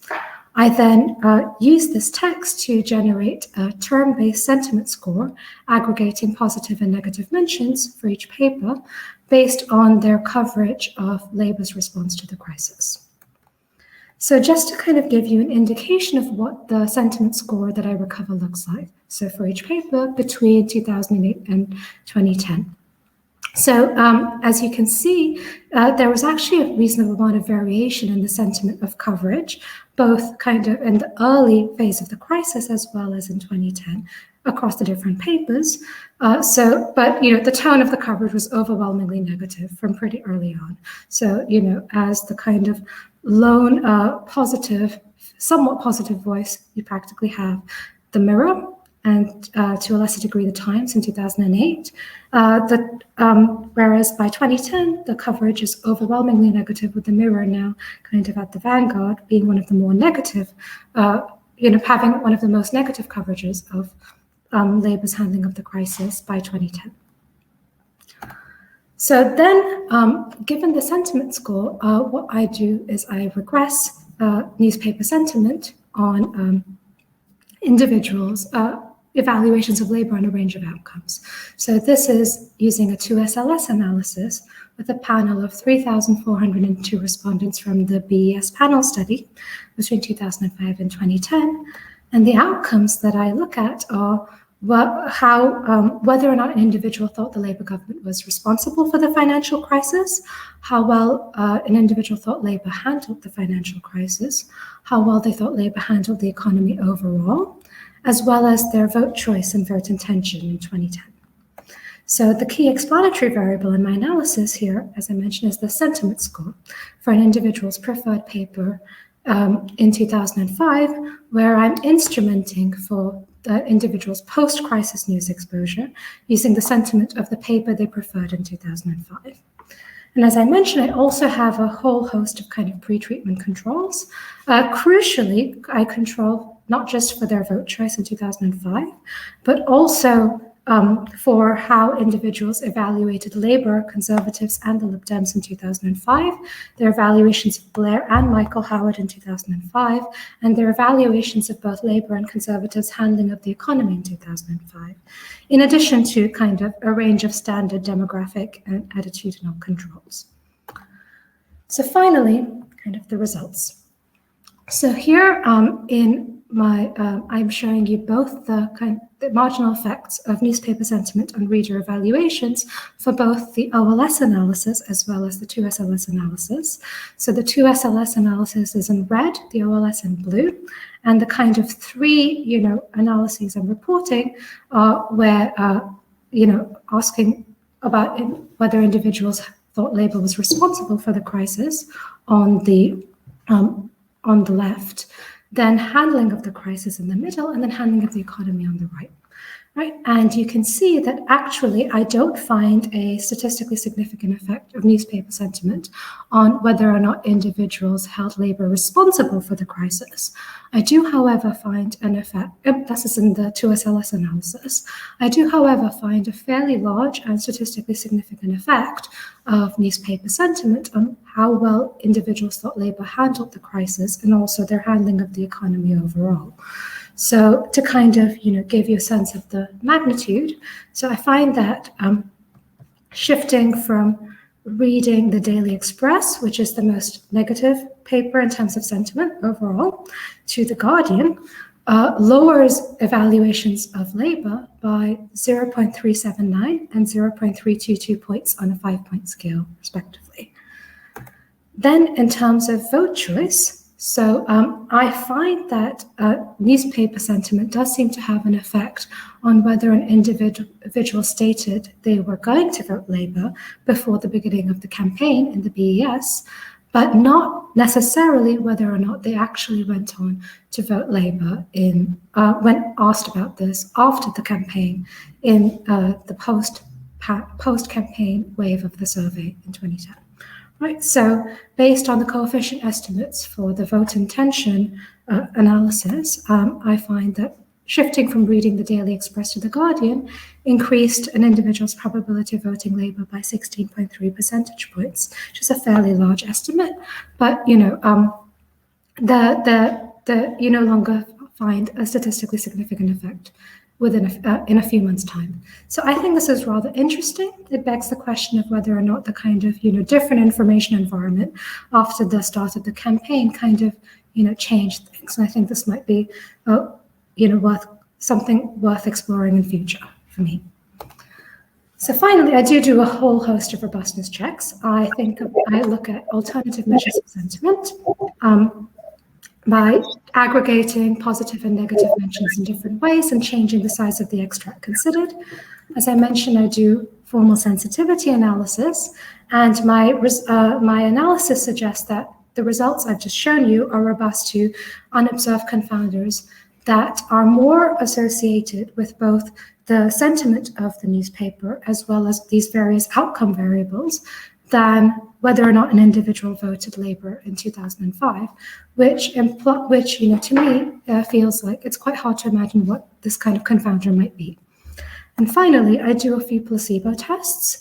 and by looking to see if you find any evidence of an effect before 2009, and this is not something that I pick up, implying that the results that I'm showing you are not likely to be driven by papers' coverage of other issues. So just to wrap up, it seems to me, based on the results that I'm showing you and that I find, that the tone of newspaper coverage in Britain between 2007 and 2010 likely had a significant effect on whether voters thought Labour handled the financial crisis well or badly, whether voters thought Labour handled the economy well or badly after the crisis, and whether voters actually intended to vote Labour in early 2010, but not necessarily their actual vote choice, which, just as the broad takeaway to me implies, that media coverage can be important for the strength and direction of the economic vote, but its precise effect might depend on the whether or not it has this effect may depend on the precise information environment the media is operating within. So that's all I have. Thank you very much. Thank you, Chip. Great, and to time as well. Interesting presentation to time. That's great. Thank you. So should we go on to the second paper, and then we'll come back for questions. And just to reiterate for those of you that haven't been in sessions before, if you want to put questions in the Q&A box to the right, you'll see on your screen. We'll pick them up there, and we can put them to both sets of speakers at the end. So, Lawrence, are you there? You are, great. So I've accepted you. So you can share your screen if you want.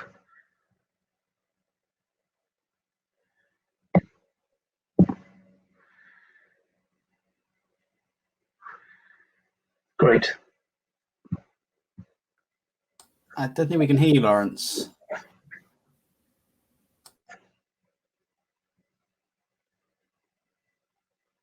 No, we can't. No. We can see your slides, Lawrence, but we can't hear you.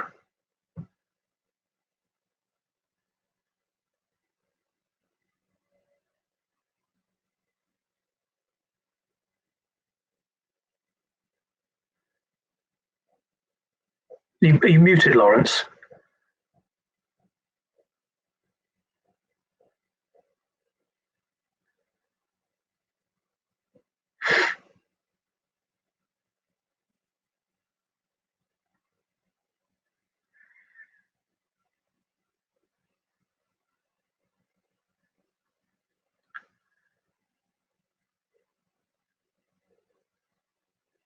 Is there an alternative?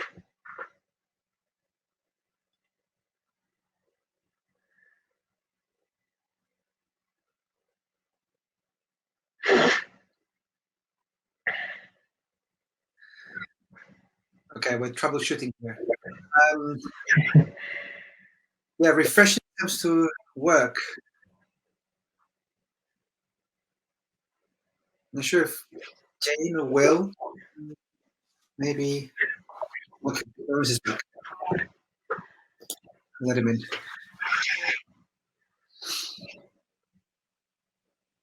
No, we still can't hear you, I'm afraid.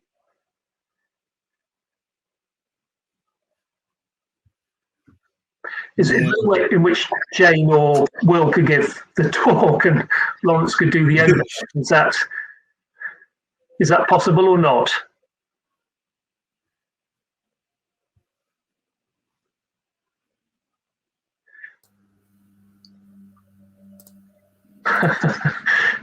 The joys of digital conferences. Okay. Will, do you want to do it? I really don't mind. Jane, I think you'll give a much more polished and prepared version of the talk than me. Oh, Lord above. Right, let me just try and screen share then. Nope, that's not happening. It's good if I get the right presentation up, isn't it? All right. Okay.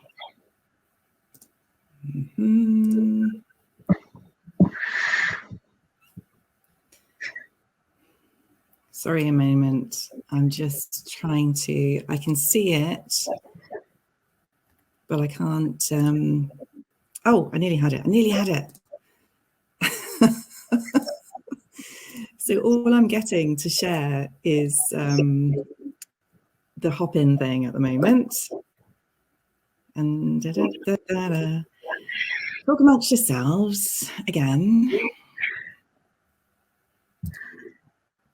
See, like you can presumably, yeah, you can presumably just see that right now. Now, can you see this? Somebody say yes. No, can't. That's yeah. We can just see the console for the event. Are you showing your whole screen, Jim? Oh, it disappeared. Jim's gone. I think it's your cue, Will. I know. I can see Lawrence's microphone. Lawrence, you're muted. No, sorry, that was me trying to get it back. That was me trying to fix it. Back, but I'm not back really, am I? Okay. This is really strange. So what I'm seeing, just so you all know what's happening here, is I'm only getting the option. I don't know, Javier, if you can explain why, because I've practiced this. I'm only getting the option for my entire screen. I'm not getting the option to bring up anything else. Okay, that's odd. Do you see the option of Chrome tab? Because that might be... Yeah. Oh, Jane, do you want me to share it and you can talk to it? Yeah, I want to be like Chris Whitty. That's what I really want to be like in life. Does that work? Next slide, please. Yeah.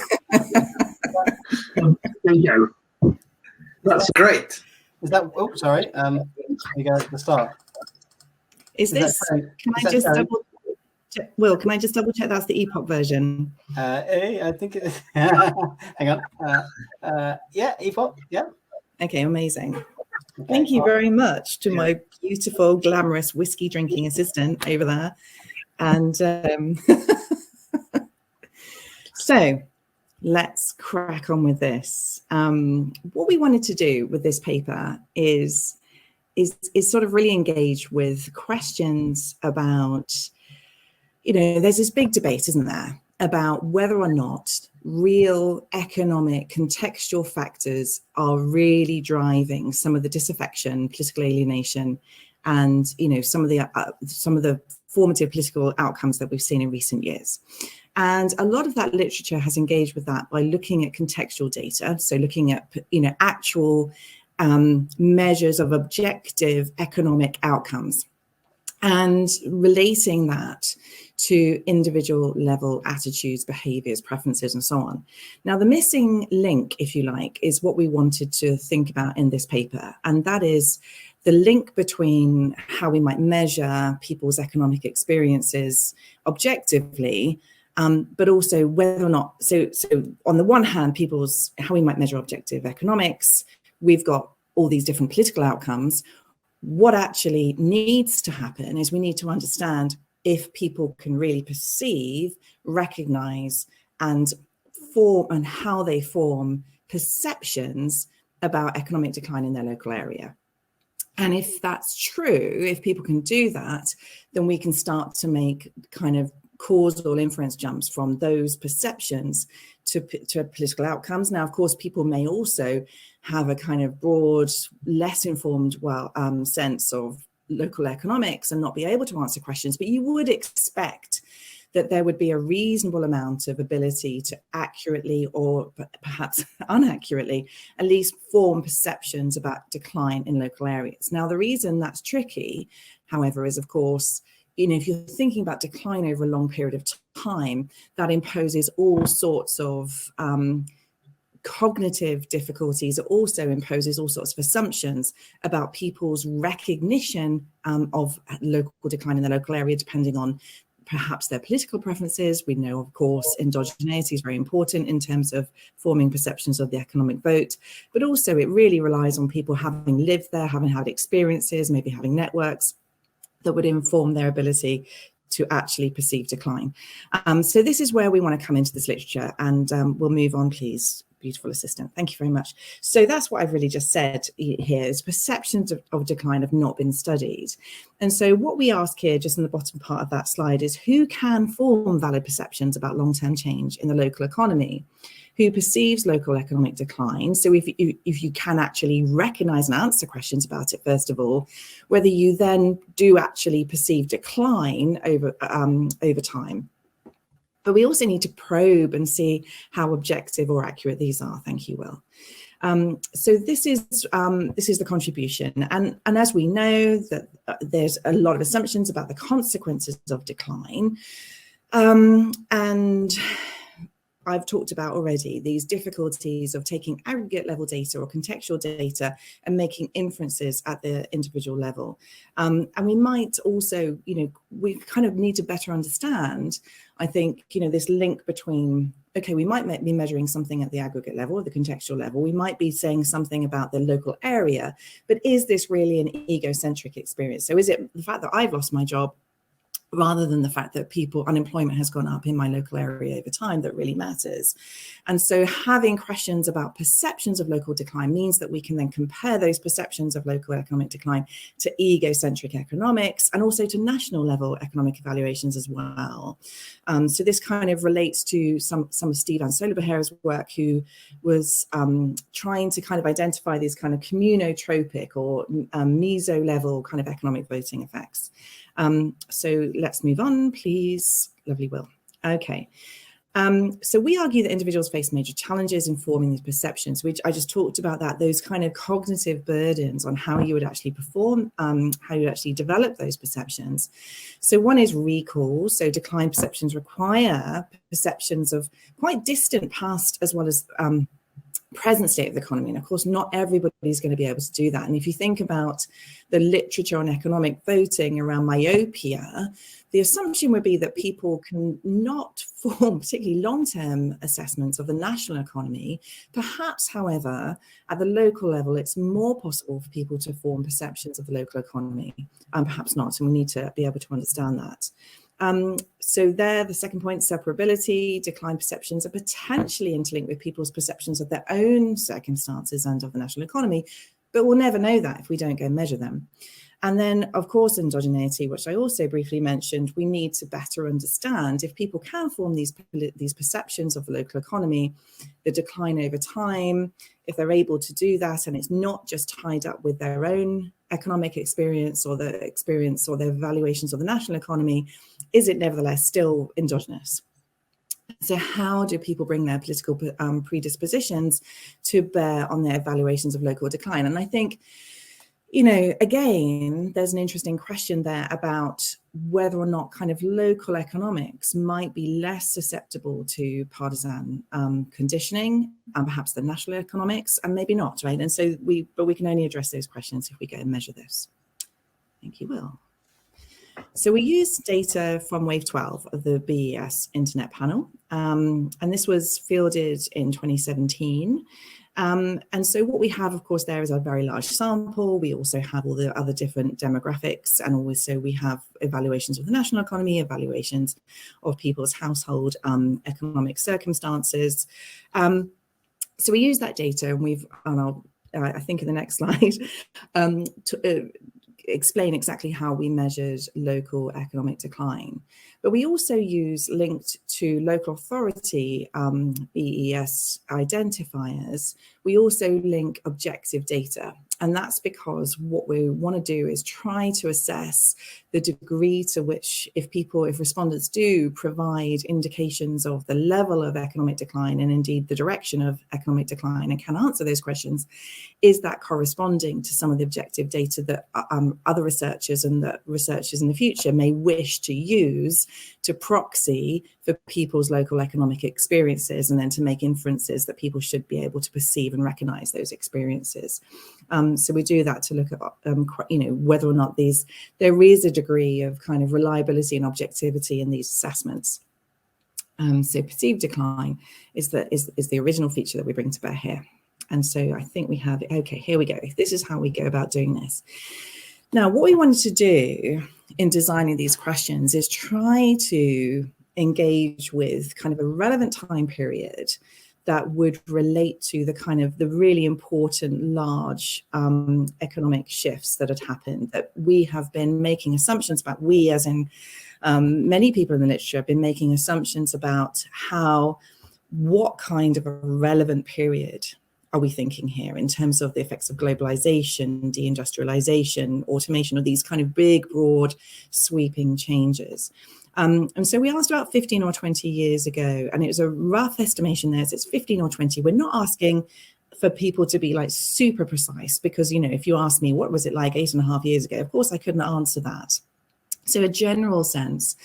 And the other thing we wanted to avoid was asking people, has it got better or worse? Because we didn't want to, or at least we wanted to at least try to eliminate as much as possible the degree to which people would sort of derive these answers based on kind of nostalgia in a general sense, which of course might be important.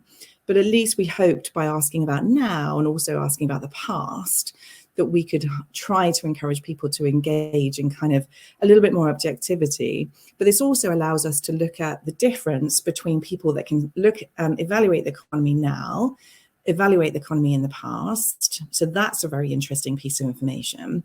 And as you'll see, or as you may see, depending on what's in the slides, one of the things that we're doing in this paper at the moment is investigating how much is this about current economics, and how much is it really about the past. And so asking the question this way allows us to do this. So we ask, thinking about the local area where you live at the moment, how is the economic situation now? How is it 15 or 20 years ago? So those are two separate questions, or two different response items. And then we can create a decline scale, which is the difference between the two. And that's, Lawrence has explained everything else in those slides. One of the things that we also do, you're probably thinking, well, the area you live now compared to 15 or 20 years ago is going to depend on whether people have moved. So we do our best to try to analyze whether this is affected by whether people have recently moved into the MSOA across BES waves. Now, the BES waves don't, of course, cover 15 or 20 years, but this is the best approximation that we can get to whether someone's at least recently moved into an area. Thank you, Will. Okay, so we expect there to be a lot of heterogeneity in the ability to form perceptions, and we're interested here in those kinds of predictors that might relate to political sophistication and cognitive engagement, so education level, attention to politics and news and use of news sources, and also those kinds of demographics that we know relate to answering more don't know in a survey.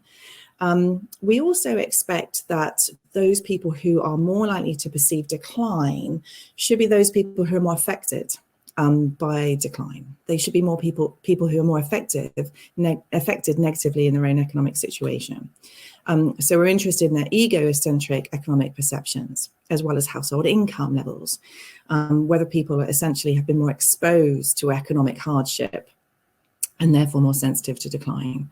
And also, of course, one of the interesting kind of debates in literature here is the relationship between economic evaluations and evaluations of immigration, because there's an enormously useful role that we might, well, I say enormously useful, you'd be the judge of that, but there's a potentially useful role of these kinds of questions and trying to disentangle the relationship between economic evaluations and immigration perceptions, because of the debate there is about economic vulnerability on immigration perceptions and then vice versa.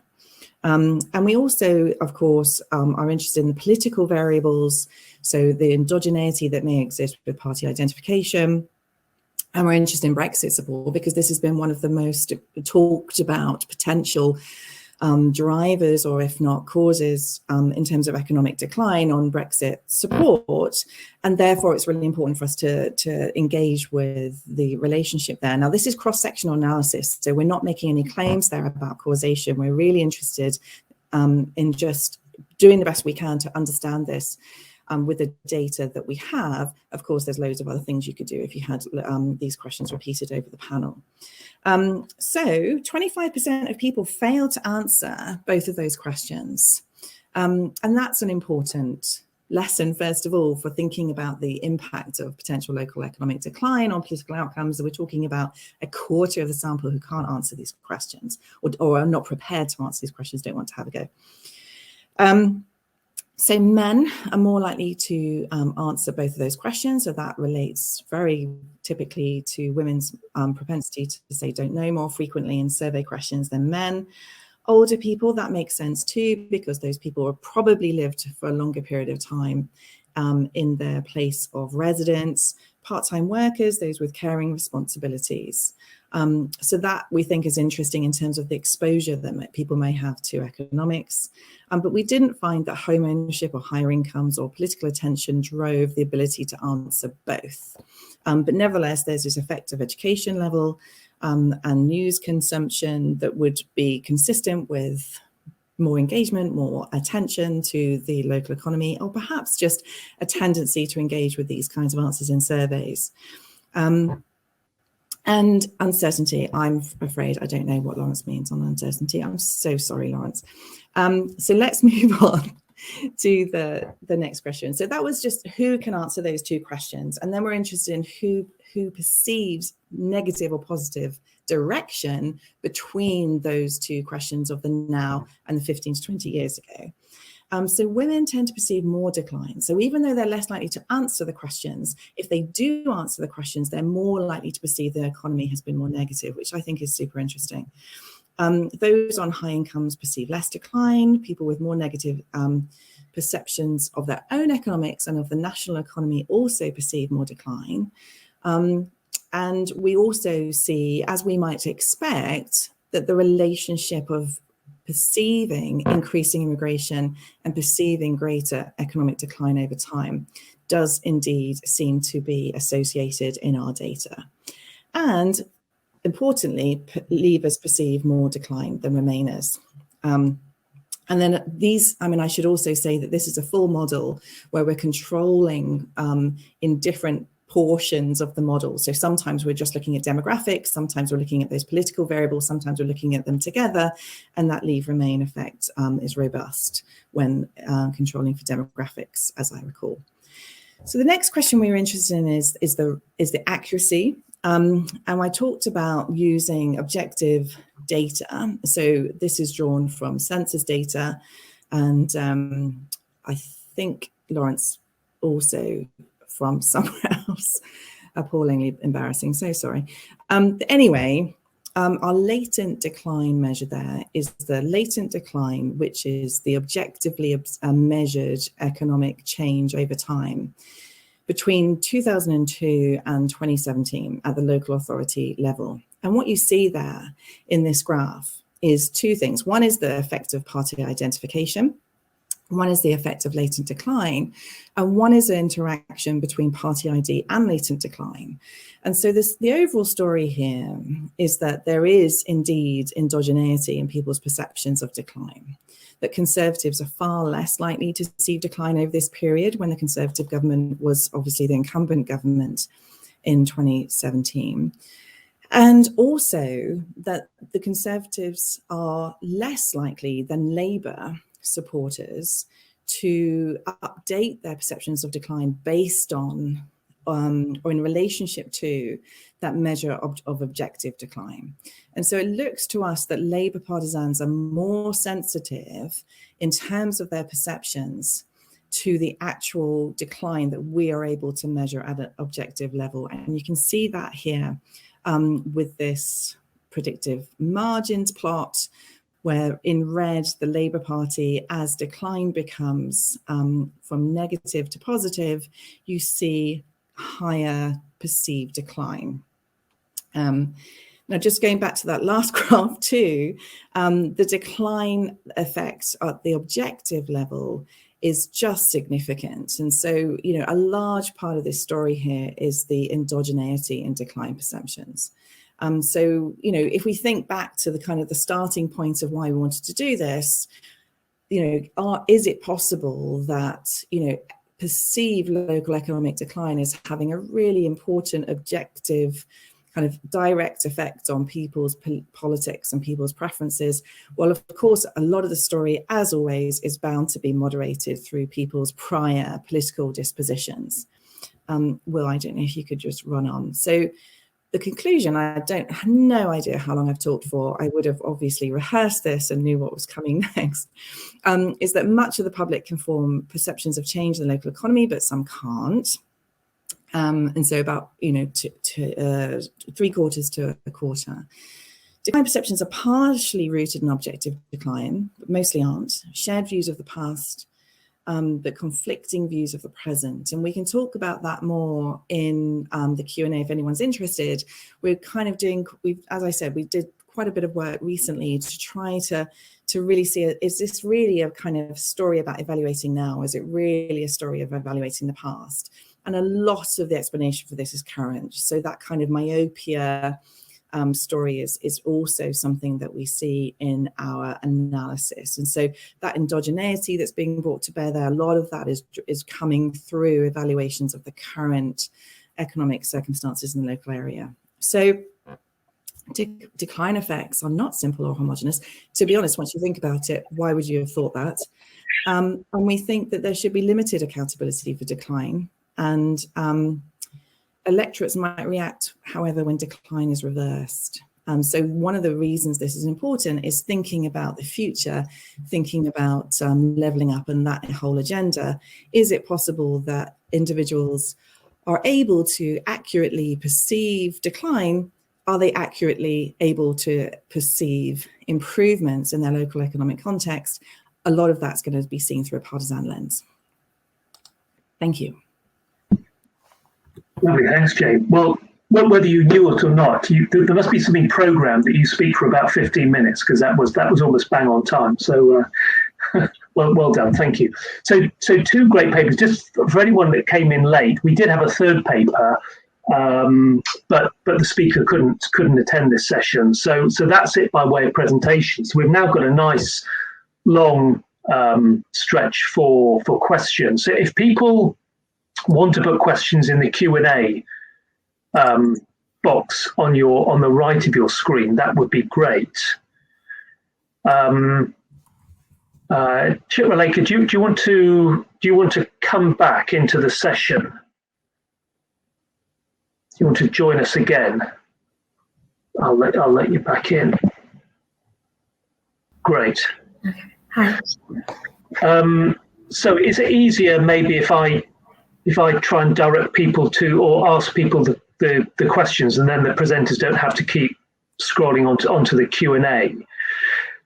So, Chitralekha, a question from Justin, who starts by saying, great paper. Can you say a little bit more about the placebo test you mentioned right at the end of your presentation? And specifically, he asked, did you use leadership evaluations in the 2008 and 2010 period? No, great question. So I didn't, but that was partly because I was concerned about post-treatment bias. I didn't want to include as a control. Oh, sorry, I'm echoing. Am I echoing? A little bit, not too much. It's okay. Don't worry. Yeah. I didn't want to include it as a control, in part because I was worried that, partly, newspaper coverage is going to feed into leadership evaluations in 2008, 2010. So, and partly through that feed into economic evaluations. So that's why I didn't include it as a control. But now that you mention it, it would actually be interesting to see whether or not newspaper sentiment directly affects leadership evaluations as an outcome. And this isn't something that I looked at. So in terms of the placebo test, perhaps I can actually just share my screen again, because I have a couple of slides, actually, backup slides, which show you what I did. Let me try and do that. Okay.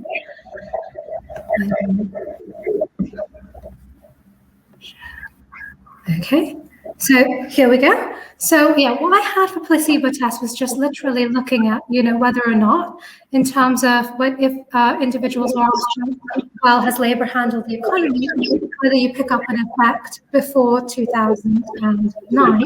And it turns out that the effect only becomes statistically significant in 2009 to 2010. And you get a similar thing if you look at vote intention. So that's what I have in terms of placebo tests. But I like the idea of looking at. Can I interrupt you? So you're sharing you were sharing your Hopin. Oh, okay. Sorry, did you see my slide at all? No, we didn't. I'm afraid. Oh, I'm sorry. Okay, let me try again. We'll try again. That's fine. Let's try again. Okay, for some reason I'm also not getting the window, but let's see. Entire screen. Does this work? Do you see my placebo tests? Yeah. Yes. Okay. We do. Yes. Okay, perfect. Yeah. So yeah, what I've done so far is just to look at whether or not, you pick up the effect before 2009 in terms of an effect on evaluations of how well Labour's handled the economy and also their vote intention. And in both cases, you don't see a statistically significant association before 2009. Is what I have so far. But yeah, I think it would be interesting to also see whether or not you get this in leader evaluations, in this period as well. I haven't looked at that yet. Yeah. So should I move on to other questions or should I just wait?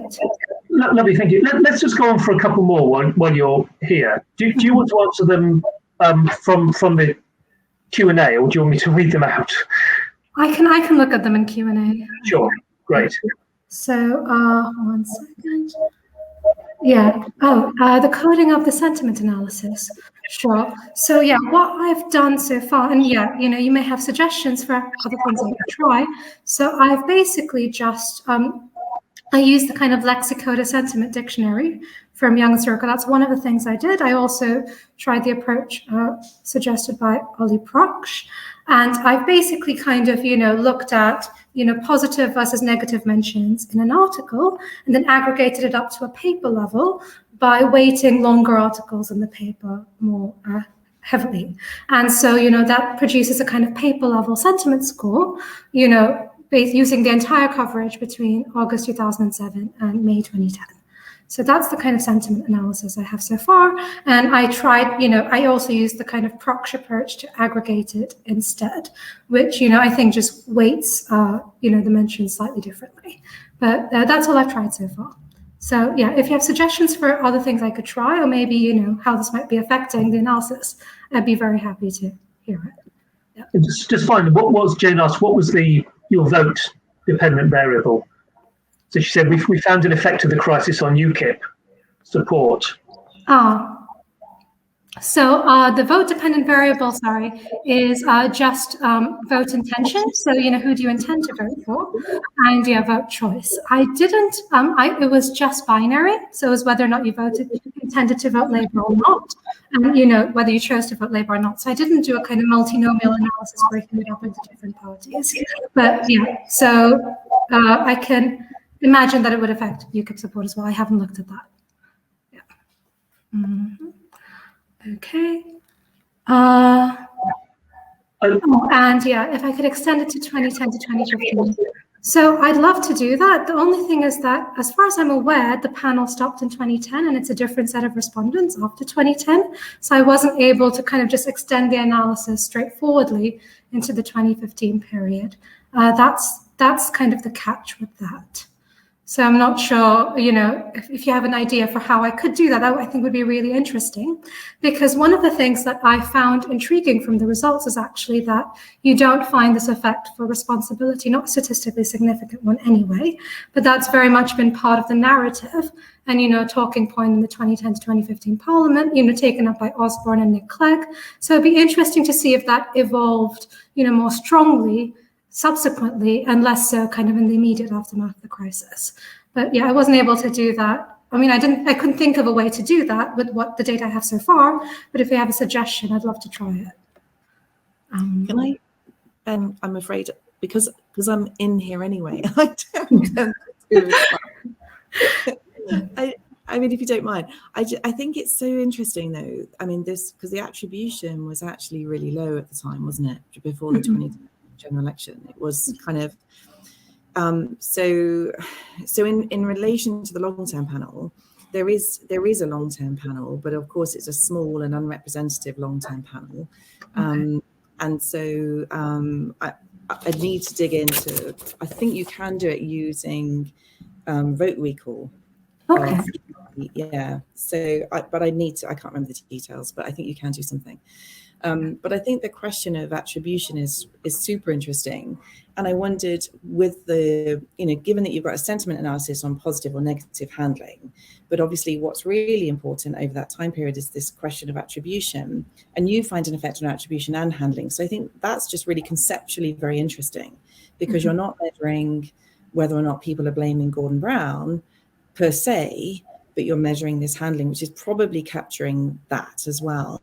But it's very interesting to think about kind of which of the newspapers might have been more inclined to blame the banks, blame the global financial institutions, blame other countries for their missteps. And I think, given that we know that there's huge partisan differences across newspaper sources, but also huge differences in terms of approach to internationalism and approach to big business, I think that's just, it's all very interesting to me. Anyway, sorry, that's not particularly helpful, but I think it's a really nice piece of work, and really useful and really important. Oh, thank you. Now, I think it'd be really interesting to try and expand the sentiment measure, possibly to look at these things. So, I mean, I was just kind of zeroing in on mentions of Labour, mentions of Brown, but you could easily do the same thing and just try and, zoom in on mentions of banks or, international institutions and things like that, and try and parse out which papers are talking about it differently. Lovely, thank you. Should we go to some questions for the other paper? So starting with Jack Bailey's question about young people. Jane or Will, do you want to answer that? Did young people answer the question about the 15-20 year decline? Do you think that positive and negative decline might have different effects? Is there a grievance asymmetry, a potential grievance asymmetry? So I'm looking to Will to see if Will wants to answer, but we saw that young people were less able to answer both questions, but weren't more likely to perceive decline once they answered the survey measures. In terms of asymmetry, I think there's clearly theoretical and conceptual reasons to think that negative decline may be more influential in terms of partisan support or party support than is true for positive change, or that people are more able to perceive negative decline than they are to perceive positive. We'd need to think a bit about how to measure that, given that obviously those two things are comprised of the sum of both. But I think you're certainly right to raise it, and I think it's certainly very plausibly relevant here. Will, I don't know if you want to.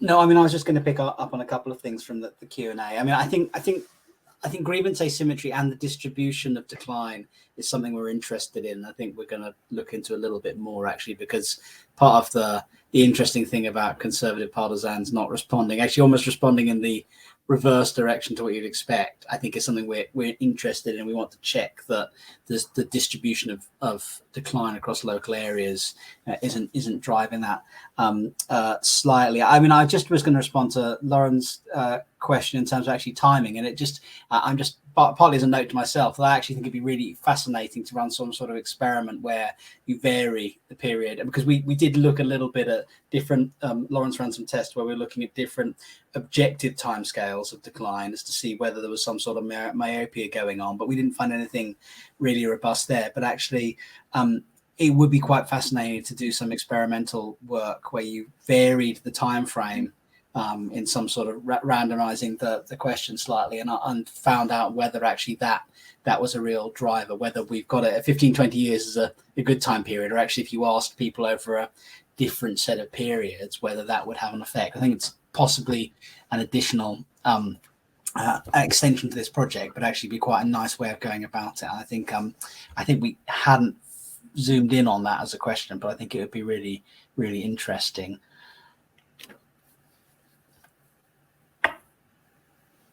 So I'm just looking through the other Q&A. I've seen anything. Yeah, the point about women and not answering. So a question about, is it just women with caring responsibilities?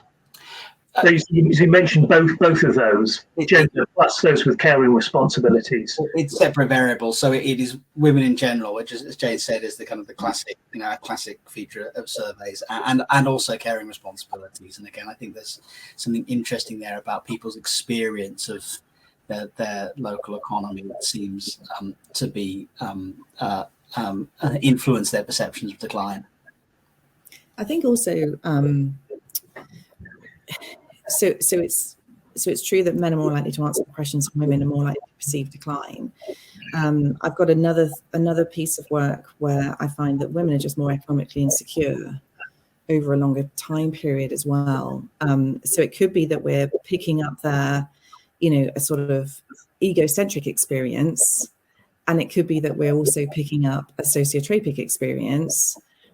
However, as you've noted, it's not just working through caring responsibility. So if we thought it was women who have children, who are more rooted in their local context, who are more engaged and more dependent on local services or schools or something like that, it could also be, of course, that men are just equally sensitive to local experiences in relation to their children.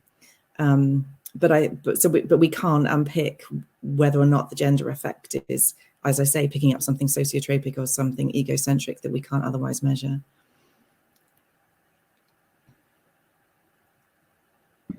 I guess there are various conditionalities you might play around with, suggestion that you can look at gender and age for your don't know non-responses. That might be quite interesting as well. There are various combinations I guess you might look at. Are there other questions that people have? I suppose my observation on Jane Will and Lawrence's paper was the fact that, surprise, surprise, people's perceptions of local economic decline are more in their head than in reality. I suppose that's not terribly surprising, but I suppose given all this literature that's now appearing on the politics of place and the grievances of place, again, you wonder how much of this is, again, rather ill-formed perceptions that people have that are clearly not just partisan, because different areas are now represented by different political parties. And it'd be very interesting to see whether perceptions of grievance more broadly change. When Stoke goes from being represented by Labour to Conservative, does that change people's sense of grievances? But nonetheless, we assume that these grievances are real, aren't they? Whereas actually what you're suggesting is that to some extent they're in people's heads, they're part of people's broader political thinking rather than an objective analysis of whether their region or their local community is doing well or badly, whether it's in economic or political or representational terms. Sorry, that's not a question. That's just a broad observation. No, but I think it's actually that's giving me an idea that it would actually be really interesting with our electoral data to add in something around local electoral representation, where which is possible that we could find.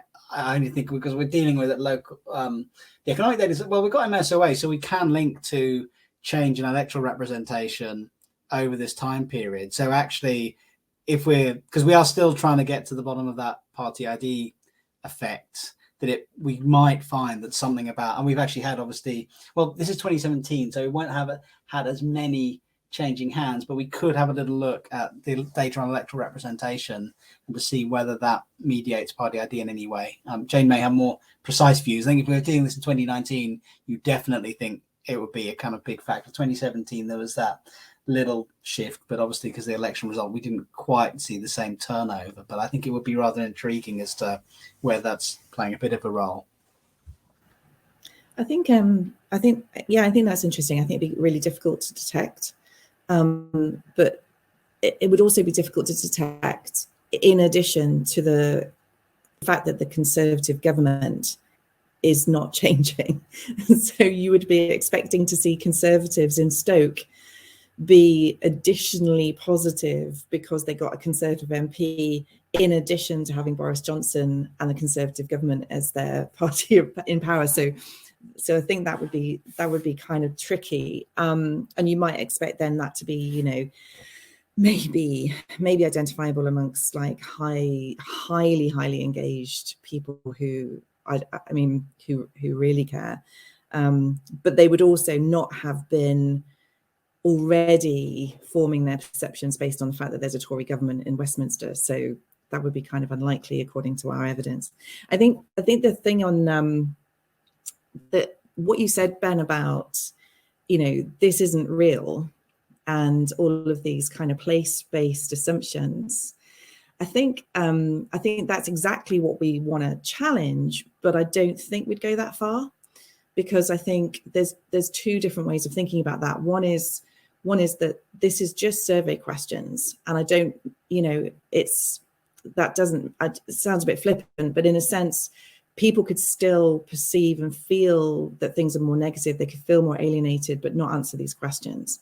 And I think that's one thing. I think the other thing is what I think we need in terms of understanding the politics of place is to differentiate between what we really mean there, because, you know, you could still find that people feel very aggrieved by status loss or very aggrieved by all sorts of evaluations of different areas doing better than themselves that we're not tapping into here. So, you know, it could be that people just, once they think London's doing really well, that's enough.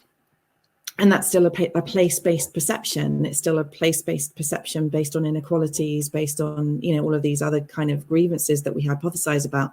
But it's not something that we're measuring here. And so I think in an ideal world, you'd sort of have all of these different kinds of concepts around place kind of asked together, and then you're trying to weed all your way through which of these is kind of doing the work, I guess. Yeah. Could you just say something about your measure of objective economic decline? What was the measure you used to capture that? So I need Lawrence here. Oh, here we go. Oh, he's so amazing. So I was going to say unemployment change, but I couldn't remember, and I was going to say house prices, but I couldn't remember the third. So unemployment change in disposable incomes, and change in house prices. So these are measures that we played around with various different ways of computing whether or not we look at this as a latent scale, whether we look at these individually, and we do find consistently weak but significant effects if we look at them individually. Lovely, thank you. So Chip would like a follow up from Justin. Do you want to answer that question? Can you see that? Yeah, sorry, just reading it now. Yeah.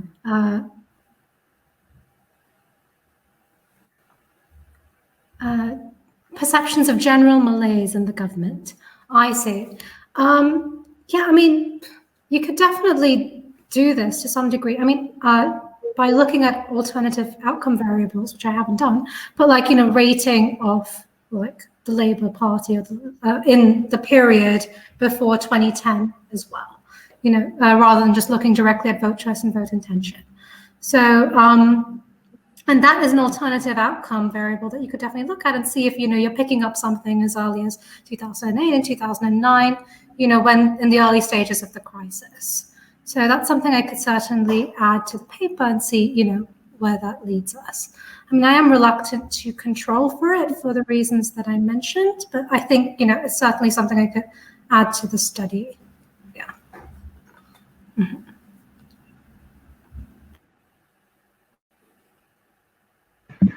Thanks. Are there any more questions for the two papers? Or any broader observations at the end?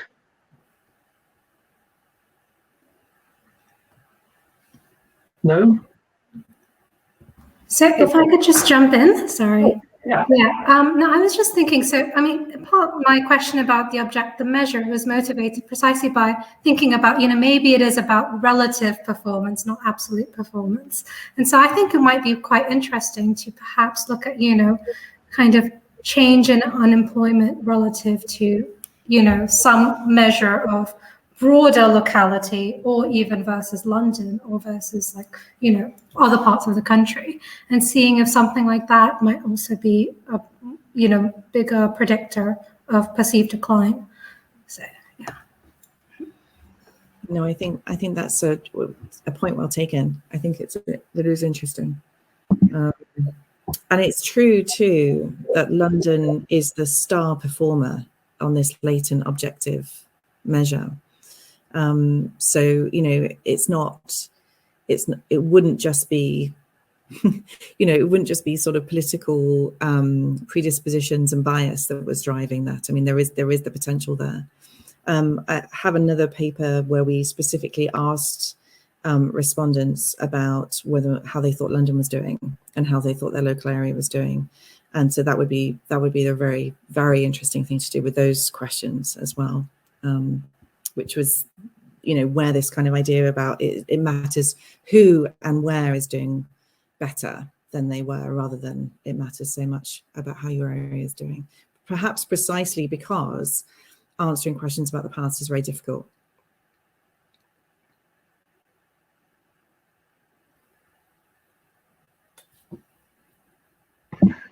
The question,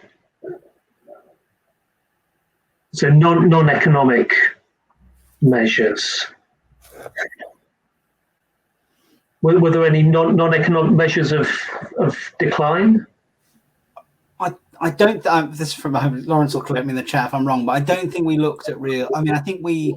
I don't think so. So actually, I think it might be worth something to take a look at. For example, whether you have population change, aging population, some other sorts of soft social demographic measures of decline. I don't think, and Lawrence will correct me if we have, but I don't think we've looked. I think we've been fairly focused on the economic because of the framing of questions, but it would be quite interesting to see whether some more socio-demographic variables did predict perceptions of decline better. So Lawrence says we don't have other non-economic measures, but that would be a cool direction. Right. Thank you. And any others before we finish? Well, thank you to both teams, despite of various technical glitches. That was both fascinating papers, very interesting question and answer session. So thank you to everyone in the audience, and a virtual round of applause for the paper presenters, and thank you to everyone in the audience. And I guess we'll see you all after lunch for the third sessions. So thanks everyone, and see you later.